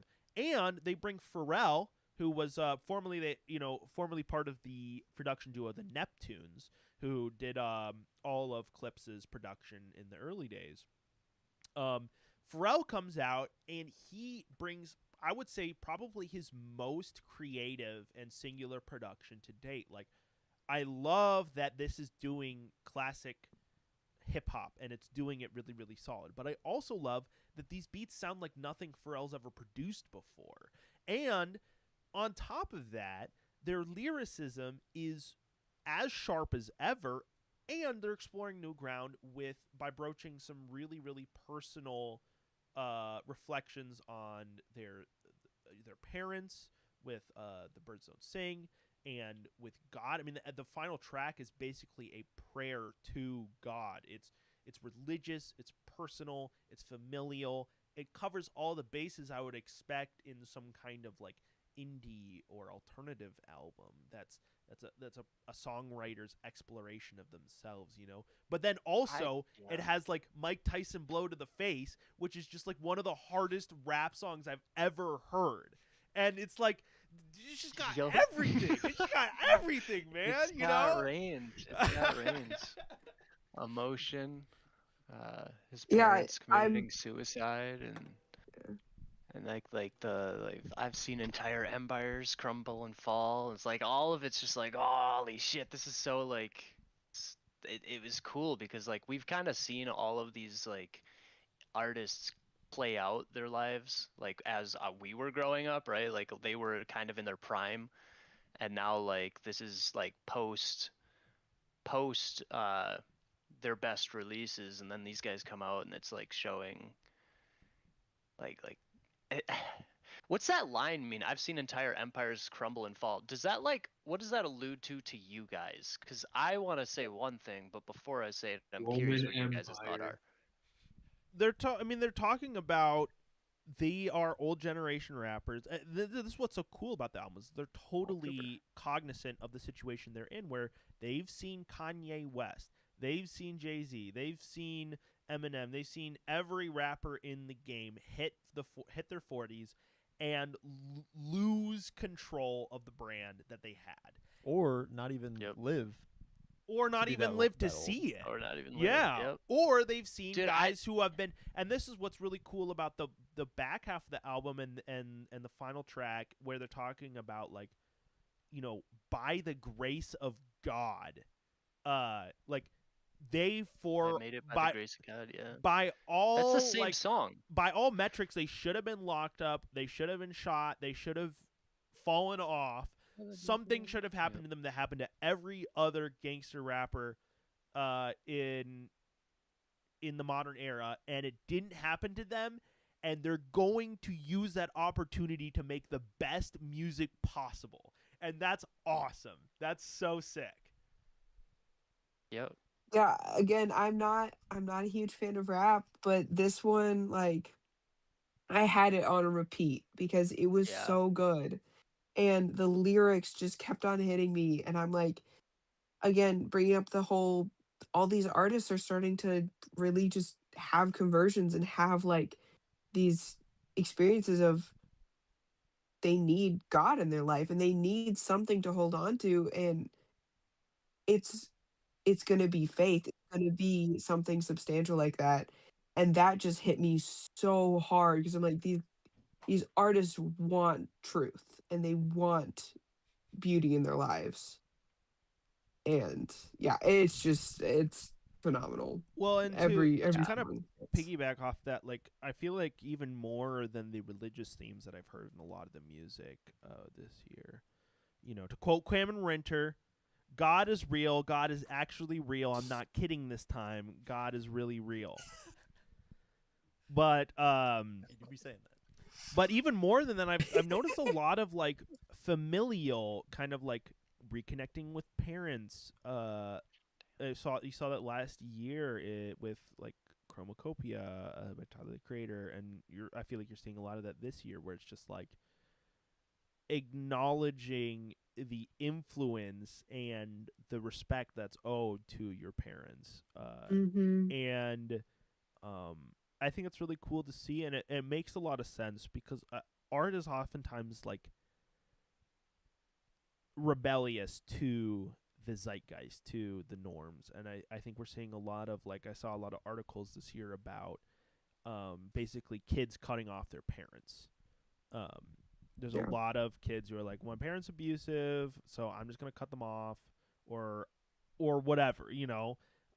They just don't feel that their parents should be in their lives for whatever reason. And maybe some of that, you know, I'm sure that a lot of that is valid to a degree, but it's really cool to see in the face of that a lot of artists who are like digging deeper and reconnecting with the familial ties that they have and acknowledging the importance of those in their lives, good or bad. Obviously, I already said this, but the Chance the Rapper album also, I feel like, has that so much of him talking about his past and his family and how important it was to him. And just, again, the religious aspect of growing up in church and going to church and all that stuff. Again, Chance the Rapper, I feel like it should be on this list, but, you know, it's okay. Well, maybe you should pick it. Was picked. I didn't. Yeah, I think we've had a couple like really amazing, sorry, should have picked it. Okay. Throughout these albums, like we've seen things like Blade Bird, some of the tracks from Sam Fender's album, Drinking the Crazy in Yang. Yeah. And then like I think the like cream of the crop is The Birds Don't Sing. Like I can't really think of many other songs in all of time that kind of capture that kind of emotion. Yeah. And get performed in the Vatican. I mean, yeah, they performed it in the Vatican with Andrea Bocelli and Pharrell and John Legend. Dude, that was if this awesome. concert, if those guys are ever around us, we gotta go to that one. I want to go. If they ever perform at the Vatican again, we gotta go to that one. Dude, I need to go. Like, didn't you guys already see them once? I want to see them again. Yes, they already saw clips. Seeing clips live I was want to very see clips. jealous I didn't get to make it to that show. Yes, me too. If there's another one that's around. Yeah, well, they said they're gonna make. I more will be music. going. They said they're just getting started. Yeah. So. If they make more music, I don't like. Even if their next album sucks, I want to go see them just to like hear the ones from this album. Right? Yeah. Yeah, their stage presence was definitely something special. Like, Oh, There's- they have there's- so much aura, dude. Holy moly. They just like they know they are the coolest guys in the room, you know? And to back it 100%. up with like their bars and their beats, it's like, all right. That's crazy. I gotta respect it. Yeah. This was I'm gonna say that this year was a lot more entertaining than last year's album of the year's picks. Wild I was Thursday. blown away at the thought that I actually picked 3 separate like hip hop albums as my highest rated. Like going through it, like typically, like I mean, you guys know that I'm more of like a old rock or just like rock in general kind of listener. So that this year having picked like all, if I mean, I sent the ratings to Jude, and it like my top 3 were Lil Darky, Saba, and Eclipse. And Yeah. that blew me. That alone kind of blew me away because this is a whole genre that I'm never really associated with, and just this year we just had some absolute bangers for the top ones in that area. Yeah. Lil Darky's barely a rap album, but I will say this. It about Clip. is, but like, if you listen to any of his other stuff, like it's kind of this is definitely a departure. he still fits in that category, right? So Yeah, it's yeah. kind of it was just an odd pick for me. Every single album this year was something that was completely unexpected for me. no, this was my favorite list so far. Christ. It had the highest average rating for me of in either 3 years so far, and it was dope to have all of the original members back with an asterisk. Mason left a little bit early, but yeah, all this started with me, Ethan, Asher, Joe, and Mason. So it's dope to have the gang back. And I have one more thing before we quit the stream, which is predictions. A few of you, I think most of you, submitted predictions for what they thought the top 3 was going to turn out to be. And one I of was you right with 2 of them. nailed not only their number 1 pick, but also their pick for number 3, and were just a few spots off for the number 2 pick. The only person who made more than one of their top 3 predictions correctly, and that is Esme, who predicted Let God Sort 'Em Out, OK Lou, and Sam Fender. Thank you. People watching by Sam Fender as the top 3. Let's go. So, Let's freaking go. Esme, you What did I win predict? something. You win $1 million. It's my in- birthday tomorrow, so in maybe that's what Monopoly. I win. in I predicted Minecraft. OK Lou, Clips, and Lil Darky as being my top 3. Yes. You did get closer in a way, but you didn't have them in the right order, so you're disqualified. Sure. I kind of figured you guys were gonna hype up OK Lou a lot more than you did. Yeah. Well, we did Jared, hype up we- OK Lou. Did you see us the whole time? Yes, I know. That's why I was expecting it to be worse. Alrighty. Well, yeah, that's a wrap, I think. And thank you guys for participating, listening to all 33 albums in just a month. That's wild work. Hell yeah. It was super fun. Next We're year, champions. I do want to try to figure out a way that everybody can feel represented with their various album picks, and also keep the list to maybe A bit 25 shorter. or less. Yeah, no, I agree. I think it was kind of a crunch. I didn't get to listen to everything as like fully as I wanted to Yes, to like And make definitely. Also, accurate the ratings. stream went for 4 hours and 20 minutes, so That's I think also we'll a end little it there. unacceptable. Well, Well, we did That's start a little crazy. late, to be fair. yeah, but that was my bad. So, That was me. well, Not knowing how to use technology. I also didn't know how to get the live stream to work, so that doesn't help. Oh well. Good discussions all around. Yeah. Great music. Yeah. Keep listening. Next year's gonna be even better. Maybe. We'll Depends see. on what comes out. We'll see. Depends This on year if was a really OK good year for music. I always say releases this. more music or not. I say this every year, but I feel I'd like argue this was this a year really was better good than year last for year for music. I would agree. Lana's guys coming say out the with a same? new album this year. Lana Del Rey. So, Wait, dude, a Weeknd Joji and feature? Gorillaz. I'm Not really that we excited can for really this expect Joji something album. super amazing from Gorillaz because they're like 1 and 4 is a Can banger. we? They're washed. But, Can we uh, expect? Yeah. Joji, on the other hand, has been coming out with some pretty good stuff lately. So I'm curious Can to see we- where that the album singles goes. so Can we far are expect pretty a good. Weeknd? Can he release a song longer than 1 minute and 30 seconds? Can we expect a Weekend Yes. cover? Joji? Feature? One of the leading singles is. So at least there's that. Let's go. We expect a Weekend feature on the Lana album. I can't wait for the weekend to be like, just kidding. It wasn't the end of a trilogy. It's actually a quadrilogy. It's actually Whoa. Quadrilogy. And I'm doing the Yo. same You're just gonna exact start sound, making up and words. it's He's gonna- even longer. He's gonna pull a Logic, guys. I'm done with making music. Wait, Actually, I'm gonna release 10 albums in 5 years. And All then-